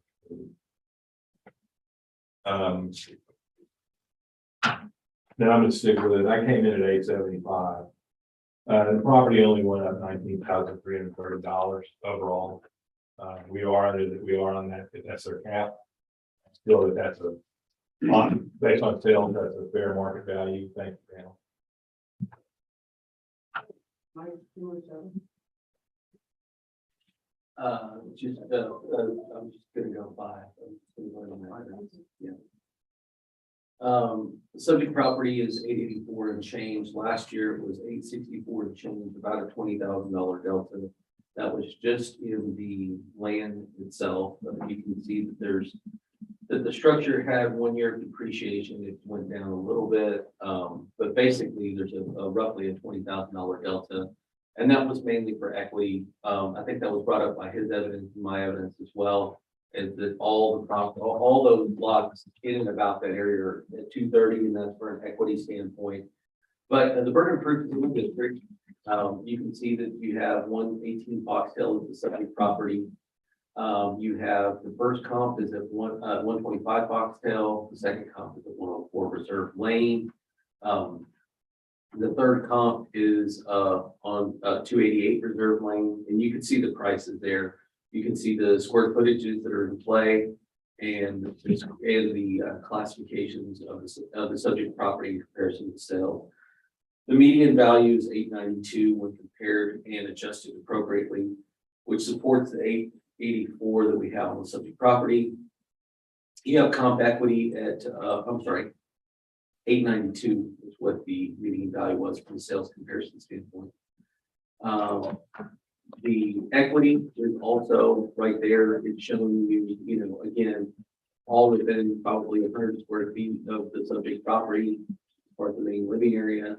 And they're all either on Foxtail or Reserve Lane. They're all in that, St. Charles Bay Reserve. That was showing very good equity. Those are done typically by the same builder, built in the same way. The construction qualities of similar style. And we have 888. That's the reason there's such high conformity between both the sales comparison approach and the equity approach. If you look at the difference between 892 and 888, those are basically identical on just shy of $1 million property. And so we have really good evidence there. Having said that, like we're at 884, subject property owner's agent indicated 875. He's just asking for something, but our evidence supports the value. The district's position is that you should uphold the value. Nothing further from the agent? Nothing further from the district. All right, ARB is 5 minutes.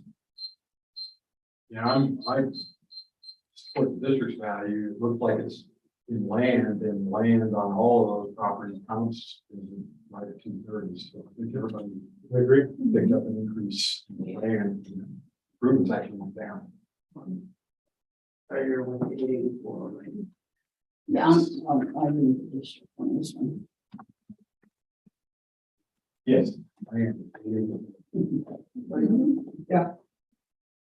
All right, case ID 2022-508, 8820-161. The address is incorrect, there's market value, the resident, president and other, is not in discussion. It is the opinion of the Appraisal Review Board of the Northern County has district of 284 Illinois, Sheriff State. No second. All in favor? Aye. Any opposed? Okay. Hearings. Opening the hearing on case ID 2022-464, account number 57066. 109 Ocean Drive. Right. Wait a second. Okay, you all ready? Mhm. Our subject property on Ocean Drive 109. It's last year valued at 809,600, this year valued at 814,080. The improvements went up $4,480. I'm gonna ask for a return to last year's value based on the lack of sales in the neighborhood. So in my opinion, the value is gonna be 809,600.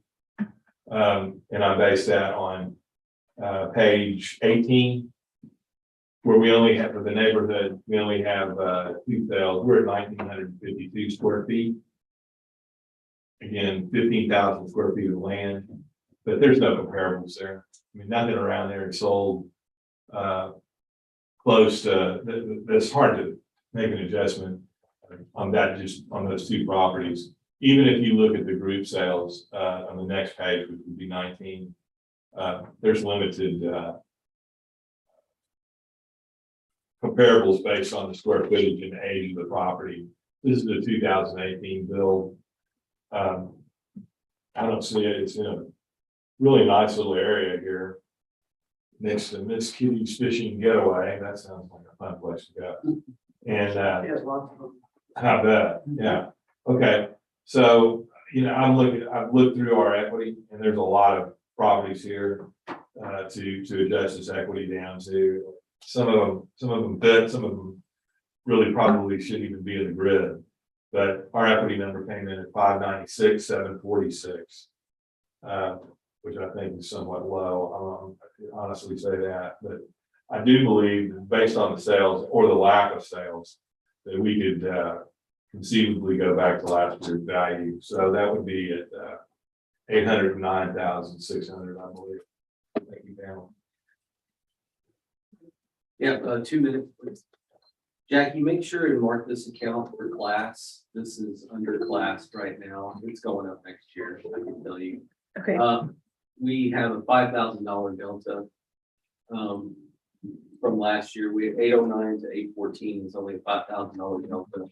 I don't know specifically what was added or if there's anything added, but we can take a look. I don't know. Maybe it was a neighborhood, but that's a very small value added in the structure value. And I don't know, I can't look at the card and see any particular reason why.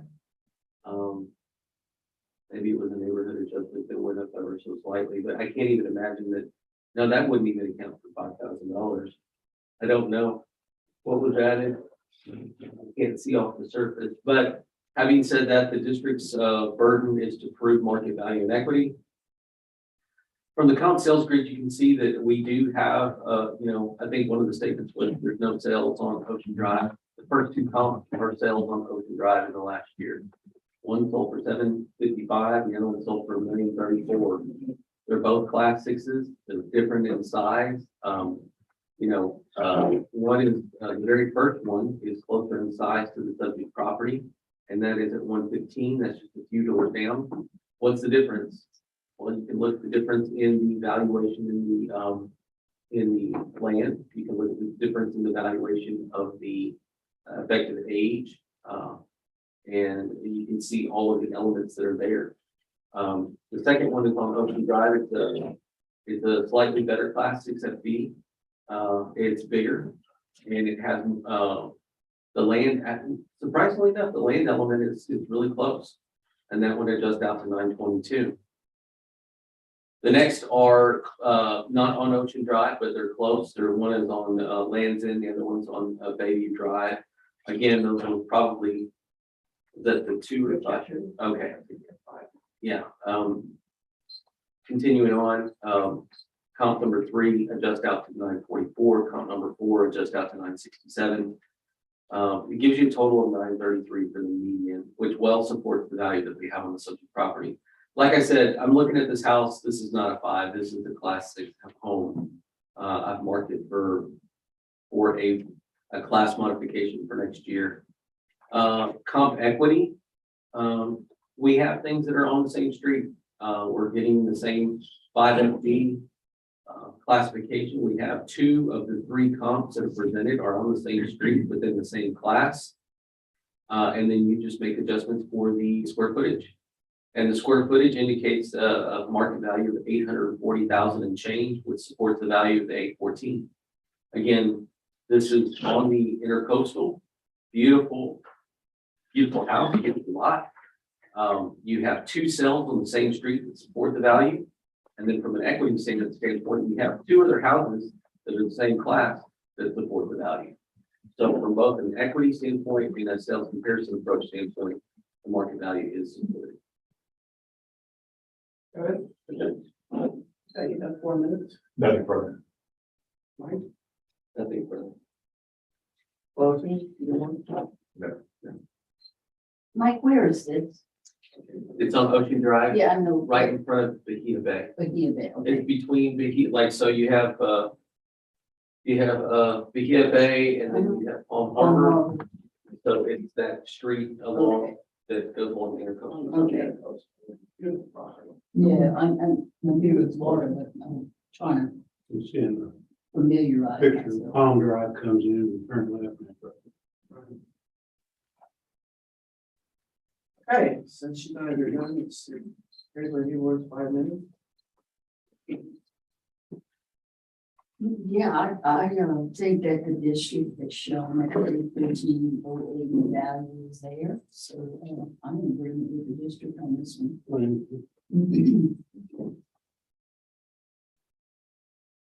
If I mean 2022, 464, count number 57066.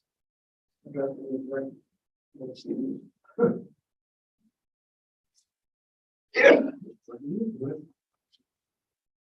Addressing the correct place market value.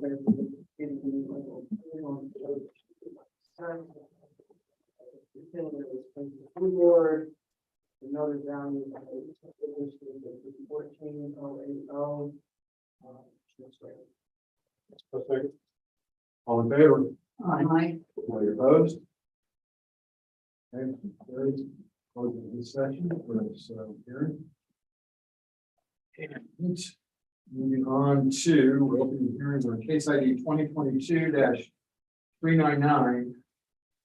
Count number 20311. 2113 Crescent Drive. I want our subject property, right, again on Crescent Drive. It's a 1972 bill, right, a 7 ST, I guess that's a minus.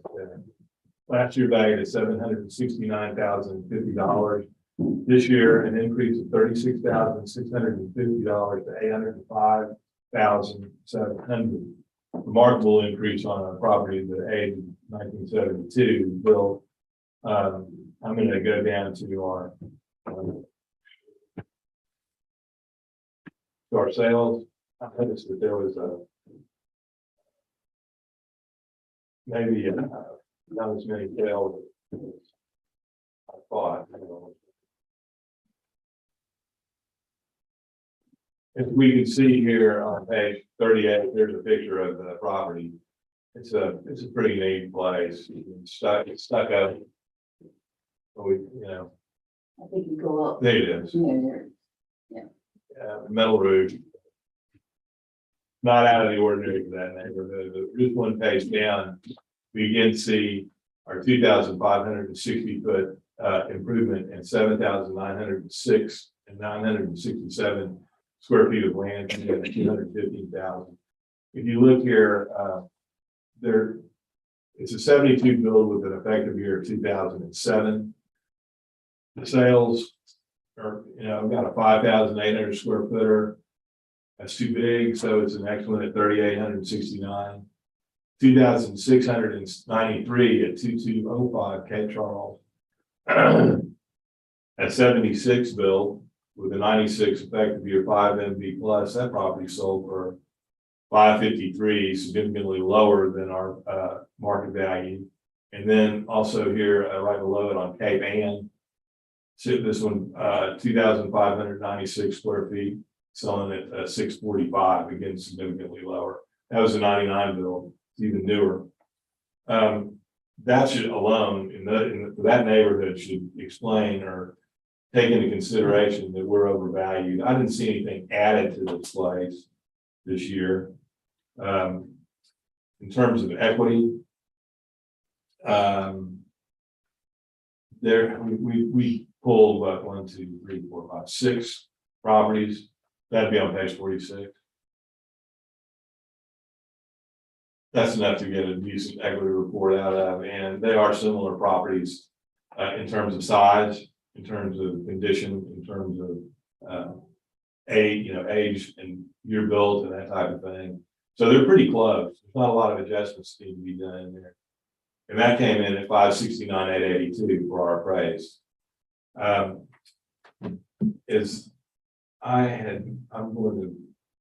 need to do another calculation here real quickly, panel, bear with me, which I don't think I will. My opinion of value came in at 784,000. That's what I think we ought to be. 805 is too much based on the market and the equity. So 784. Thank you, Ken. Just by. Subject property is at, let's see, 2113 Crescent. We have a value of 805 and change on it. Last year we had 769 and change. That's a delta of 36,000, which represents about a 4.6% increase. I believe that was just in the neighborhood, but we could research that if you wanted to. The burden proof is on the district to prove both market and equity. If you look at the next page is the commentary, you can see that where it is on there. And then you can see Crescent is the subject property on the comp sales. What are the sales that we have in here that support the values? Well, the very first comp is we have 2210 Cape Ann. You can see that it sold for 645 and change. It's less of a class in the subject.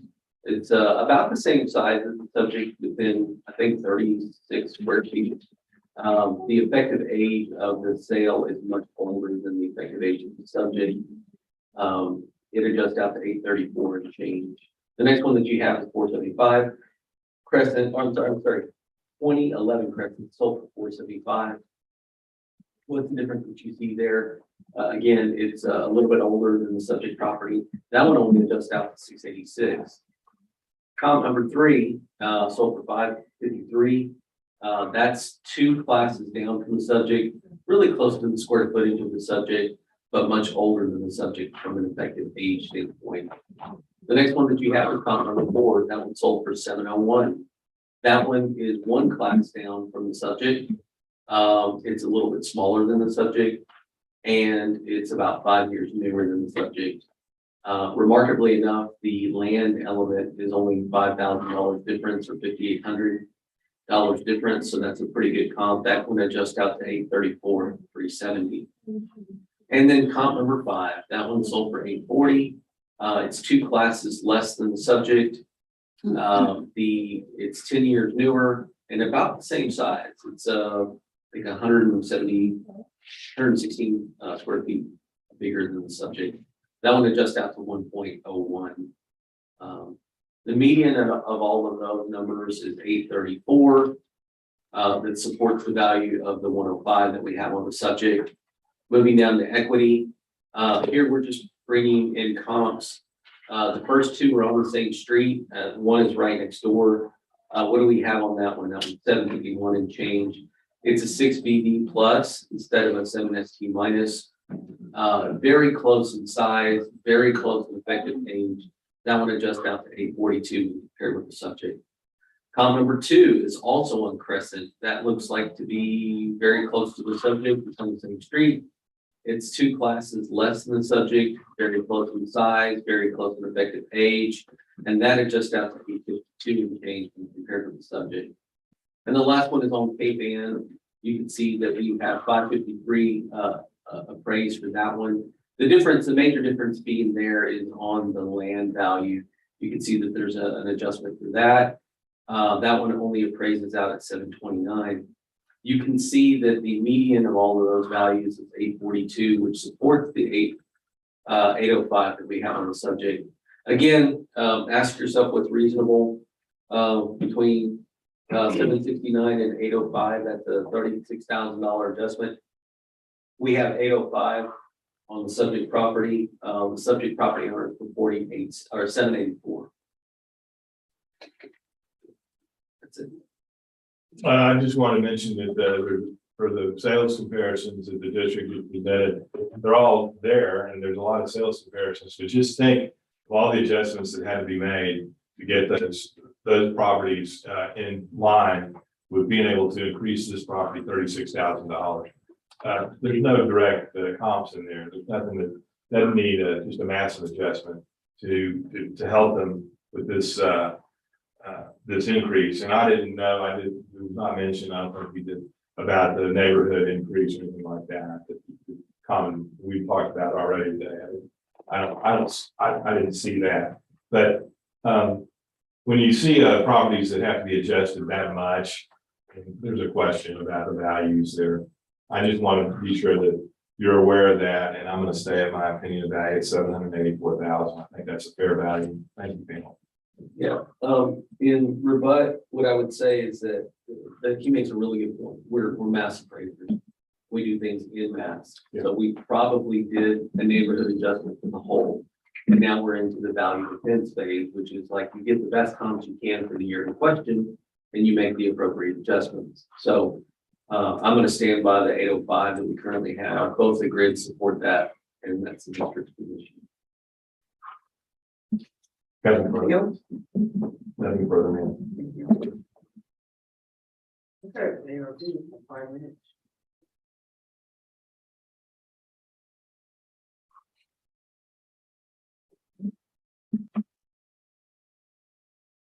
Mr. Grams, Jackie, could you tell me what the neighborhood adjustment was last year? It was a 10%, 125 and 21, 135 and 22.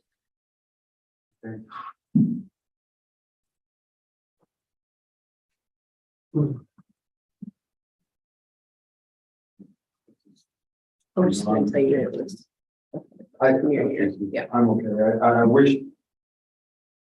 Sales comp wise, it was. Well, we got 7.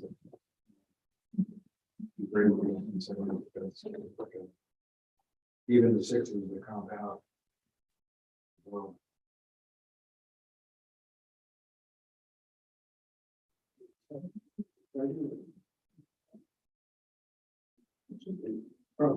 I'm sorry, 6, 8, 8, 5, 6. Yeah. Yeah, I'm in 2. Yeah. Joanne, this is your area, right? This is where you. Mm-hmm. All right, case ID, okay, case ID 2022-399, down 20311. Industrial demonstrate market value, triangle, and other we'll discuss. Opinion of the review board, of the building value of 805, 700. I'm sorry. All in favor? Aye. Any opposed? Any opposed, this is hearing. On to case ID 2022-394, account number 17870, 1322 Water Street. Okay, our subject property last year valued at $731,236,000. This year valued at $804,360, an increase of, let's see. Yeah, 72,500. Penny value on this property is 765. That concludes my testimony. 765,000. Yes, ma'am.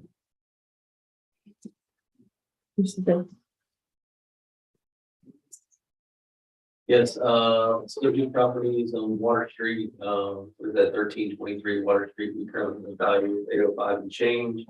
There was a change of 72,000 in an area that incurred some market value change. I believe that's in just the neighborhood, which is described as South Rock. And it's probably just a neighborhood adjustment, is what you see, because the land value remained the same. And this is strictly just sales. I mean, just sales in the area that are indicating the stuff should go up. How do we support that? How does the division support that? You can see that our first two comps are also on Water Street. The very first one sold for 800,000, the second sold for 1.5 million. You can look at the appropriate adjustments, both for class, land size.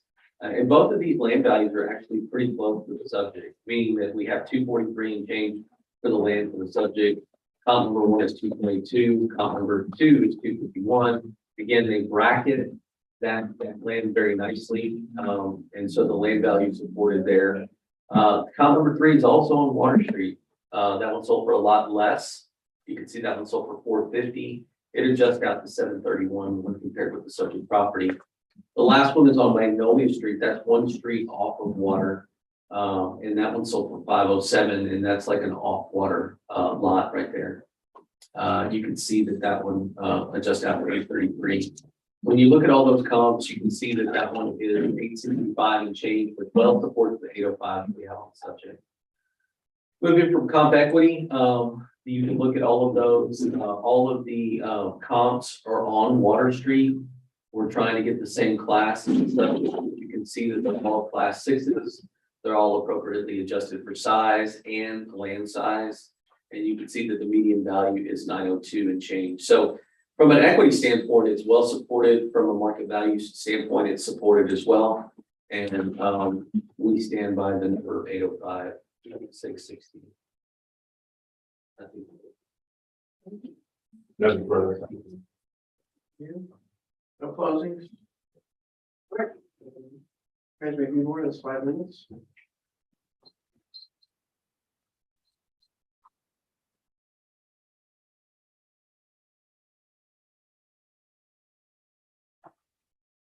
Well, I'll jump in here and I'll say that it looks like the district has shown the value of 805.60.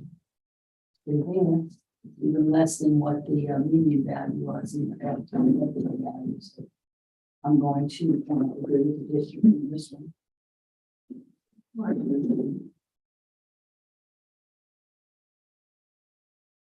Anybody else? Case item 2022-374, account 17870. Addressing incorrect appraised market value, appraisal ratio exceeding the market appraisal and other which we didn't discuss. The opinion of the appraisal review board that the value placed in the property by the appraisal district 805,660 should change. I'll second. All in favor? Aye. Opposed? Okay, that closes this hearing. Opening the hearing on 2022-413, account number 24711, 39 Nassau.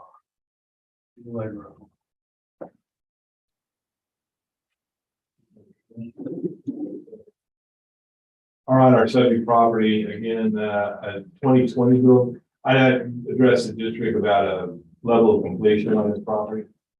My property owner says that it's still under construction. I don't know if it's because that's a huge increase there. Last year valued at 516, it went from In 20, it went from 297, then 21 to 516, and then 22, 792. So it went up, $275,000, $276,000. That makes me think that it's either completed or in a process of completion. Is that a new building, you know? In 2020, yeah, I would think so. In various stages of completion is what I'm trying to ascertain. I don't see, the whole thing looks like it's been dinged at 2020. I don't know if it's completed or not. It doesn't say in my file, but moving down, let me get to my sales here real quick.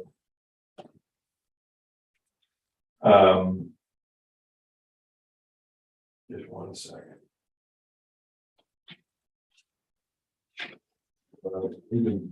Again, this is the photograph is a aerial, so we don't really get a good look at the place. It's 1,820 square feet, 7,000 square feet of land. There's some comps on page 57 that I guess get in there, but none of them reaching the $792,000 value. These are coming in at different values. There's a $1.1 million property there on 30 Mazatlan. That's in the neighborhood. But that's a 2019 build, a 7SS. I think that's an outlier. In terms of the 1,820 square feet, this property, 32 Nassau sold for $370,000. Again, it looks like a flip, or we got it doubled up there. 14 Nassau at 1,728 square feet, $319,000. There's something out of the ordinary that brings our value up to 792. I'm wondering if it's a completion. That's one of the things that is important to recognize. Equity. We put together 3 properties to give an equity number. We came in at 995 on that. 995, 959. And I think that I came in with a opinion of value of this property at 280. Because of this lack of real comparable sale. One second, let me make sure that's correct. And yeah, it's okay. And that concludes my original.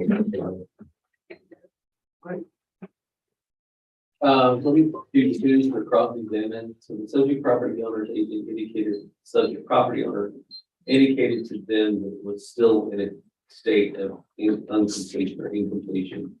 When did you ask the question? To them, I didn't address it. They brought it up to me in the file. When?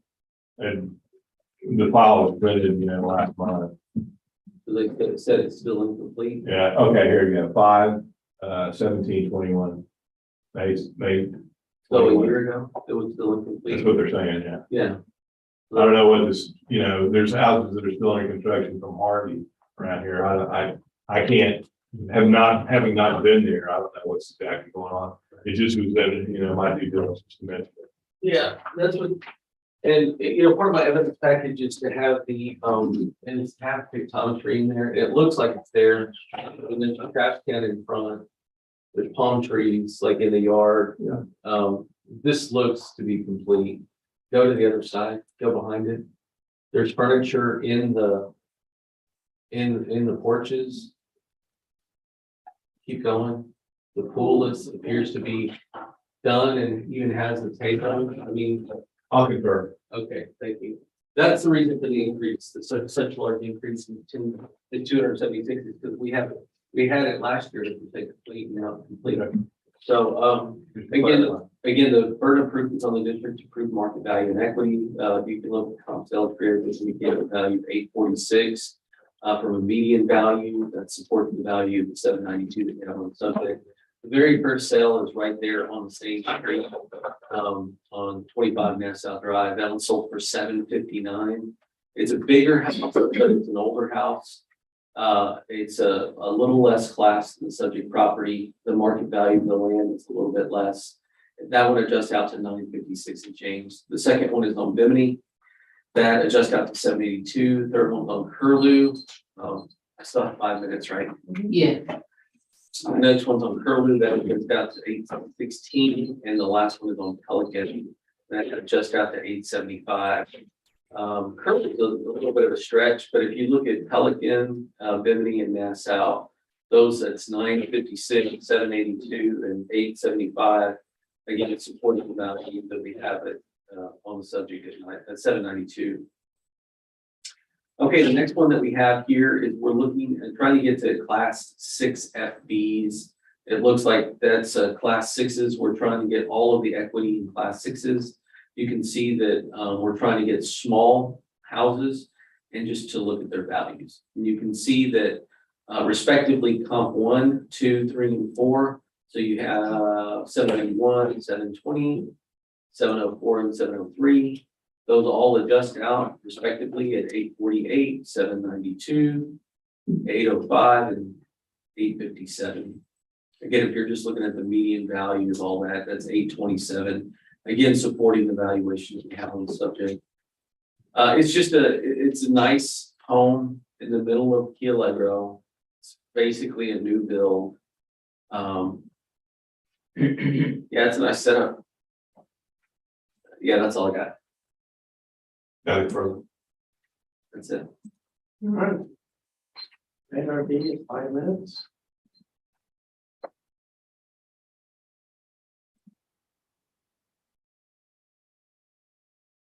I don't see anything on the. I don't see anything that was, initiate the change. It was completed.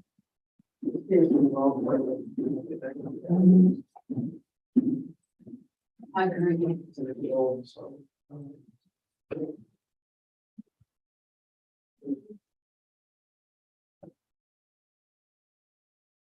Yeah.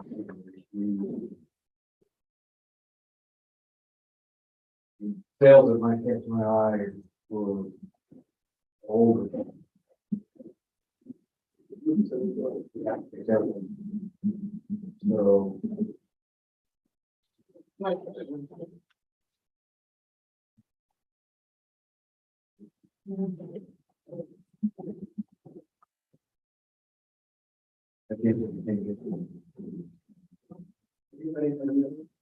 No, I agree with Mr. here. All right, it's in lower case ID 2022-413, account 24711. Addressing incorrect market value and appraisal and further discuss. Opinion of the appraisal review board, put on the property of 792, 670 should stand. Second. All in favor? Aye. Anybody opposed?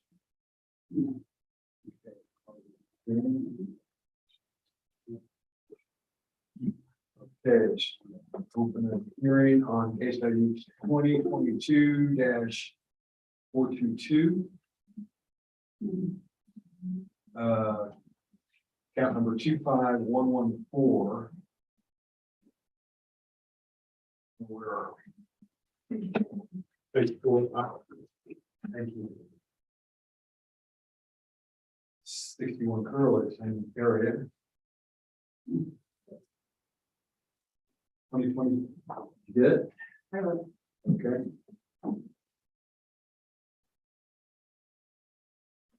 For sure. Okay, subject property on Curlew Street again, it's in Key Allegro. 1974 bill, the grade of 5 SS, last year valued at $700,000. This year valued at $785,940, so an increase of $85,940 on this 1974 bill. That's a pretty substantial increase. I don't see any conditions or additions to this property that would warrant an increase of that nature. Looking at sales, if you give me 1 second, this guy's sin has been in Key Allegro, it's like all these other guys. I mean, I swear, amazing values when you could buy for the 25 cents on the dollar after the hurricane. Yeah, That's, absolutely. you know, we talked about that. Again, 2,663 square feet, for the improvements, 785,940. Page 55 is my, sales. As you can see for the neighborhood sales for 2021, there's, you know, some properties in here, but I think we're building 74 with a 94 effective year. These properties, again, a 5SS, some of these properties are again built in the late to mid 70s. There's one in 86, 85. There's adjustments that have to be made somewhere in there to fit those in to get this increase. And I think I'm also strapped with the neighborhood increase that we've discussed numerous times today. That thing kind of smacks like a time adjustment to me. You know, it just is stuck in there to get those neighborhoods up to value. I'm going to say that our equity report has a lot of information in it. I don't want to go into all the details of it, but our equity came in at 679,518. I'm going to go for an opinion of value of 740,000. Thank you, Pam. That's based on sales. Right, just fine. The subject property is 785, we heard roughly $85,000 change since last year. Even without looking at last year's neighborhood, my supposition, if it was a mass update, just due to neighborhood change, we probably went from 135 to 150 or something like that. And we did it across the board. This was driven by the market. We have over 190 sales, or roughly 190 sales in the immediate market area. There's nothing that the property owner did other than they happen to own property in this locale. The burden of proof is on the district. You can see from the common sales that the first one is on the same street, sold for $945 and change. The second one up on Blue Heron, sold for $645 and change. And the last one's on P&E.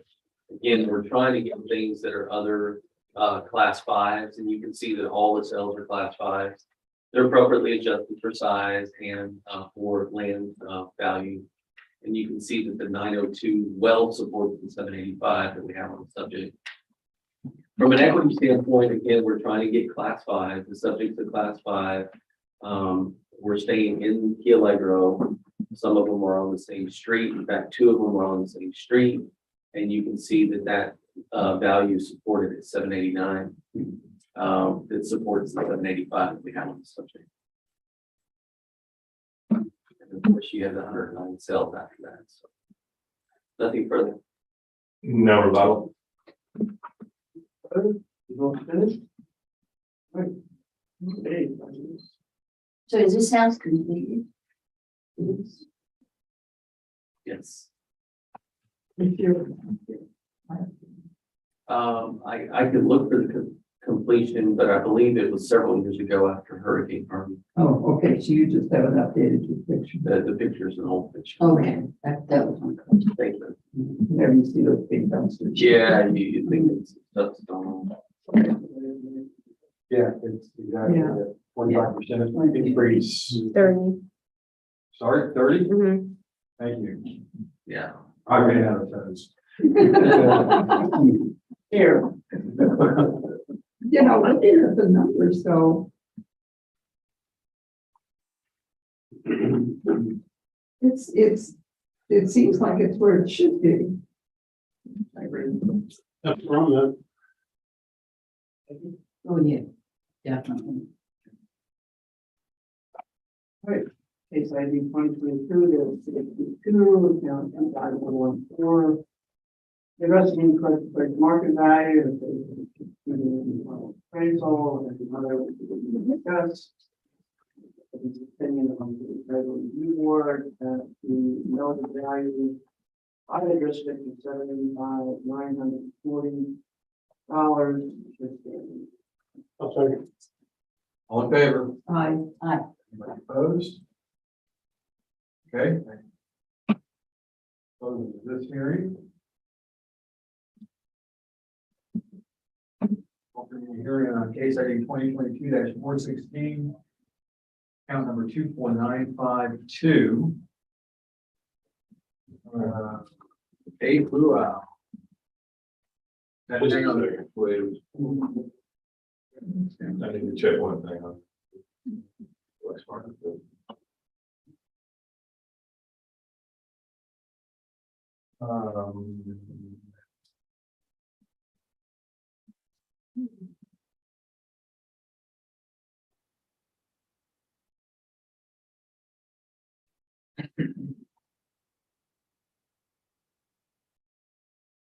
Okay. Or subject property. Ooh, there's a problem. I got a picture of this one. I got a problem. It's gonna be supplemented one way or the other. I see a 40% complete for which a property owner claimed a homestead that was applied for whatever reason. Yeah, there's a problem. This is gonna be supplemented. Doesn't matter what we do today. I'm gonna. Yeah, you can, absolutely. When you say it's so. Wait a minute, they claimed a homestead on it when it was not complete. That's correct. Okay, yeah. Well, you know what I'm gonna do is I'm gonna venture my opinion value at, $728,000. And that's gonna conclude my testimony. No further evidence or anything else. 28. Is it complete or it's not? I got a 40% complete. It says subject to 40% complete. And there was manual adjustments in my grid, to support the value. I have a 6ST plus. Even at that value, I still support the value at 781. My first grid is 835, and my second grid is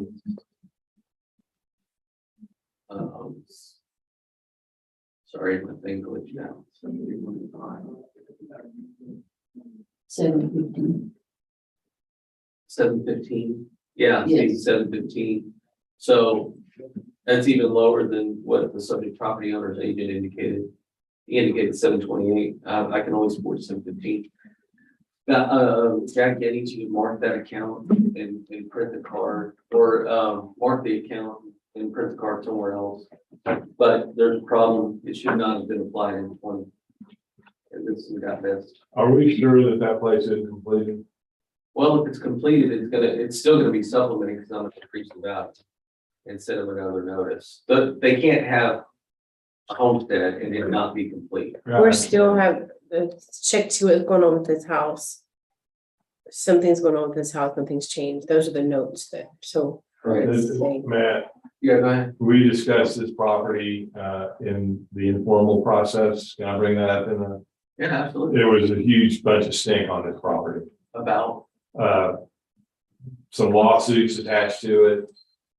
This was something that Ray and I discussed. We immediately threw it to the board just to hear it. There's who's the owner? Lauren Dunlap. Okay, well, that may be, All I'm doing is yeah, you're providing a market value thing. I just want a board order on it. Yeah, I okay, had to bring it to the board. yeah, Your value is actually higher than what. Yeah. 715. all I can show, the burden proof is still with us. 728 is higher than. Says 16. 715. I like Came it. in at 715. Yeah, I'll take it. yeah, of course. Yeah, thank you. Because I don't know what's gonna happen with this thing. Yeah, but Jackie, I do need that to be, I wrote it down, I'll print it, I can't print a card here, I did write it down. yeah, there's a problem with it. There's a problem from his side and my side. So this is done, that will be revisited. We're all at 7. I'm sure she can't wait. Yeah, I bet she's pumped about that. It's all public meetings done that. Like she probably doesn't have enough problem. Poor thing. 715, 320. Yeah. I'll be right back. He's gonna go market it as daytimer over there. I'm gonna get her all day. You think you got problems now? Case ID 2022-416, account 24952. addressing incorrect appraised market value, appraisal ratio to the median of appraisal, other which we did not discuss. Monetary exemption is being handled separately by the district. It's the opinion of the appraisal review board that the minimum equity value of $715,320 should be the new number. Kind of reduce the existing number, 781,950. Again, it's 715. I'll second. All in favor? Aye. Anybody opposed? Okay, that closes this hearing. Okay, we're moving on to opening a mention hearing on case ID 2022-290. Account number 17113. I'm sorry, 17173. Let's hang on one second. My internet can hear.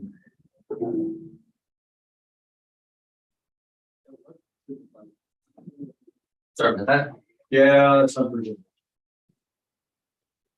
No worries. Okay, we've opened the session on, or a hearing on account number 17173. That was,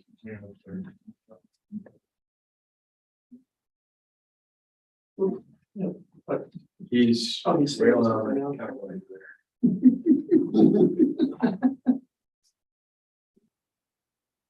All right, just over the testimony, this is property in Capano Village, Covino, whatever way you want to say it. A 2021 build, so it's brand new, 6 FP minus. It looks like it's in states of completion here. The improvements are interestingly enough had been at 0 last year and now we're at 411,600.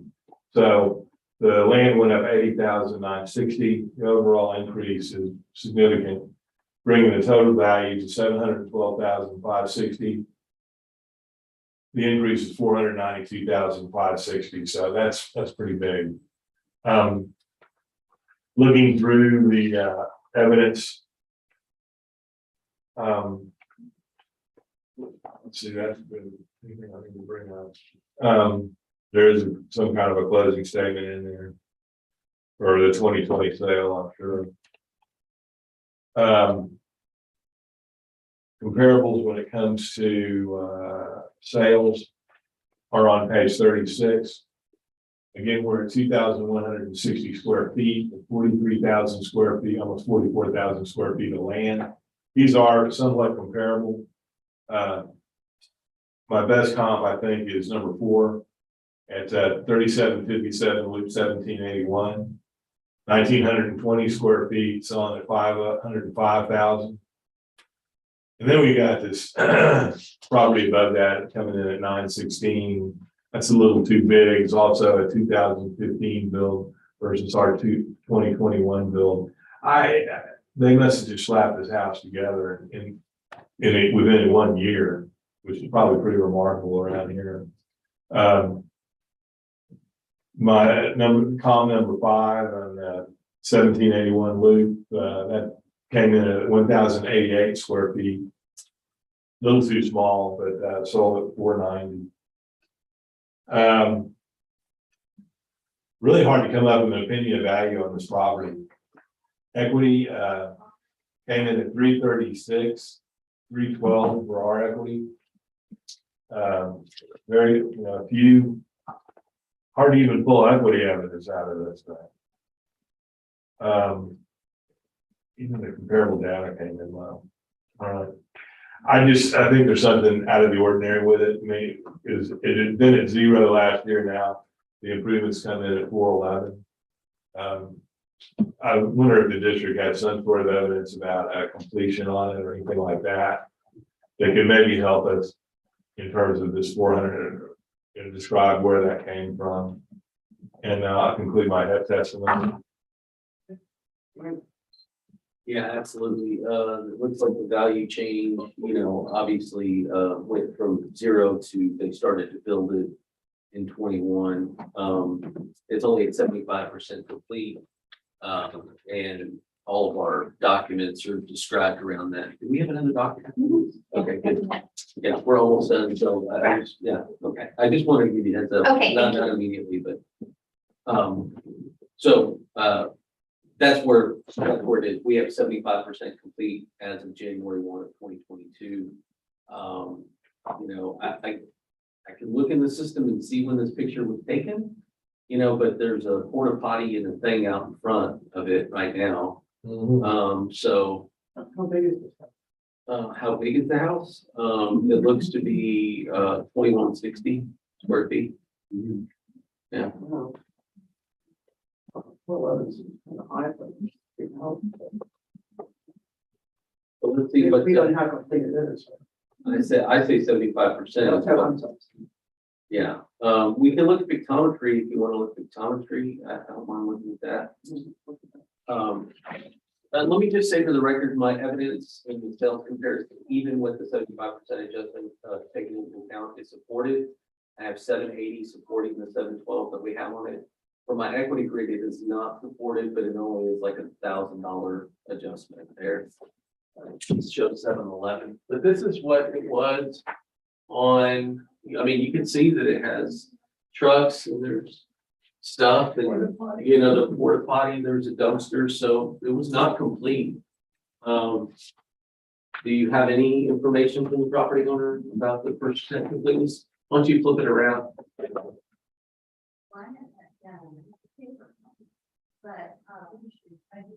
Okay, the exterior looks complete for sure. Yeah, they're doing a punch out on it. Yeah, Again. the windows look complete, continue to go around. Again, this looks like they're doing stuff with the dock back here, or maybe the bulkhead, I don't know. Flip it one more time.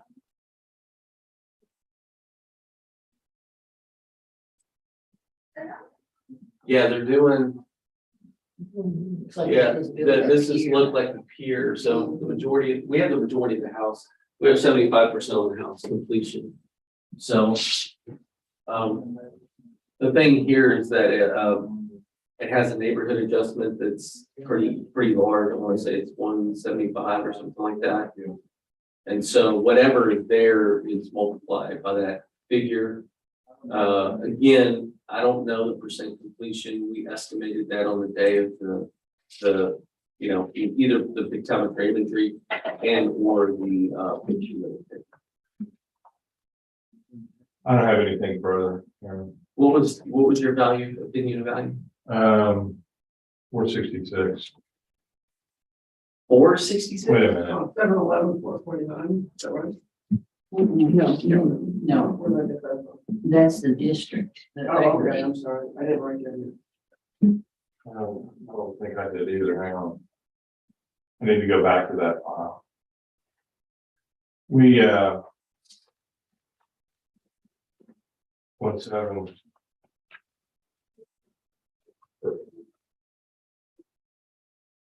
I was looking, we had photos and stuff. That's what was gonna be Bollock stuff. I was looking at the photos, didn't tell me anything, which is a bunch of vacant lot stuff before they ever even put any kind of grid in there or anything. Yeah.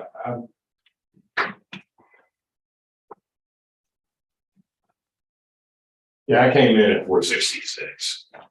466? Yeah, because of the, I didn't know what percent of completion we were at. Yeah, but knowing that, what percentage, knowing it's 75. Well, I'll tell you what, 520, 20. yeah. I'll go 520. Yeah, my biggest thing is just the percent completeness. My equity shows $1,000 adjustment, which is basically right where it is. But even if you were to adjust the improvement by 10%, it'd only be 23,000. I'm willing to adjust the percent completeness. We're not going to adjust anything, but if you wanted to make a value modification just for the uncertainty, you could throw 10% more against the improvements. That's 23 off of the 712 or something like that. 23,000. Other than the pictometry, neither of us having any strong evidence either way. I think that's probably a pretty way to go. $712 minus 23.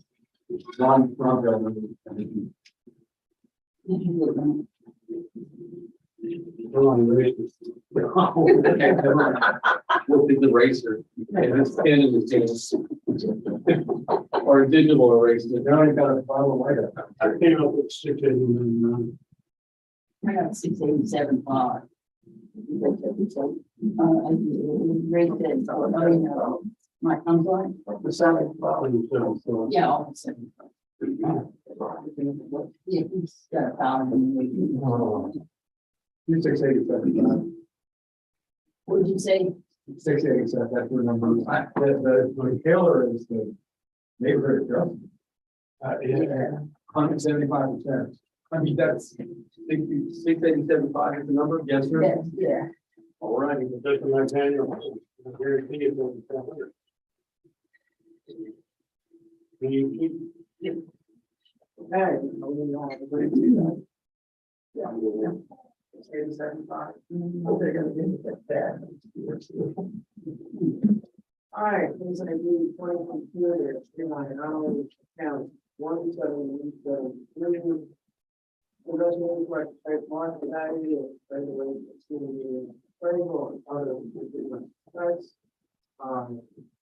It is a joint agreement between the district and the property owner's agent and the ARB that will reduce the current noted value of $712,560 to $687,500. Second. Okay, all in favor? Aye. Any opposed? That closes this hearing. We're moving on to commencing the hearing on case ID 2022-411. Account number 24678. Just almost did. 24678. Really appreciate it. I'm sorry, I should not have levity here. 1841 Bay Shore Drive. Somebody's got it. All right. Once again, we're back in our famous Key Allegro property. This is a 1972 build, a 6 FV minus. Last year valued at 652,000. This year valued at 703,230. An increase of $51,230. Looking at sales, I didn't see anything out of the ordinary with this property. One thing is the client had some notes here. They were hit by the freeze. I think everybody was. But now in 2022, he says windows and doors starting to fog and lose seal and need replacement. Exterior paint is starting to wear and we need exterior paint. Cost of doing business in the Mexico Coast. But still, to get it into sales condition, that's what they would have to probably have that place painted. Let me see. At 2,420 square feet, we're on 5,602 square feet of land. Again, the value is 703,230. Some of these properties are coming in. We had a 72 build with we're a 72 build with a 2012 effective year. There's some, I think probably some depreciation rolled into that property. When, is that not correct? Probably to bring it into that value. But it's being compared with somewhat similar properties, somewhat similar in size. Our equity number came in at 647 on this. You know, my opinion of value on this property based on sales is 677,000. In the testimony, thank you. You know, even though my grid show 702, which is a $1,000 adjustment, and my other grid shows 715, I tend to agree with the property owner's agent. I think 677 is appropriate. Yeah, I really do. I mean, 677. The only thing I'm doing is dodging the snowballs they're throwing in hell. All right. Well, I agree with that. Yeah, with that. 25D 2022-411, account 24678. Addressing impact to fair market value and favorable to the world. Favorable market, other to discuss. Opinion of the, even district, as well as the property agent and the ARB and the total value of $703,230 and then $677,000. All in favor? Anybody opposed? Okay, that closes the hearing. Val should be coming in any second. Get your break, and get it now. There we go. Get it waiting here. It's empty. They moved it out of hands reaching for you.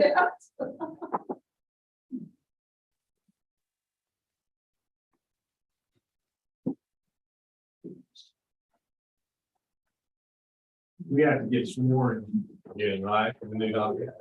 And then we read all that in. Everybody reads it in. Now that's what we say too. I'm reaching to the park. No worries.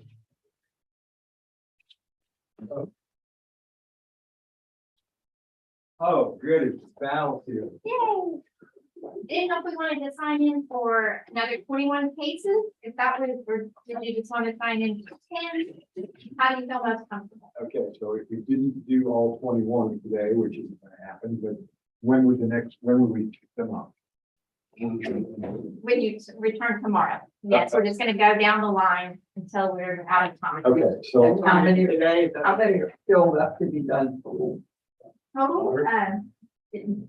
little less than that. 55. No, oh, you mean today? Well, there's. But then we have tomorrow. Okay, 55. We sign in for all of those, will that still stand for tomorrow? We have to sign it again. That's what I'm not sure of, if you are comfortable with that. I think we're fine to do that. We swear in once and we'll. Let's resume in the morning. Yes, Okay, I don't see any issue with that. I'm going to hand these out. You might want to give me your old cases so everything doesn't get jumbled. Because this is a lot of paperwork.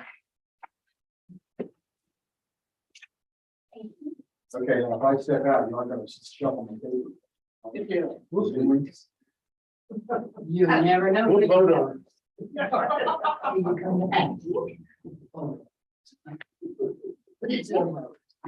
Will this be on county contract or? Yeah, we're, the docket system we're not really using right now. We're just going down the line, Okay. but it's still a good organizational tool. Oh. So we've ended the 9 o'clock, we're now on 10 o'clock. We're on 10 o'clock. Oh, And the my case God. listing is behind this first summary.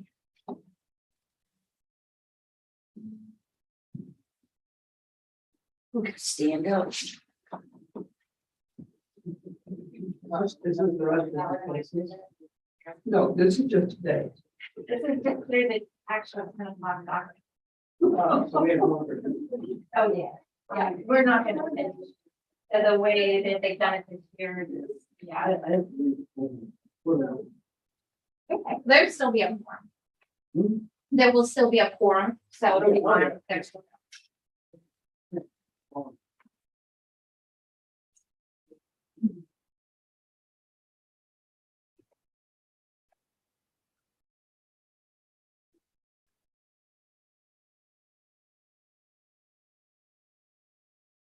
No, so did you ever talk to your air conditioning folks? I talked to Mike.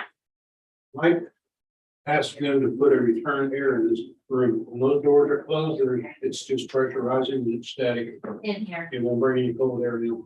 Did you say you talked to Mike? No, I Okay, I'll let, Not really. Yeah. Because well, it makes sense. it goes static, you can close it. Doesn't kind of say that there's like an inch under there. Yeah, it's not enough. Did you figure how many cubic feet those are delivering, that can't pass under those doors? I don't have my meter with me, I tell you. It is warmer in here than the rest of the building, like. Yeah, the doors are closed. Finally, one They're not moving.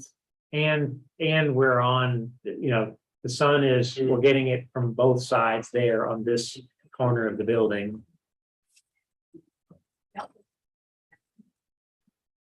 So we're going in this order again, is that right, Val? Okay. Because I have no way to get mine in the right order.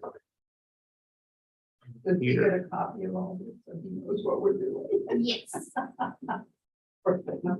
No, I do, but like normally I can put mine in order because they come in case number order or property ID number order, some kind of order, but these are, I don't know what, I don't know, this is like selected order of some sort. Oh. Yeah. Oh, I can sort by that. That's fine. I knew it. There we go. 410. So I need to sort my time. There we go.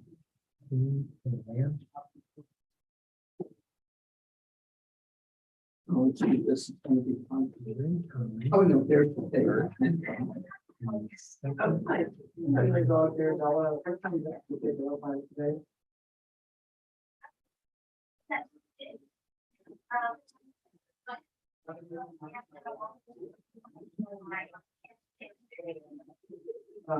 Okay, like, I'm a little late.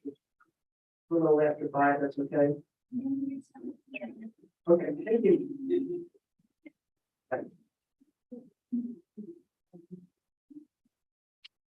So do we get him? Do we get him?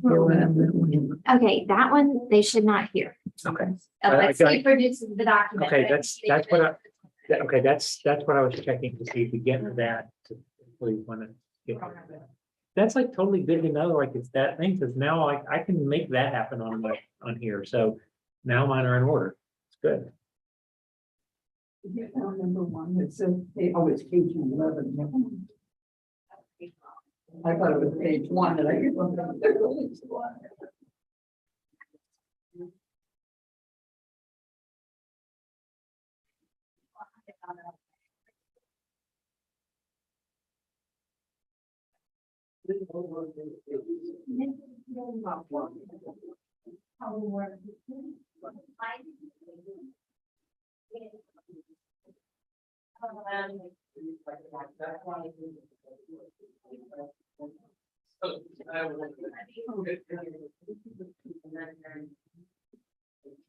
Yeah. All of them. Yeah, oh, my goodness. It's safe to come in.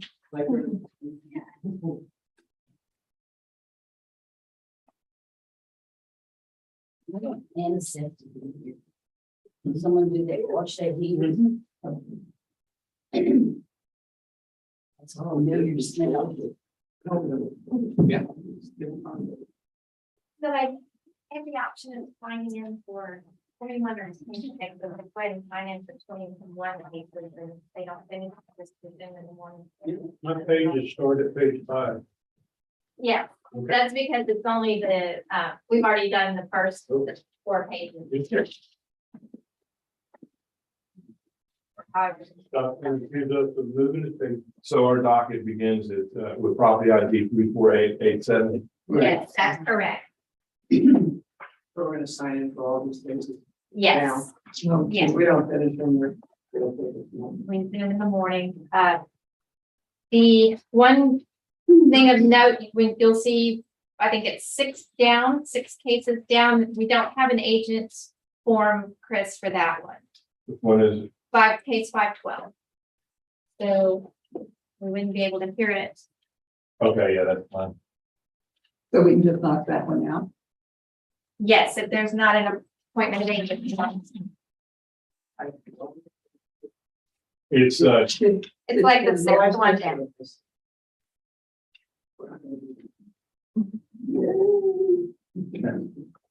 It's the little thing. And you can, let me look at that. I was gonna say, yeah, if you, I mean, maybe you do have a, appointment or anything in your right. We scrubbed those pretty good. See if So District 6, 1 down, 3, 4, 5, 6, I don't see any, have that here. 24, 909.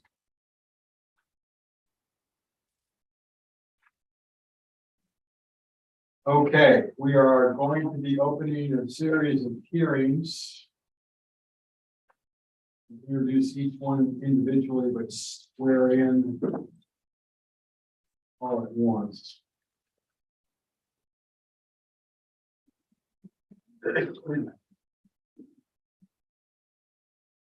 like Chris said, we're gonna try to do these at a faster clip further and further we get along, because we're just starting the 10 o'clock docket. And we're at 3 o'clock in the afternoon, so.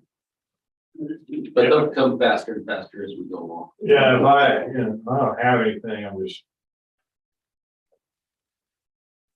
Okay, so I'm gonna skip down to swearing in here. The ARB members who are considering the protest and not communicating with anyone about the protest.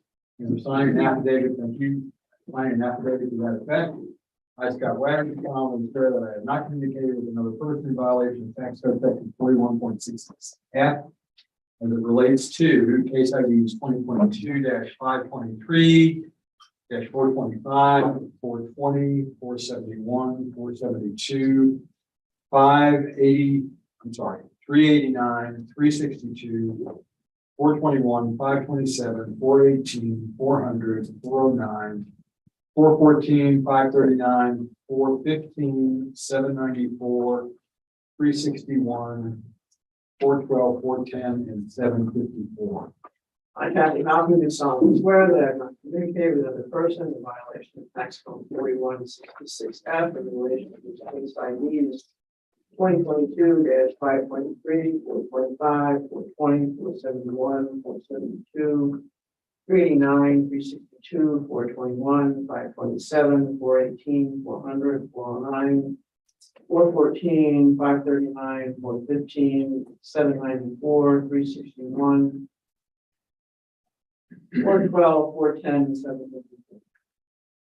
I, Joanne Ferguson, do solemnly swear that I have not communicated with another person in violation of tax code 41.66 F in regards to case IDs 2022, 523, 425, 420, 471, 472, 389, 362, 421, 527, 418, 400, 409, 414, 539, 415, 779, 361, 412, 410, 754. I, Ron McCann, do solemnly swear that I have not communicated with another person in violation of tax code section 41.66 F pertaining to case ID 2022523, 425, 420, 471, 472, 389, 362, 421, 527, 418, 400, 409, 414, 539, 415, 794, 361, 412, 410, 754. I, Peggy Bird, do solemnly swear that I have not communicated with another person in violation of tax code section 41.66 F in reference to cases 2022523, 425, 420, 471, 472, 389, 362, 421, 527, 418, 400, 409, 414, 539, 415, 794, 361, 412, 410, 754. Can I read that? Yeah, let's, let Mike Sure. swear in first. I do solemnly swear affirm the testimony shall present to the President Review Board for the Aransas County Planning District is true and correct. Michael Soto. I do solemnly swear or affirm that the testimony I shall present to the President of the Board for the Aransas County President District is true and correct. Chris Connor Day. And do I have to read the number again? Oh, yeah, I'm sorry, I didn't read the numbers either. My numbers are, case 523, 425, 420, 471, 472, 512, which is not a record, 389, 362, 421, 527, 418, 400, 409, 414, 539, 415, 794, 361, 412, 410, and 754. My name is Mike Soto. And Chris Day says cases 523, 425, 420, 471, 472, 389, 362, 421, 527, 418, 400, 409, 414, 539, 415, 794, 361, 412, 410, and 754. Okay, thank you. We are going to commence a hearing on case ID 2022-523, account number 34887, which is 38 Mazatlan, apartment 2. Subject prop, are we ready to go? Is that right? Yes. Unit 2. Well, that's the legal description and then the address. Oh, I'm sorry. I pulled off the case. Okay? Okay, our subject property in 2019 build at 38 Mazatlan Drive, apartment 2. Last year valued at $397,520. This year at $685,930. The improvement land stayed the same at $146,600. The 1,556 square foot improvement increased in value $288,410. It was 70. Well, what would we get? Overall, 72% increase in value for this property. I want to look at sales. There's some additions here. Okay. All right, for our page 17. We can see that these properties are very similar in size, almost exactly, again, a condo type of thing, same type of land, same year built, same class, but these are probably coming in at significantly lower prices. 38 Mazatlan apartment 6 sold in August for $456. We have one at 325 and 660. I have to admit that's probably a view issue. But again, here's some other properties on the next page, one down. Again, none of them, there's one property here at 38 Mazatlan apartment 13 at 660, 1,556 square feet. But everything else significantly lower. Equity. We'll take that in. It's hard to get equity on something like this. It's kind of a property. So our equity came in really low at $410,177. Based on the age and condition of the property, again, it's a 2019 build, but it is a condo type deal. Can you tell me, is it a high rise? It's like a 3-story. 3-story? All right. So you park underneath and you have two. Right, they're common. I'm gonna make my opinion of value $541,000. And I feel that that's a fair value for the property. Just one second before yeah, it went up $288,000. So I feel that that's a fair value. Thank you. Do we have a picture of the location of this unit? We did. There's big differences in value by location.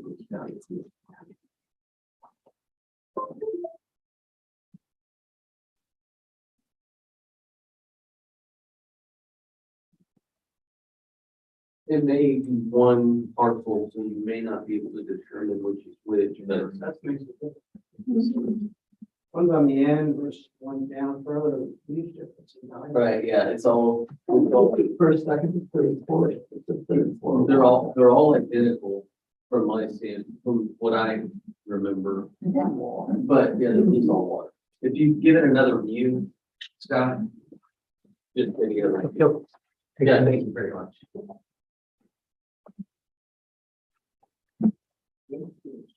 It's all identical. That's a really big, huge difference for it. So, okay. It's when you. Oh, gotcha. Food pattern.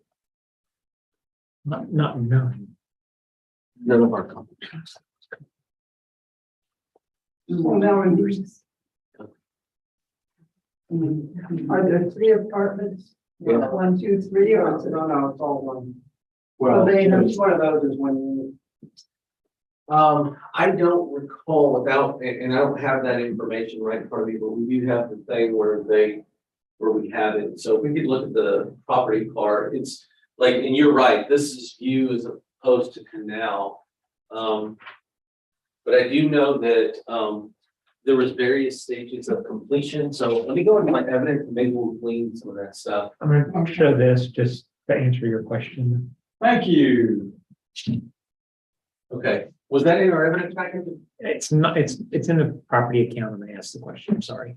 Oh, I'm is that sorry. presentable? Is that, will you allow it? Oh, Okay. it doesn't raise anything. Okay, so the canal is here. This is 7 through 14.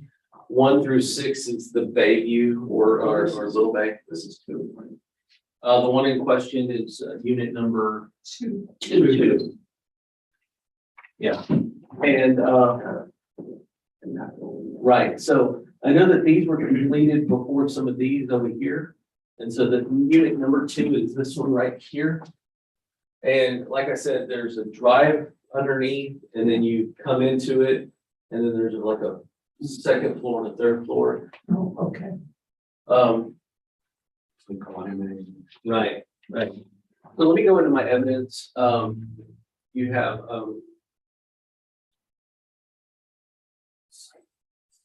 we have 685 and change on the subject property. We have it at 100% complete. The next page is the topic we looked at. Chris was kind enough to allow us to look at the plat orientation just to discern which number was number 2. Column number 1 is number 13, Mosset Lawn, apartment number 13. So again, you're looking at the pictometry, go back to pictometry, or even just go one down. So this is number 2, number 13 is going to be round over here. One of these was a sale. And that one sold at $660. $660,250 was that sale. That's column number 1. Column number 2 is apartment number 6, and that sold at $456,450. But I don't know if that was complete. I mean, there's nothing to verify. I just have that as a sale. The other 2 sales are in different neighborhoods. They're relevant only because they're condos. They generally support the value as a whole. But I have 685. My median value is 701. The value that I really have is apartment number 13. That sold at $660,250 and $456,450. And apartment 6 is going to be in that front area. Apartment 13 is around the corner. From an equity standpoint, what do I have? Apartment number 2, 4, 5, and 7. And I have them all at 685. They're all the same square footage, they're all the same.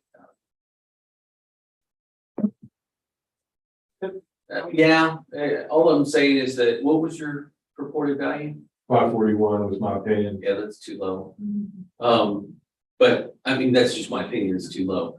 But, the strongest evidence I have is 660. It's not 685. I mean, That's the strongest evidence I have. The apartment number 6, I don't have any, let's keep it. How much more time do I have? Oh, well, Just go ahead. 14. If you could pull up 34,891, don't show it to anybody.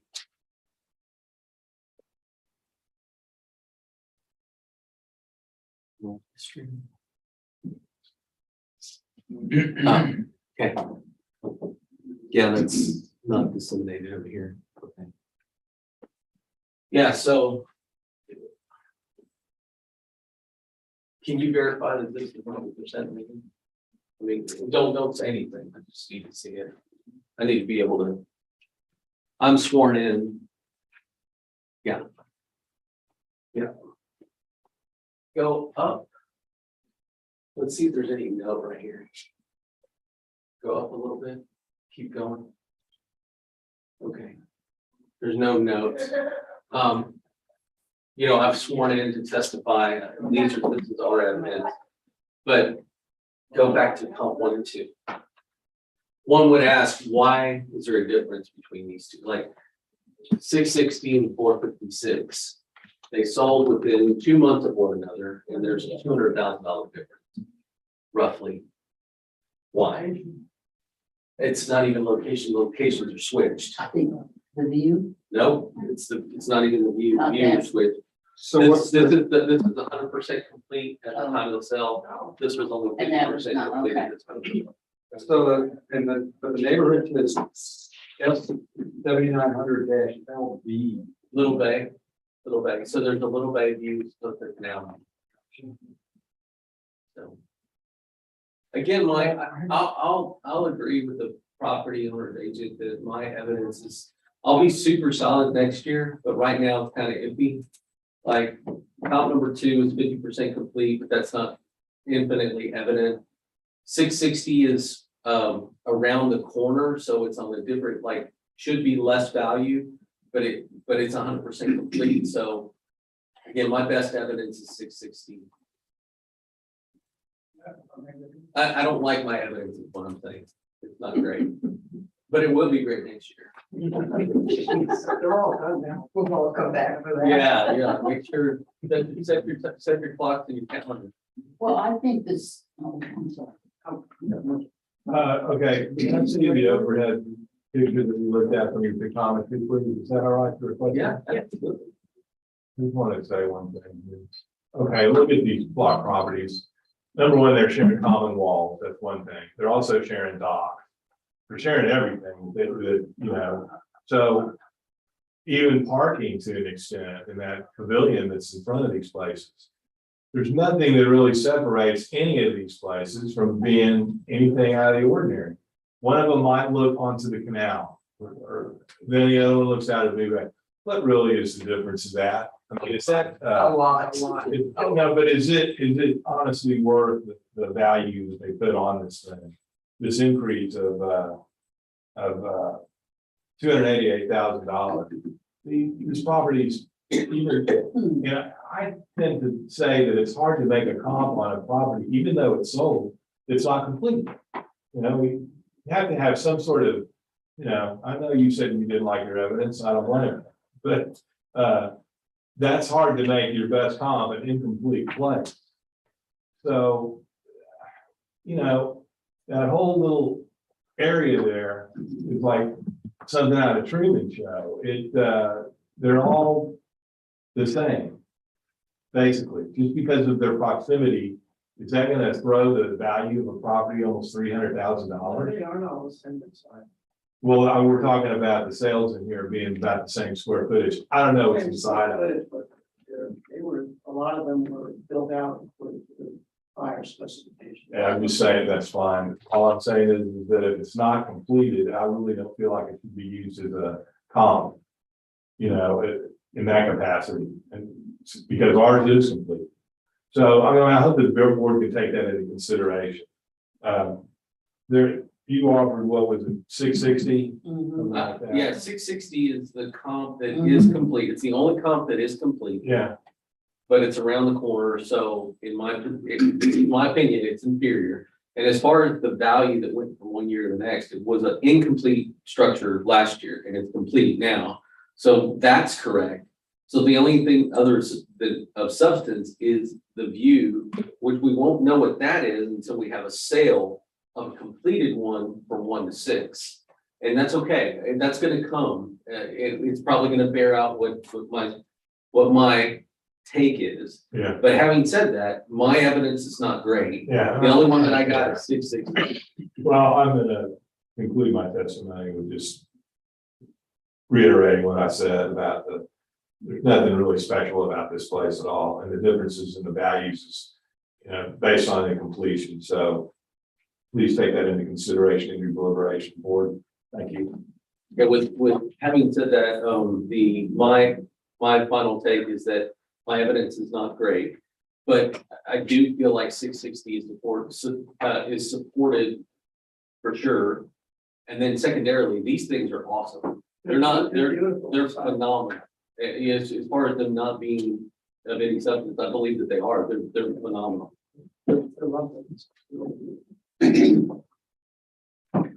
All right. Yes. I have one with the 600,000, based on the location of the two. You may use this. Guarantee is. Okay, we're on this one, right? Yes. I don't, okay.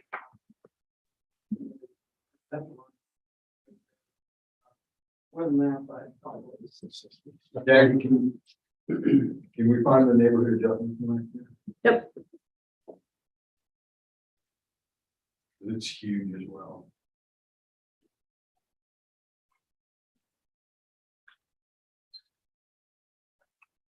Subdivision of 120, neighborhood of 100. It doubled. Yeah. Cause it's 250 now. You know what they look like before. Oh, yeah. Well, and it may have been that low because they were doing a lot of work on it. Yeah. Oh, exactly. Okay, I'm it's just another data point. Yeah, I agree with, what you said about the 660. I can agree with that. Yeah. Yes, sir. And Thank you. I'm gonna make a phone call. I know. Yes, thank you, sir. Case ID 2022-523. Account 34887, addressing correct market value and consideration of seeking appraisal and other we did not discuss. It is the opinion of the state review board, the district, that the current note value is 685,930. Should be reduced to 655. oh, sorry. All in favor? Aye. Anybody opposed? Okay, that closes this hearing. Mention a hearing on case ID 2022-425, account number 25201. There we go. 9 Kingfisher. Right. Everybody good to go? Okay. Last one. Okay, our property of Kingfisher, 76 build, 4 SS plus. Last year valued at 576,380. This year valued at 683,900. The land went up considerably, 81,770, and the improvements at 1,878 square feet went up 25,750. The overall increase was 107,520. Is at its cap. I looked at the sales in this. I didn't see anything added to this property for that increase. Again, the values in that land, that's a big increase. But one thing that makes this place out of the ordinary is when we look at the neighborhood sales, starting with page 18. And going down to page, whatever page that is, 17, I guess, too. At 1,878 square feet, this property is kind of small for that neighborhood. You can see some of those sizes in there, along with some of those values. Everything's got, huge $1 billion range. But this neighborhood, when you get down to something below, 2,900 square feet, you're in the lower value. If you look at number 15 as our, scroll up, yeah, there you go.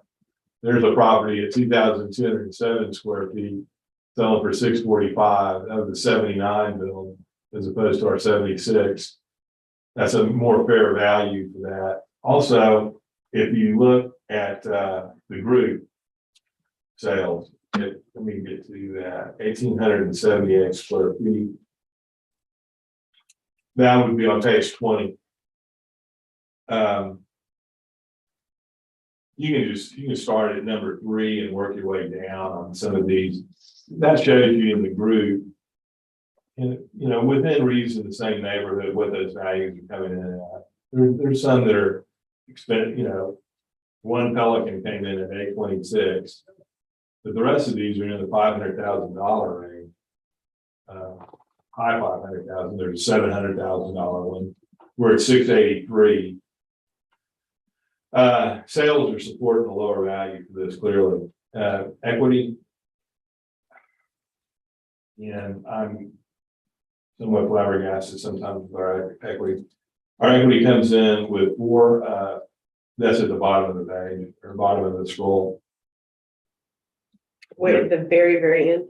Yeah, Sorry. that's comparable data. Here we go. Let me see. I gotta get behind the very end. Yeah, our equities come in 498. That's pretty low. I think that a fair market value for this property, with looking at the sales and basing it on that, comparable sales in the area, comes in at 630,000. So I'm going to stay at that. Thank you, panel.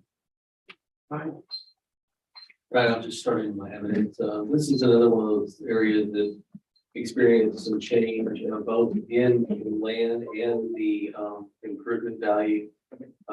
You see that there's a value of 683,000 on the subject. It's got 135% neighborhood adjustment associated with that specific area. It's on Pelican. Sorry. It's on Pelican. And you can see that, I'm sorry, it's on Kingfisher. Sorry about that. It's on 9 Kingfisher. And you can see that the very first comp is on Pelican. First and second comps are on Pelican. You can see that that's 826 and 755 respectively are those sales. Those adjust out to 946 and 836 respectively. The last one's on Curly, which is 1 unit over. That sold for 660. That adjusts out to 735.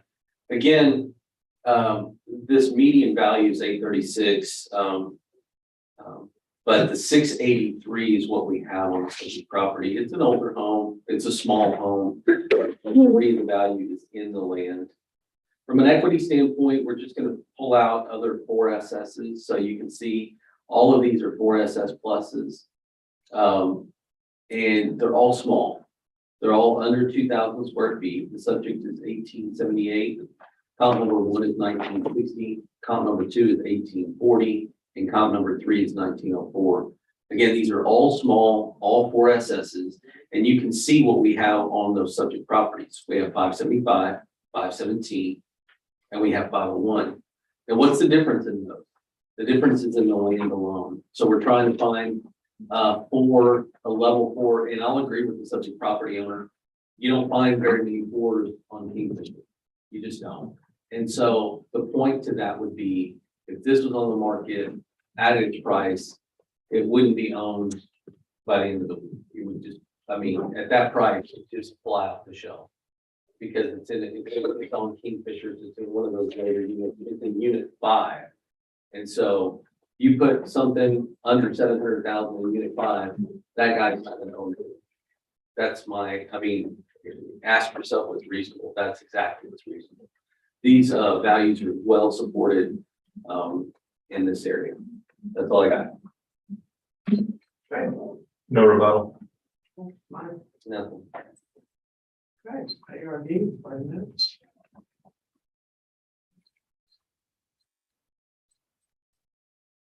I agree with the district on the value on this property. I mean, well, equity value, frankly, also today for the Kingfisher, it would sell on the market.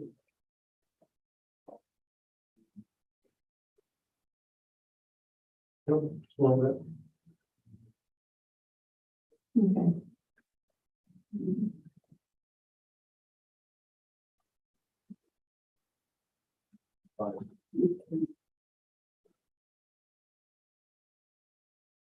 So 2022-425.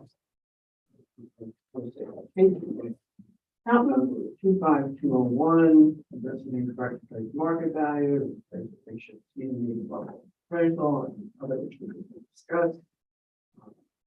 Then the appraisal review board that the value currently noted by the appraisal district of 683,900 should stand. A second. All in favor? Aye. Anybody opposed? Okay, there. Close the hearing. We're moving on to case ID 2022-420. Count number 25070 for Catalina.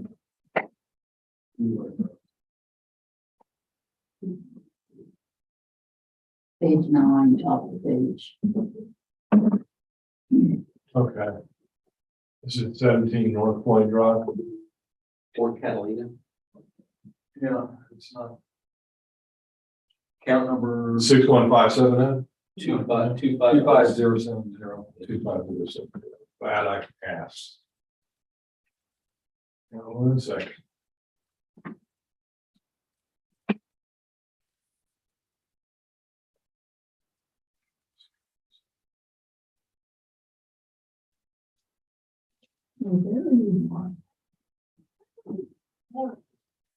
Okay.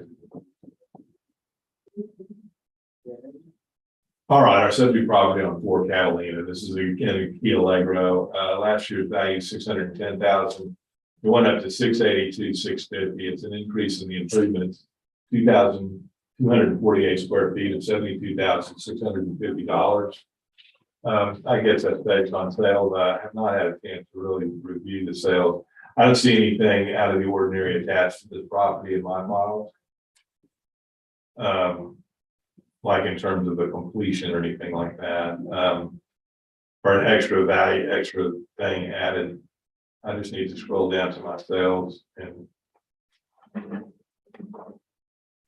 look at. Well, if you look at page 54, there's a picture of that place. That's pretty cool. Yeah, it's nice. Limited sales for this area or that neighborhood group. Let's see, we were built in 72 with a 92 effective year. Again, it's what is that 5SS? The other 5SS is there's one that's somewhat comparable at the bottom of the page on Bimini, but that's a 73 built with a 2008 effective year, so it's probably in better shape than our subject property, selling at 759. All these properties sold for relatively, hefty prices. And the group sales also support that, but still in that neighborhood, that's 2019 sales. We'll do the wrong thing.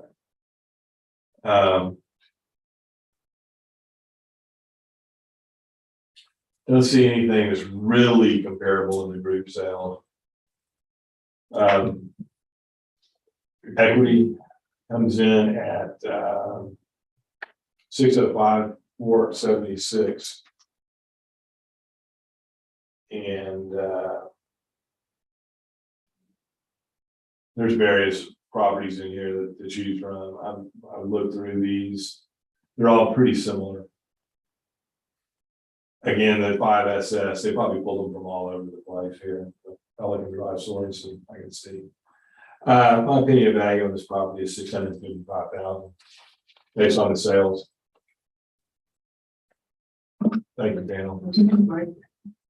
Right, you're gonna see from the group of lights for the district, you're gonna see both of our grids. The first grid, cut to the chase here is, 683. Median value that supports the 682 that we have on the subject. The second grid is the comp grid, that's 688. Again, that supports the 682 that we have on the grid. I'm gonna tell you, I feel like these things at this price, they sell at nice round numbers. I'm gonna not be that far off of the subject property owner's agent. I'm gonna come in at 675, even though my evidence shows a little bit more. And the reason for that is it's toward the end of the canal. And I think that that's probably gonna be a deterrent. So he said 655, I'm saying 675, I mean, you get the pick. We're. Nothing further.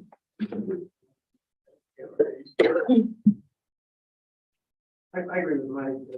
I look at that as a given, and now we discussed in the past is the detriment in some cases with all the garbage collects down there. I think reducing it to 675 would be fair. Agree. Might even go 665. They're both. I'd be okay with that. I mean, Yeah, there's not that much I agree with difference. Scott. 655. Okay, yeah. I would have brought it up, but if I didn't think it was like No, weird. Thank you. Case ID 2022-420, account 25070. Addressing the market value and the appraisal and other which we did not discuss. In the opinion of the district and the review board that the noted value of 682,650 be reduced to 655,000. you know, 665. Yes, I did. Yes. 665. 665. Yes. Sorry, I was just making a. Yeah, 55. No, that was No, the that was agent's Jake. offer or opinion. And I went between the agent and the district. 665,000. And Ron seconded. All in favor? Uh, Anybody opposed? Okay, that closes this hearing. Opening the hearing on 2022-471, account number 61570. Which is 17 North Point Drive. Right. Okay, property at 17 North Point Drive is a 2005 or 2009 build, a 5 MV plus. Last year valued at 648,340. This year valued at 664, 220,000. An increase of 15,880. Land stayed the same at 251,440. Again, a 2009 build, and again, I'm looking through it, not seeing any notations other than that in 21, they said they were still doing repairing damages from Harvey. So that's a long process there. I imagine there's plenty of properties in here that are still smarting from that. If we go to page 18, those are the sales in the neighborhood. Neighborhood got a 0965. Again, we're a 2009 build. If you look, there's not a lot here. 4 sales. Number 4 at 14 North Point. That's in completion. And probably they sold that at 148, but it's a 2021 build. Some of these other places are just too big to comp to a 2,726 square footer. One thing about us is that we've got a little bit more land than some of these properties. The group sales are limited. If I look on page 17, that's really not much of a comp there either.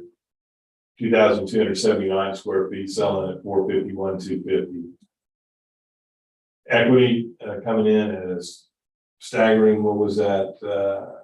584, 972. There are comparable properties pulled for that, but not many of them. I don't see a lot of activity going on out here as compared with the rest of the areas that we've been discussing today. So what I'm saying is that slight reduction. I'm not saying last year's value, of course, but My opinion of value came in at 656. $656,000. Thank you, Sam. Say the numbers. $656,000. 656.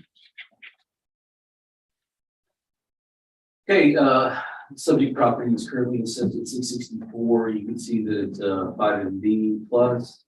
It's right there, kind of as it bends on North Point there. It's at 17 North Point.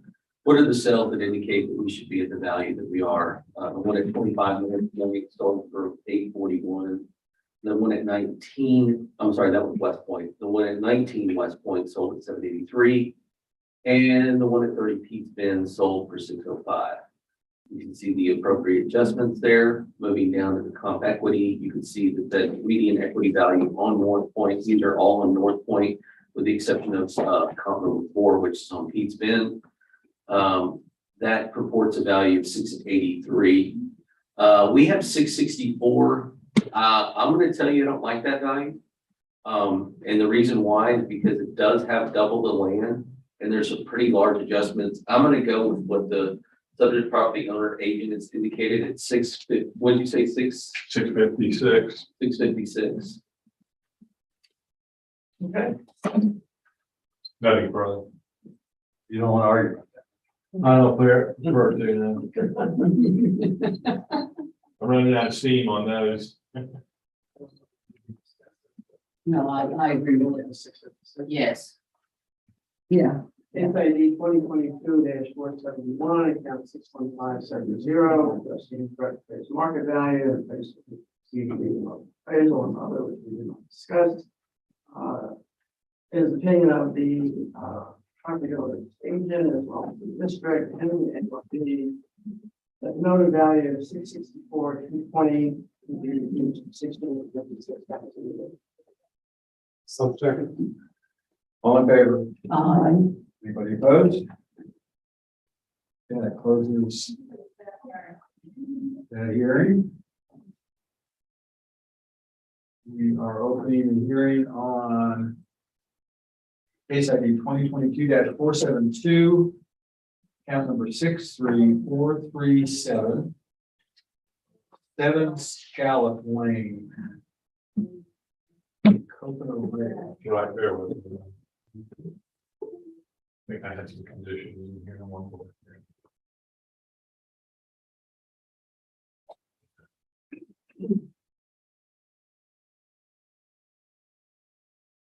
All right, just one moment, please. Okay. Okay, our subject property we're discussing right now, 7 Scallop Lane, is a 1977 build. It's a 2,568 square feet on 22,407 square feet of land. So it's right there on some sort of a bay from the picture. So the land stayed the same at 324,910. The improvement went from 261,320 to 335,560. It's an increase of $74,240, about 28% overall. Again, 77 build 4FB. In the review of the file, I didn't see any special dispensation other than they suffered some damage during harvesting. It's an old notation. That picture of, I dig the sailfish on that. That looks cool. Anyway, we're still at 7 Scallop at 2,568 square feet on page. That looks like page 25. Just scroll down one. No, that next one. That's the group. That's the neighborhood sales. There's 3 of them. We have I guess the property number 1 at 631 Capano Ridge. Sold at 675. It's slightly smaller and it's on less land. It's a 78 build. It's a 6FB plus, which is probably a better grade than our subject property, if I'm not mistaken. And then the other properties are, too small to really try to comp with any seriousness. In fact, there's one that's 992 square feet down there. Group sales. not supportive of the increase in value. Number, that would be on page 7. You got that, yeah, 131 Copano Code. That's out of the ordinary. I mean, that's sold for 170. That's not worth it. I don't really see anything coming in at that 2,500 square foot for the improvements. The land is, you know, an issue here, but I think the land stayed the same on this property, so it's really not something to talk about. A lot of comparable properties in that area. I'm looking at my equity report. Again, we're taking this what we can in terms of age, in terms of condition and grade. Trying to make adjustments. Looks like our median value for this comes in at 466,580. That's low. Sometimes our equity guys get a little crazy with those values.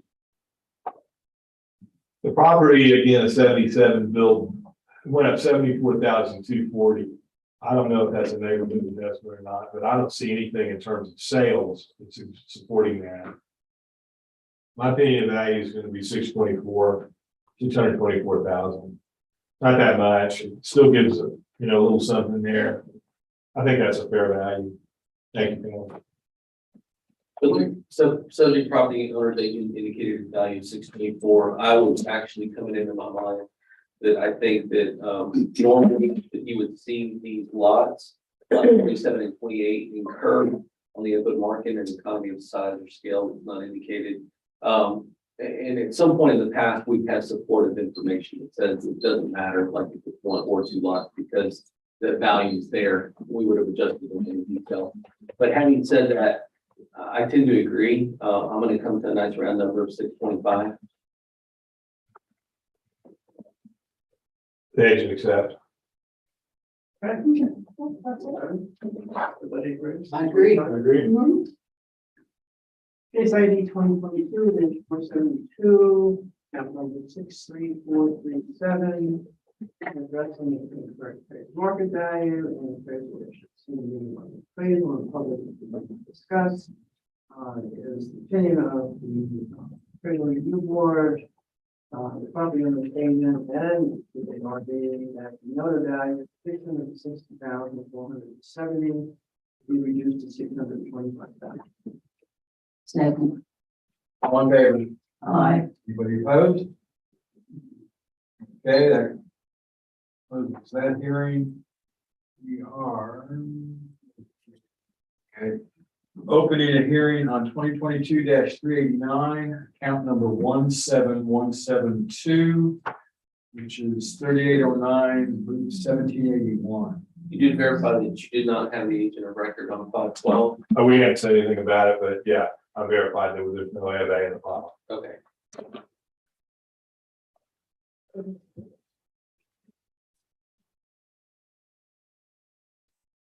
That's 17172. Rico, Chris. I am just trying to figure out what's going on here. All right. Please. Our subject property. At 3809 loop 1781. This property went up 147,460 in the improvements. The land stayed the same at 296,760. I think there's probably a completion issue here. That's what I was looking for. If you look at the progression of value in 2020, the improvements were valued at 12,970. Then they went up in 21 to 197,400. And in 2022, it's 344,860. I didn't see any documentation that was going to verify a level of completion on this, but the 2020 building day kind of rings my bell a little bit. I don't see anything that's can support it any more than that. I did look at the sales from ARB. Just give me a second. I'll tell you where that is. And let's see. Okay, yeah, the pictometry says there's a house on it. or the aerial photograph, that's not the color. Page 33, it's one down. That's our sales. 1, 2, 3, 4, 6 sales, some there's, you can see the one, number 6 at 464 square feet. That's not gonna get us anywhere. We really don't have anything strongly comparable to 1,284 square feet. The land stays about the same, but that's not something that, you know, is a factor here, because it did really change. This is all in the improvements. You can see in this neighborhood, number 1, at 3609, Coconut. That's $1 million home, 1.4 million. Then we get into 925, 3,966 square feet. That's so much bigger than our subdivision. The closest property that we have is a decent comparable in terms of size. It's not quite accurate because its number is 5, but it's a 1940 build with a 1990 effective year. I really can't see that being used as a comparable. So what we're having, and then at 464 square footer, selling at 112,000. That must really have been something. Group, same kind of issue with the group sales. Limited evidence for the 1,284 square foot value. I mean, I'm just looking at, I want to look at one thing here. 1,200. Yeah, you can go to page 37.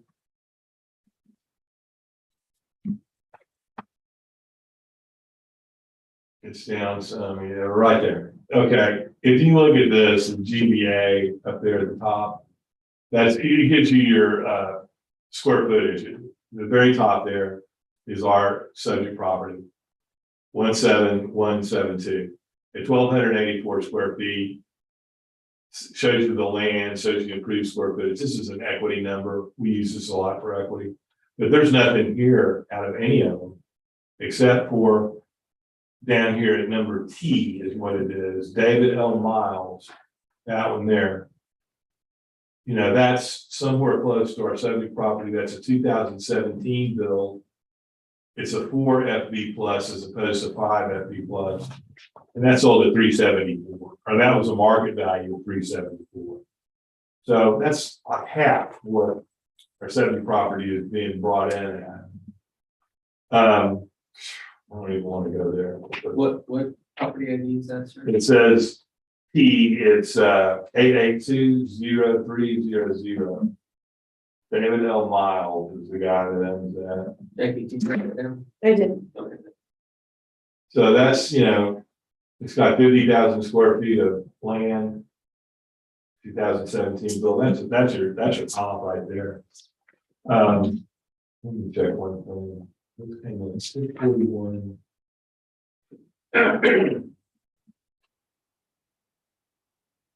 I believe I can be around with them. I'm going to conclude my testimony. My opinion of value for this came in at 565,000. 565. 565. I'm gonna go ahead and see if we can bring up, so hang on, before we show it. Wait a minute. I'm going to amend that. I'm going to amend my opinion of value. Make that 535, 535,000. I want to be below the cap if anybody buys on it. Even though he's got over 65 and a half percent. Okay. So, there you go. Thank you. You don't have to put it.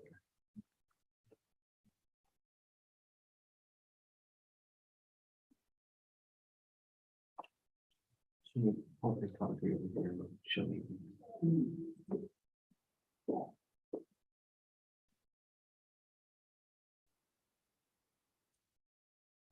I just have to.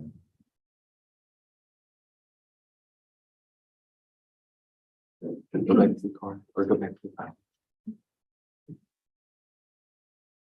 You have it. I'm just gonna.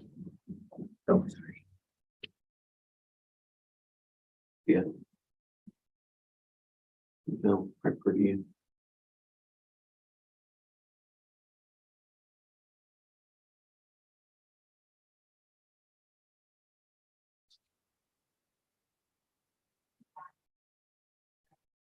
Mark that account. That account did not, for whatever reason, that account was split. And did not incur the neighborhood adjustment that it should, so that's the reason. Miles won't be happy about that next year, but thank you for pointing that out. Well, I didn't point it out intentionally, but it's still a piece of evidence. Thank you. Yeah. Yeah, absolutely. I'm just saying that it doesn't have the neighborhood adjustment like the subject property, and it looked like it was part of the split. Which One of means those crazy things. one of those crazy things that got left, the neighborhood adjustment got left off. So again, it was information, presented by the subject property owner's agent. I'm saying that it's not in the norm. I'm going to respectfully disagree about this property, meaning that, we're not going to agree on values. I have 641, I can support that. We go into the information, the comp sales. This is Coconut Village. I have two other sales in Coconut Village right here that are both waterfront. The first one is 1.4 million. The second one is 916. I'm going to repeat that. This are two sales on waterfront in the same Coconut Village. 1.4 million, 900,000. The subject property is at 641. What are the differences? The differences are in size. But the first one is only 2,000 square feet difference in size. And that's sold for 1.4 million. You say, well, why the difference? Well, that house is much bigger. So it's going to sell for more. But it sold for 1.4. Let that set in. The next one sold for 916,000. That's a better class than the subject, much bigger than the subject. But neither one of these are as new as the subject. That one has a much bigger square footage. It has 53,000 square feet instead of 42,000 square feet. But again, that one sold for 900,000. Our last two comps are also on, they're also in Coconut Village. They sold for less. One sold for 505, the other for 495. But if you look at the median value, all of that information, and you wash it all down, that is 708,634. From an equity position, what are we looking at? We're looking at other things that are, again, in Coconut Village along 1781 that are waterfront. All of these are waterfront. Again, our valuation is 712, 623, and 600 respectively. When you compare it with the subject, that purports a value that we have at equity 657. Again, that supports the value of the 641.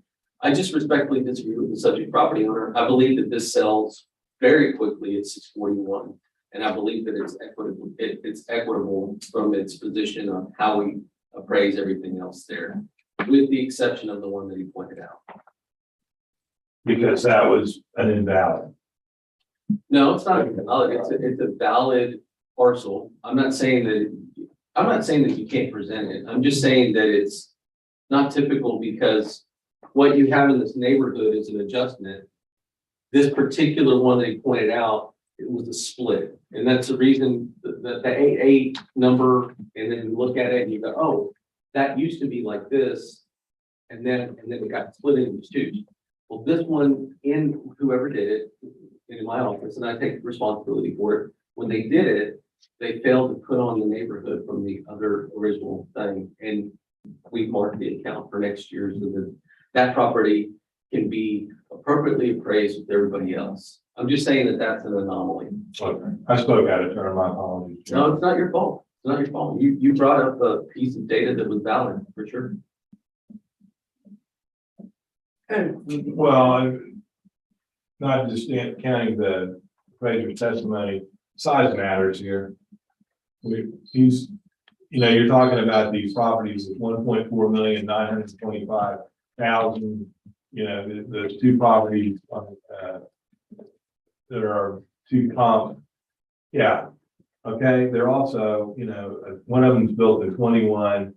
They're bigger, better homes.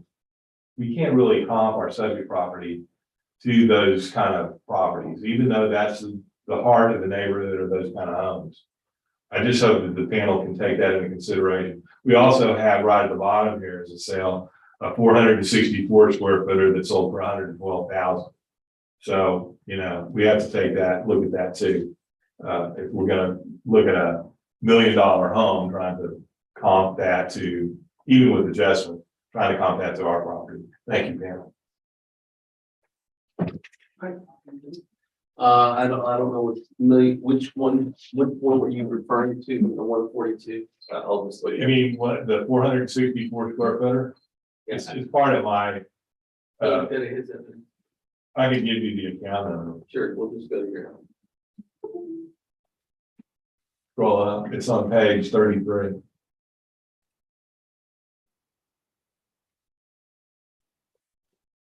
Yeah, they're the 464. This one, Uh-huh. can you pull up 62454? You don't have to show it.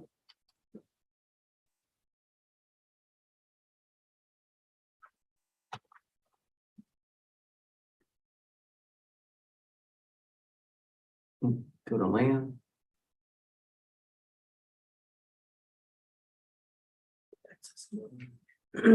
Go back. Go back to the summary, act like a print preview.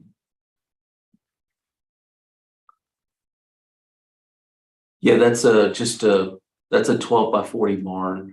That's all it is. Okay. It's not a main area. It's waterfront, but it's just a barn. It has very little value. Yeah, I think that this, I just disagree. I think this thing sells at 641 fairly quickly. And I think our equity supports the value. That'd be further. All right, ARB, 5 minutes.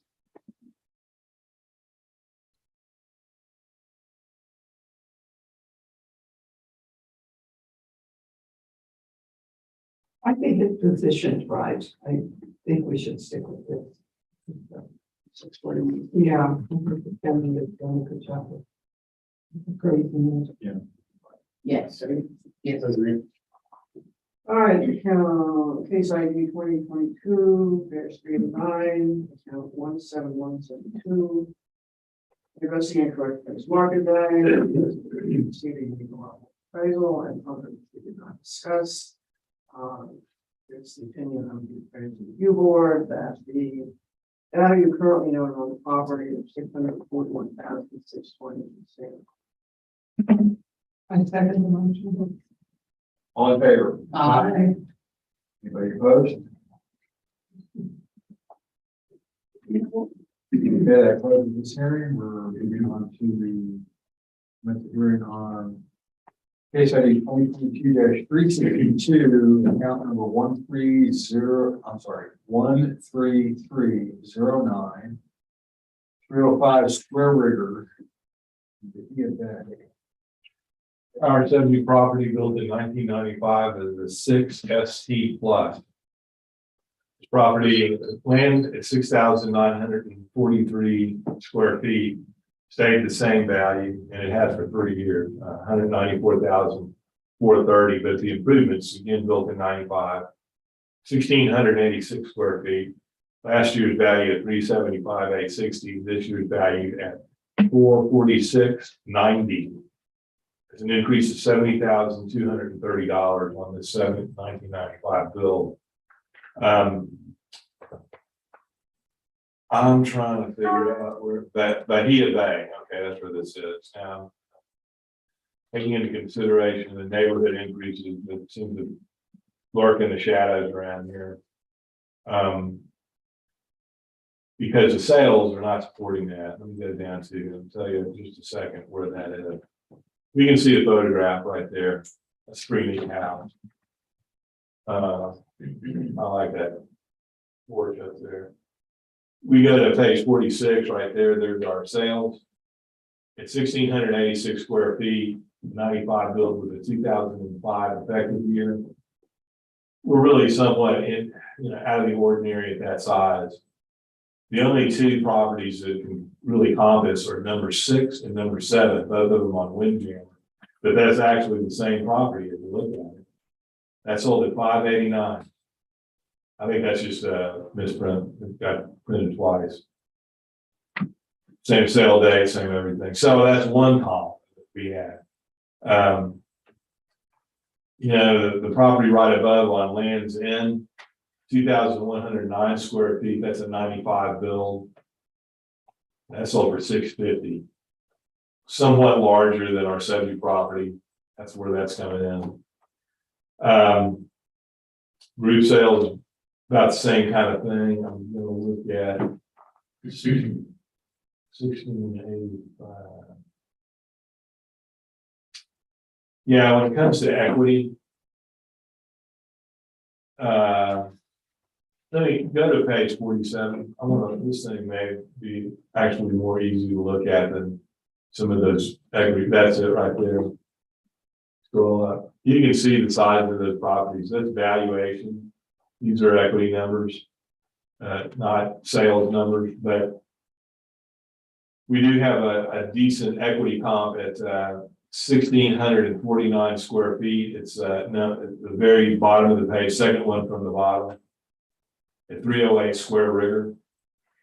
That property is a 96 build. And sold, or the valuation on it is 430,000.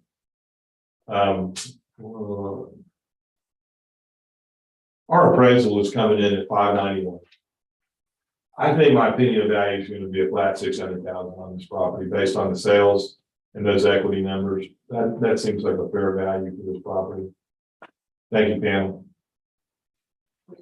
I have my battery needs another. Here we go. Plug it in. There you go. Yeah, I was gonna say, you had one. My battery's running low too. But it's 330. Time for a nap. Yeah.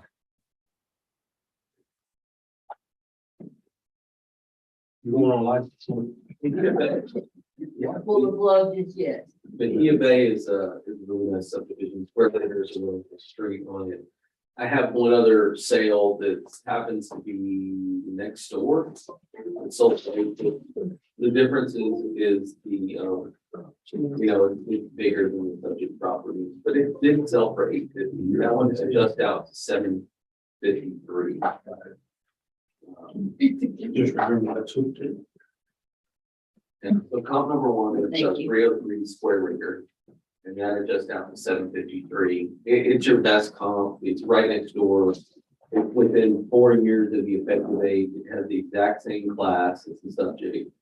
The land value has a large adjustment because I guess it's bigger. The land is bigger for the comp.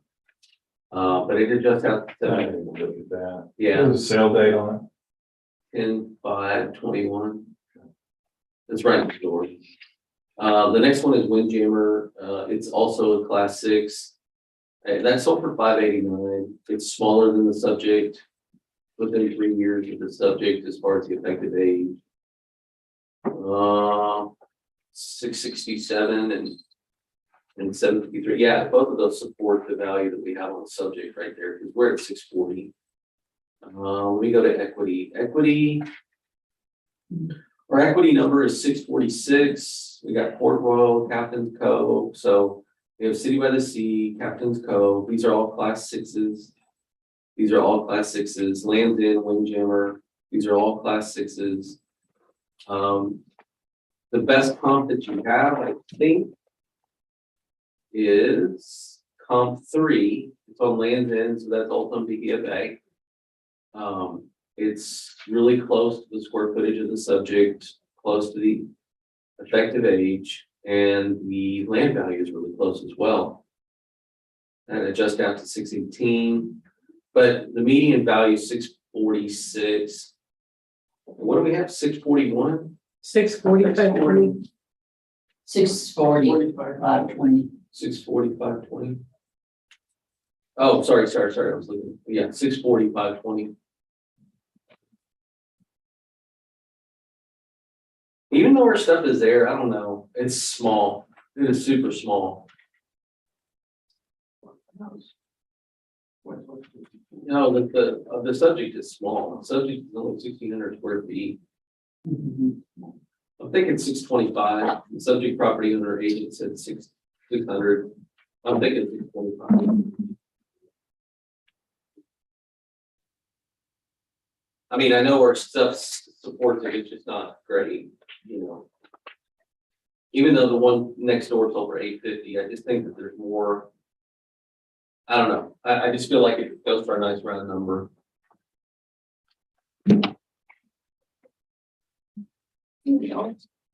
Coming from.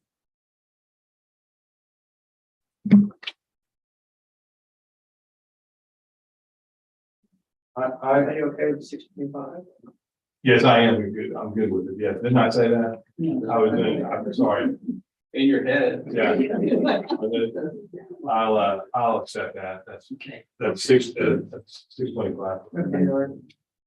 Yes. Case ID 2022-2, account 13309. Investigating for market value and appraisal ratio exceeding the level of appraisal and not discussed by other. There's opinion on the appraisal review board, the appraisal district. And the property owner's agent that the value of this property be reduced from 645.20 to 625,000. I'll second. Anybody, or all in favor? Anybody opposed? Okay, that closes this hearing. Moving on.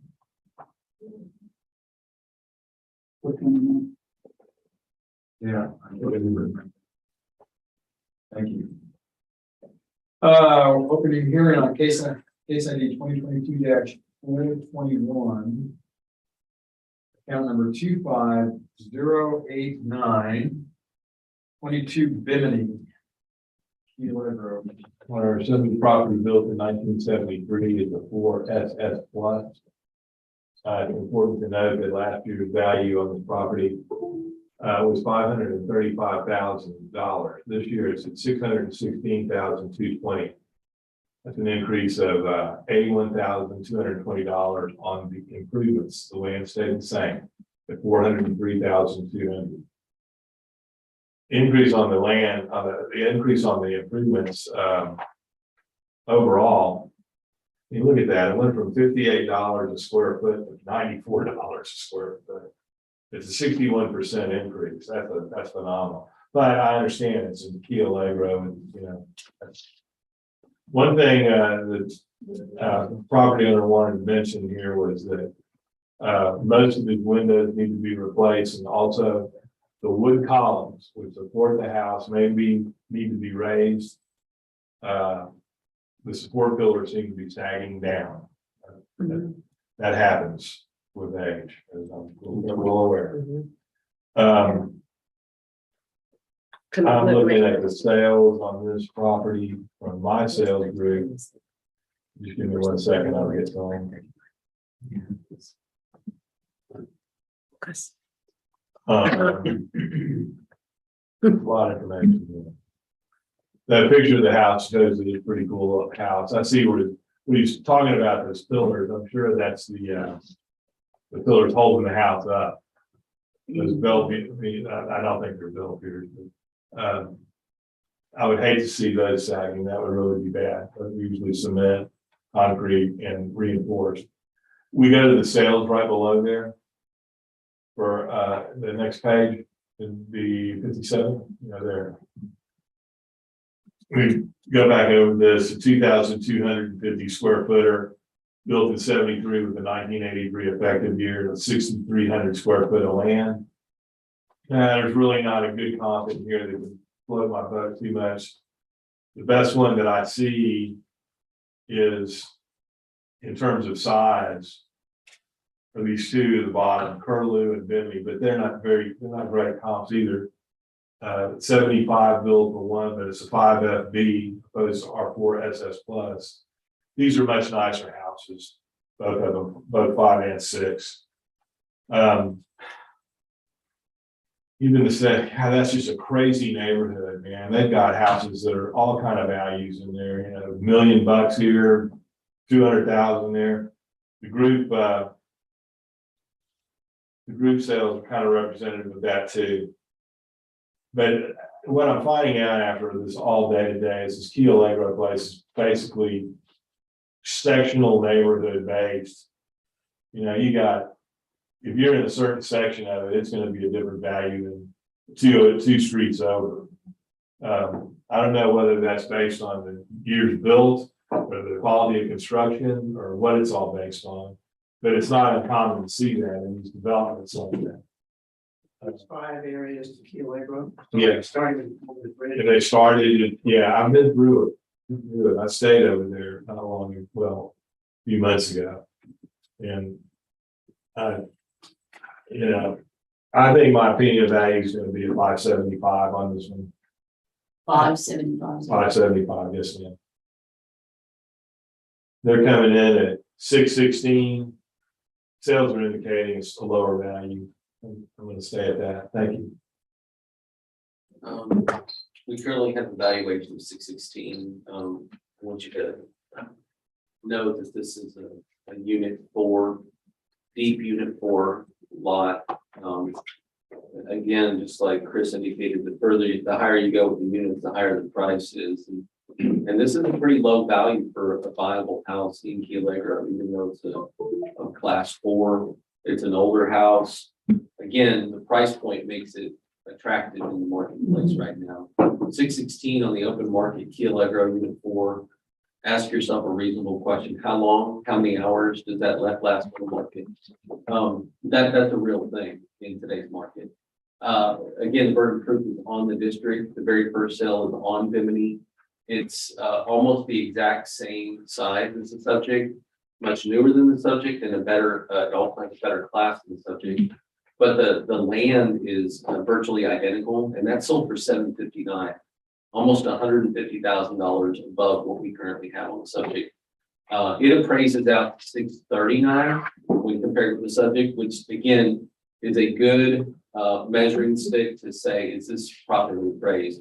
In our opinion, it is. Curlew's just going to be better all the way around. That was sold for $865. Bimini, we have another sale on Bimini. That one sold for $973. Again, it's about 200 square feet bigger than the subject. It's newer than the subject, and it's a better class than the subject. But if you look at the land value, they're basically identical. And that one sold for $973. That appraises out for $833. Again, well supporting the valuation that we have on such a property. Moving down to equity. Equity is supported at 638 with the median. You can see that all of these are class 4 SS pluses. They're all within a few hundred square feet of the subject. And we're trying to find older comps here to comp it out at. Again, I just respectfully disagree. I think this one sells for $616 pretty quickly on the open market. And I think we have it properly appraised, equitably appraised. That's it. Nothing further. You good? Right, you're done? Yeah. All right, ARB, 5 minutes. I agree with the district on this one, 680. Yes, 683, 900. We have. I'm sorry, I'm the wrong one. Yes, 616, 220. I agree. Yeah, me too. Yeah, one comp is really close and, yeah. Case ID 2022, there's 421, there's 465, 089. There's market value, there's appraisal and other which we discussed. Appraisal district as well as state review board, the value on the property. Second. All in favor? Aye. Anybody opposed? Okay, so close this hearing and we're opening a hearing on case ID 2022-527. Account number 49613. 1929 North Fulton Beach Road. Right. This is a little out of the ordinary for what we've been talking about. This is the 1948 build. 4 MVL minus is what it's going in. The land jumped up pretty good in this area. We had 1.86 acres here. 81,431 square feet. We went from 390,410 to 499.20. So it increased in value $108,610. It's pretty substantial. And the improvement built in 1945 went from 65,000 to 109,000. It actually, the increase was $44,060. That's a 67% increase, almost 68%. Again, I think we should mention the 1948 bill is going to be a factor. And one thing that client has mentioned here for a note is land is divided into two tracts by 5020 Highway 35 North. This creates an unusable portion of land of 1929 something FB Road. Home has old utility, I imagine so, and foundation issues and roof issues. It would have all kind of issues being that, well, being built in 1948. Going back to the sales, I'm looking at that. We are seeing in this neighborhood, we go to page 18, please. We are seeing in this neighborhood older homes. 48, we were built in 48 and with a 1968 effective year. That's got to be, some depreciation rolled into that somewhere. I don't see where that increase comes from. Because some of these sales, they're such older places. And most of the effective years are in the 70s. Here's one in 1990, probably our closest comp. Or a 62 build with a 1972 effective year, 4ST compared to our 4 MBL. That sold at 620. It was 100 something square feet, or roughly that, larger than our 70 property. But it's got more land. This is one of that. This is, I'm sure, an old neighborhood. Think of all the things those houses have seen. I see there's a notation on the land. I see where that went at. But equity, which would be kind of hard to get, really, my equity is so low, it's not what we're talking about. I think that I'm going to go at 530,000 for an opinion of value for this property. I think that's overvalued, but I think that's a fair value. They're on at 608, 530 is my opinion of value. Thank you. We currently have a valuation at 608 and change on Fulton Beach Road. I can tell you that Fulton Beach Road incurred an increase from the neighborhood adjustment throughout. I believe that's true. You can check that, but we have 145 on the neighborhood factor. The other thing was that the land was adjusted. Why was the land adjusted? Well, you can see from comp sale and mobile, which is just a few doors down. 1631 North Fulton Beach Road. It's on the same street. It shares the same kind of site, and that one sold for $664 and change. It's a 4SS as opposed to a 4 MBL. They're within 200 square feet of one another as far as the main living space. It is newer from the effective age, but the original build from 12 years apart, 1948 as opposed to 1960. Pretty good comp. When you're looking at the land square footage adjustment, there's only 10,000 square feet adjustment, and there's only a $29,000 adjustment. So that one adjusts out to $599. I mean, it's telling you that this thing, even if you just use that one, it's telling you that the subject is worth $600,000. But I don't even like Primrose is there, but it's not as good as comp number one. Cell House Way is not as good. The best comp that you have from sales comparison approach is that 599, 114. From an equity standpoint, we're solid. You can just see how we're appraising in there. Other properties along Fulton Beach Road. So from equity, we're super solid. It's supporting 658 as opposed to 608. From a standpoint of just market value, it's the one that's really close to it, and it supports a value of basically 600,000, 599 if you wanted to round down to that number.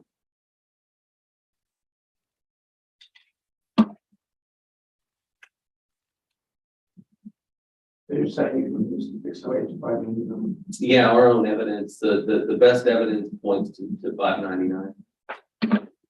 I'm okay with it. Can I ask a question on the pictorial? Yeah. What, could you pull that out? Jack, Mhm. again? What is this 49612? 1-3, you mean? Yeah, 1-3. That's the property, but there's also, Yeah, it's another property, so the shape of this land is odd. Yeah. Who owns It's got a- Who owns the 49612? let's Yeah. go. Jackie, who? owns I'm looking, 49 hold on 1 second. Yeah, it is a cutout. Yeah, how do they get to it? 49612, the same property owner. Okay. All right. Yeah, So they they're cut- automatic. Yeah, well, they would, even if they sold to somebody else, Right. they'd have to give rights to it, so. That was all my question. Maybe that's all they homesteaded. Seems weird, but. They don't have a homestead. No, they don't. They could have That done it, is strange. they could have done it, well, they could have done it for a myriad of reasons. Mother's house or something. Okay. You don't want it separator. You have your own property ID. Yeah, there's actually a blue fence that's around it. Really? Yes. It's blue. Just like the picture. So we're at 599, is that the? Yeah, I'll wait I'm fine. 599, yes. Yeah. Sounds good. Case ID 2022, 537, account 49623. Addressing need for appraised market value and the valuation of CBD appraisal and other expense. It's the opinion of the appraisal district, as well as the appraisal review board and the agreement with the property owners. Agent, that the noted value is 608,080 be reduced to 590,000. All in favor? Anybody opposed? Okay, that closes this session for this hearing. Move on to, okay. Case ID 2022-418.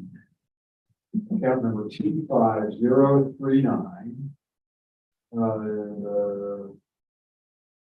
Just getting there too. 25039. Is that what it said? 250. I'm talking to myself. Okay. 25039, which is 3 Edgewater Lane. Key Allegro. Bottom of the page.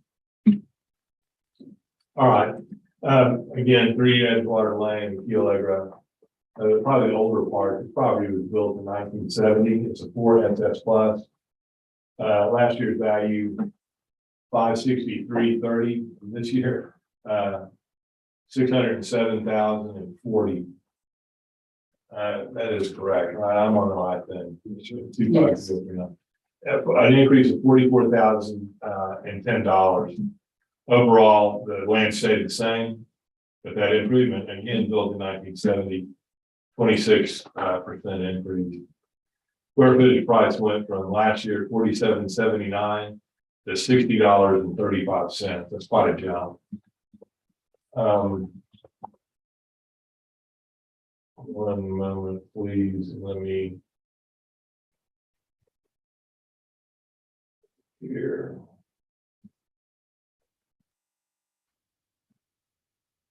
It's making me dizzy by this point.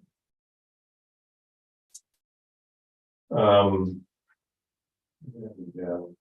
We can see a picture there in front of us with the psychedelic sunset up there. And that's a pretty neat little house. It's got all kinds of neat amenities. It's 3,505 square feet on 6,277 square feet of land.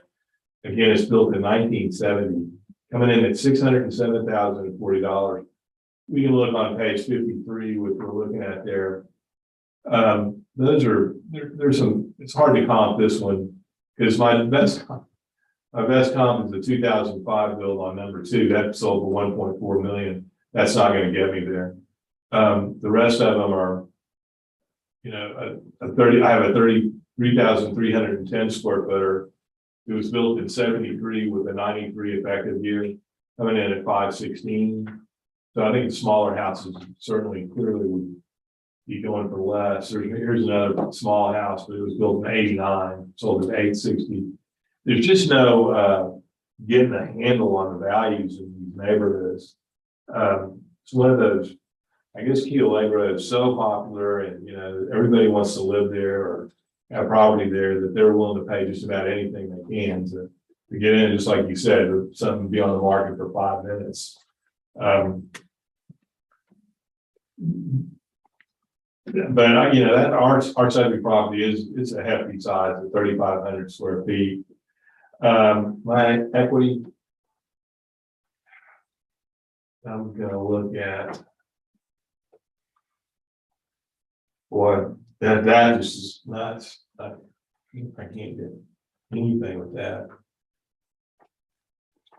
Our equity's coming in at 678,000. Yeah, my opinion value of this property is going to be 580,000.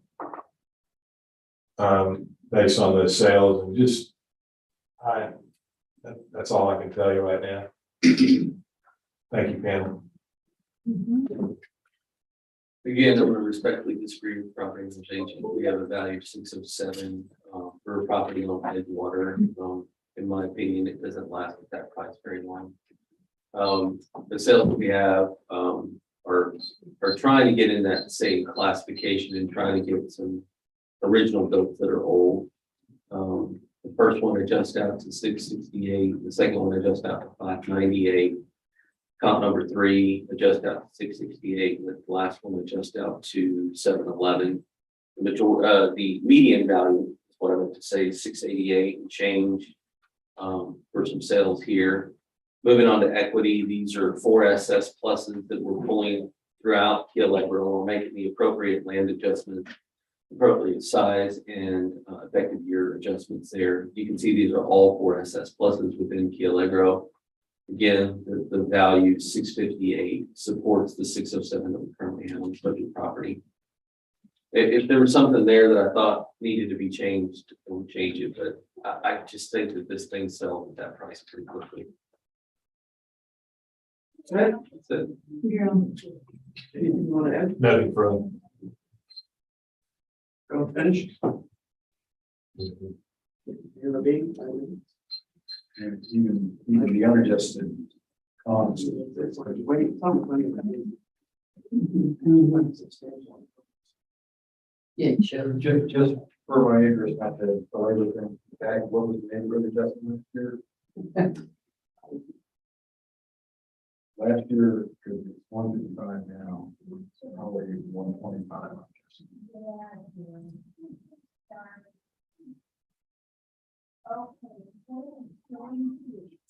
As far as not subdivision, right, neighborhood, Yeah, there was no neighborhood adjustment. well, no, the other one was he's asking for the 3202.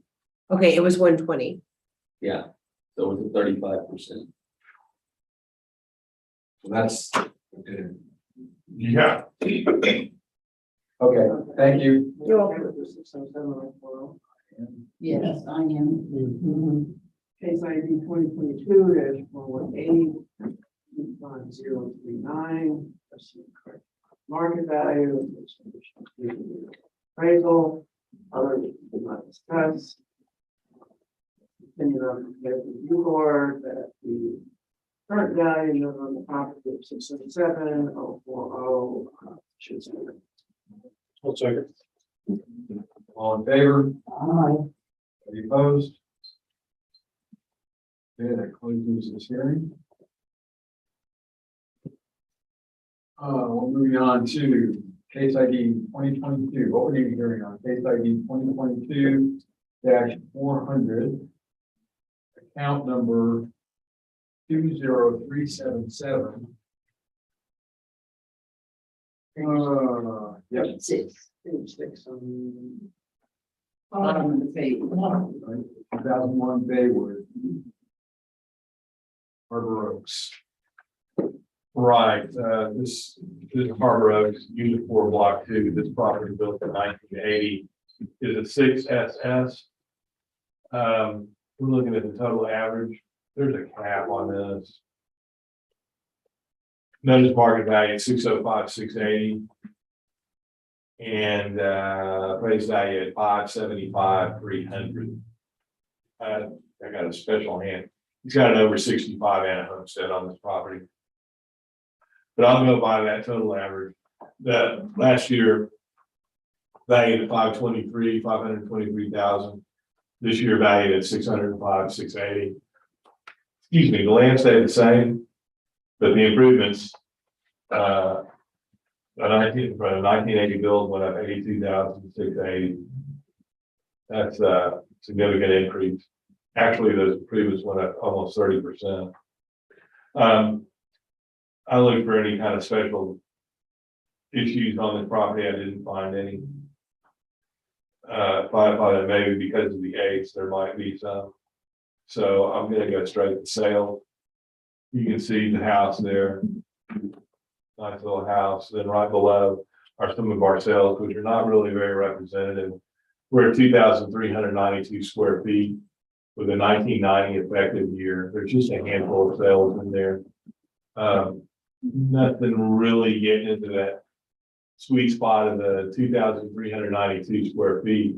There's a 2,600 square footer, number one on Baywood. That place is at 840, but it was also a 77 built with a 2017 effective year.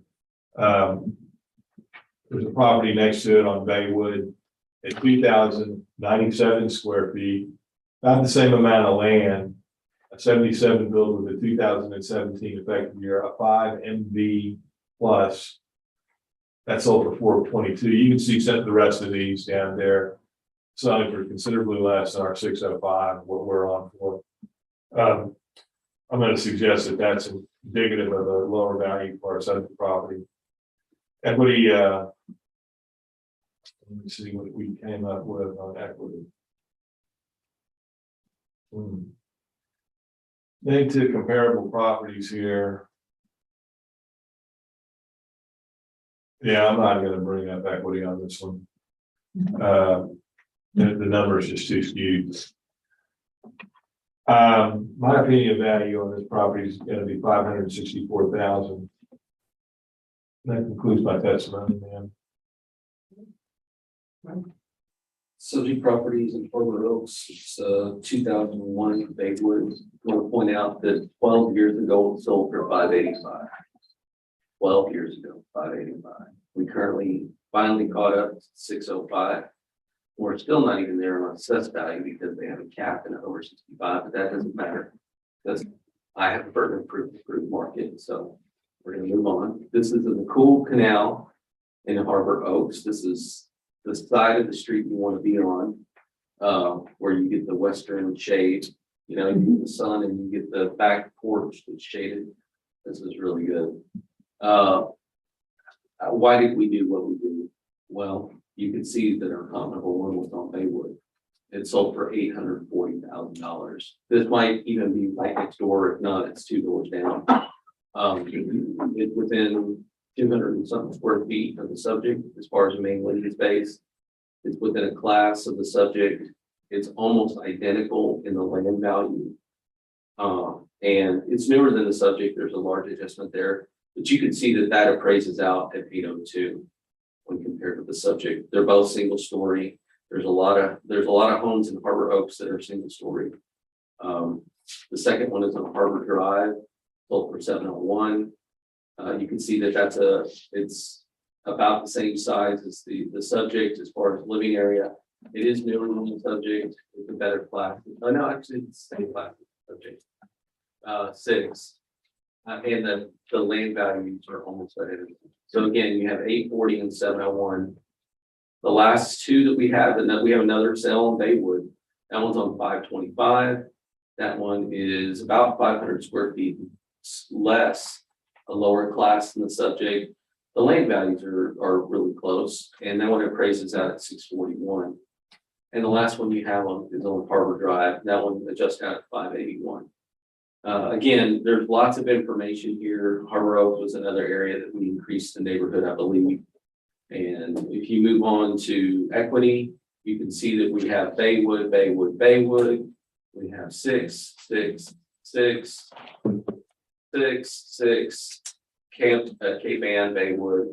We have all kinds of information. This one appraises out at 608. What's nice about the 608 is that it tells you it's really close to the market value of 605, because there's lots of equity here. These are all class 6s. They're all within the same neighborhood. 3 of the 4 are on the same street as the subject. Yeah, this is super solid. No further? Nothing further. ARB.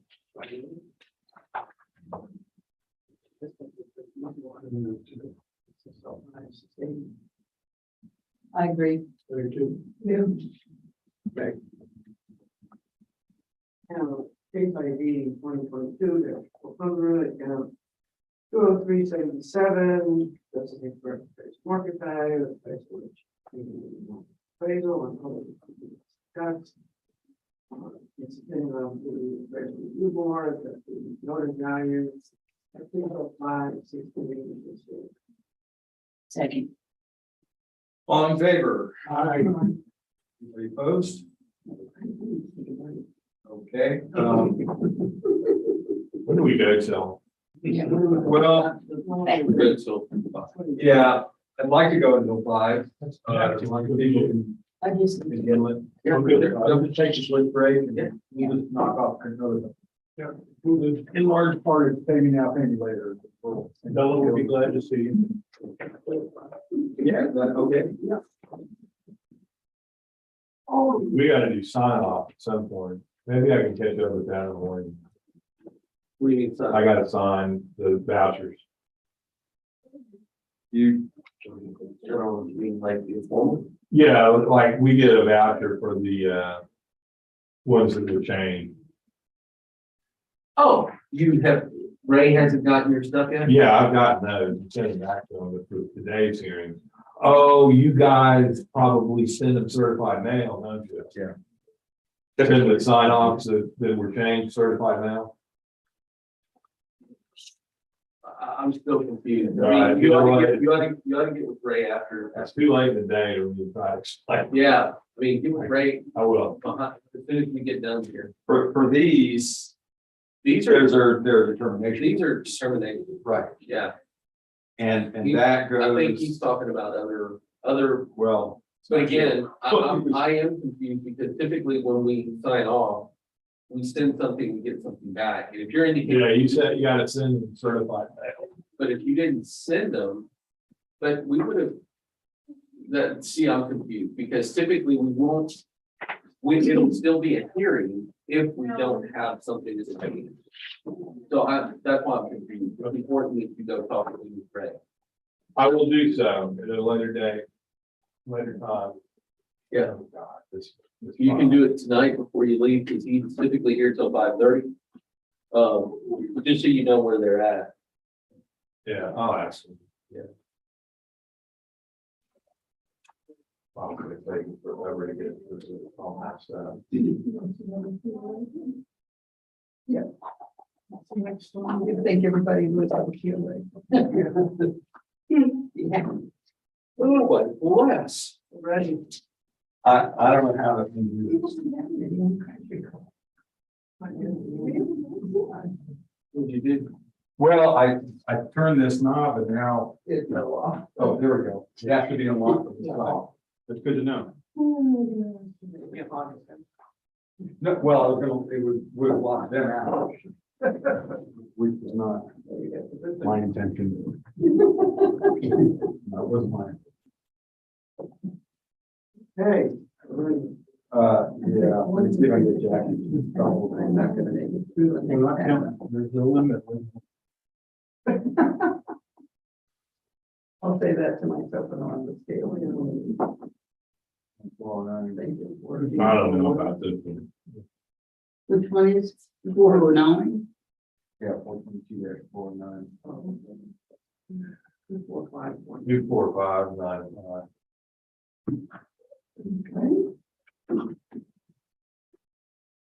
There she is. Sorry. No worries. I figured as much. Thank you. Okay, so we are opening a hearing on case ID 2022-409, account number 24595. Which is 1834 Bay Shore Drive, Rockport, Key Allegro. Yeah, this is a strange property here. It's a 1968 build in Key Allegro. Unit 1, Block 1, and 4 SS Plus. We looked at that. Last year, the value, 2021, the improvement value was 0.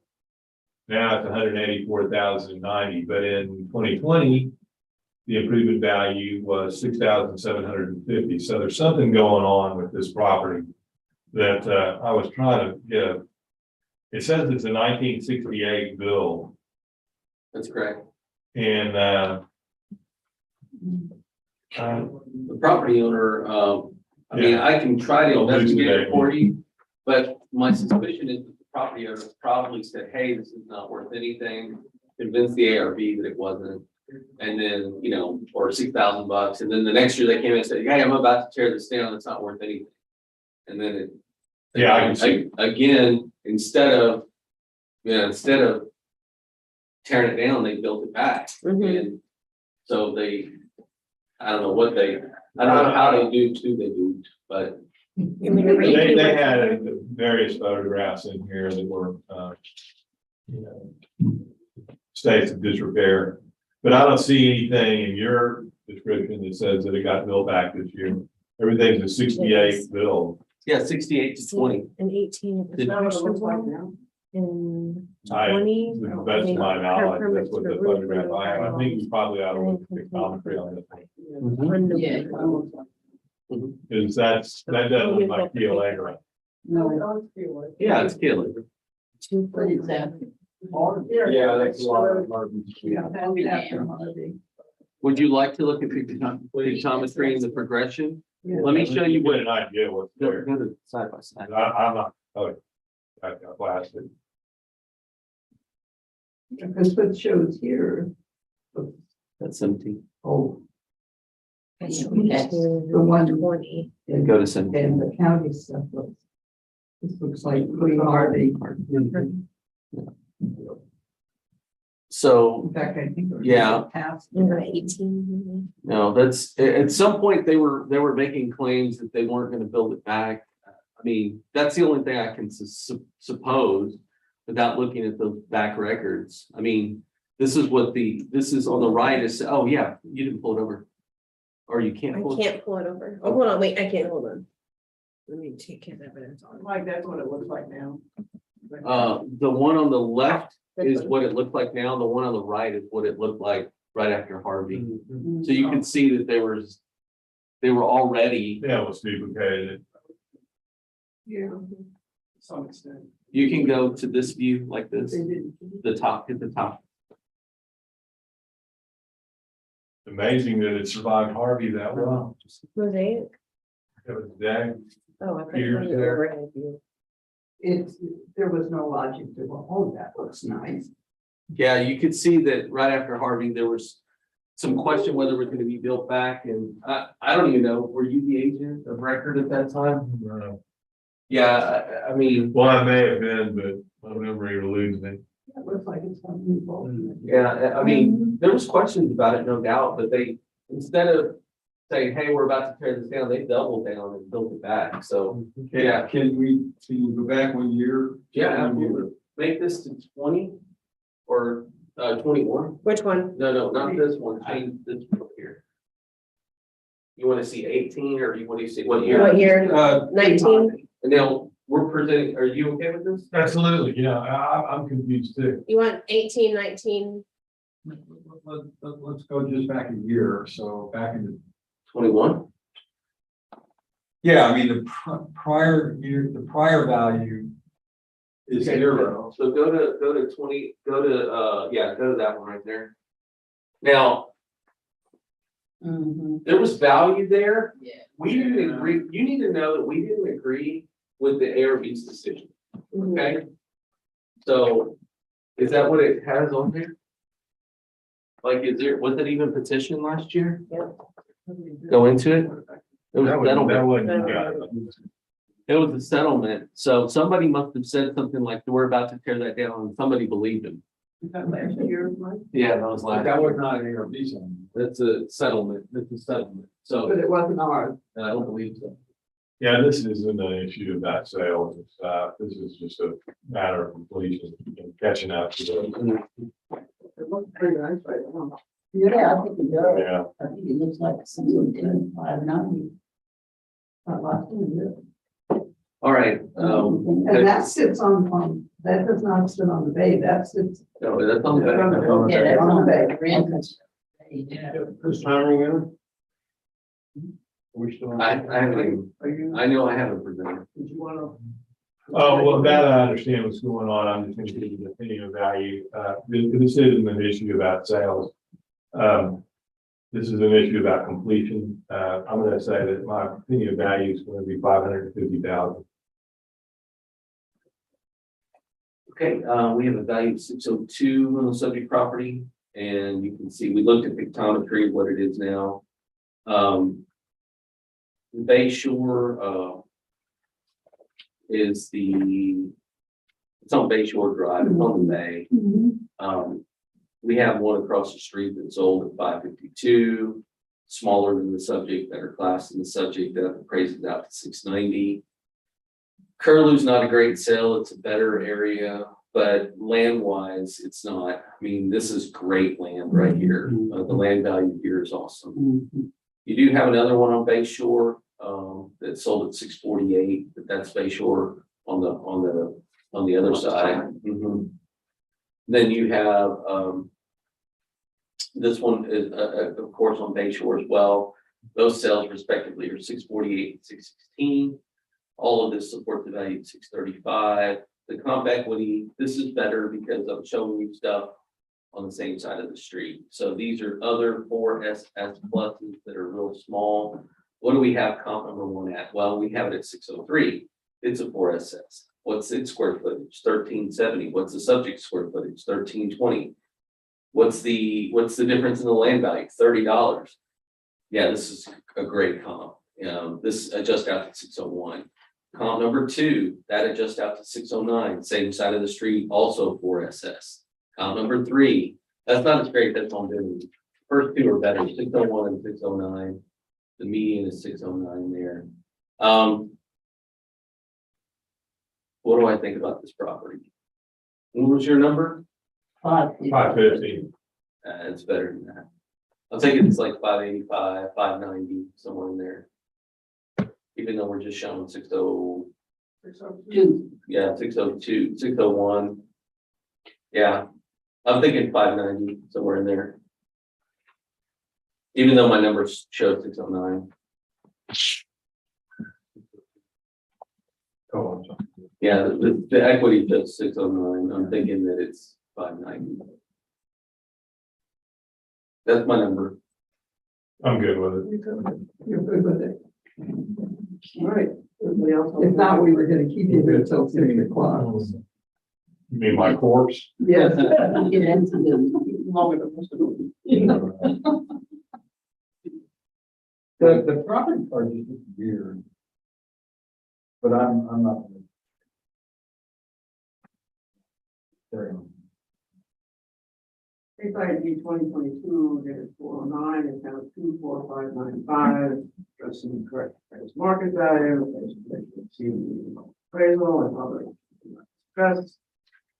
The appraisal district has offered to reduce its noted value of 602, 590 to 590,000, which the ARB agrees with, as does the property owner's agent.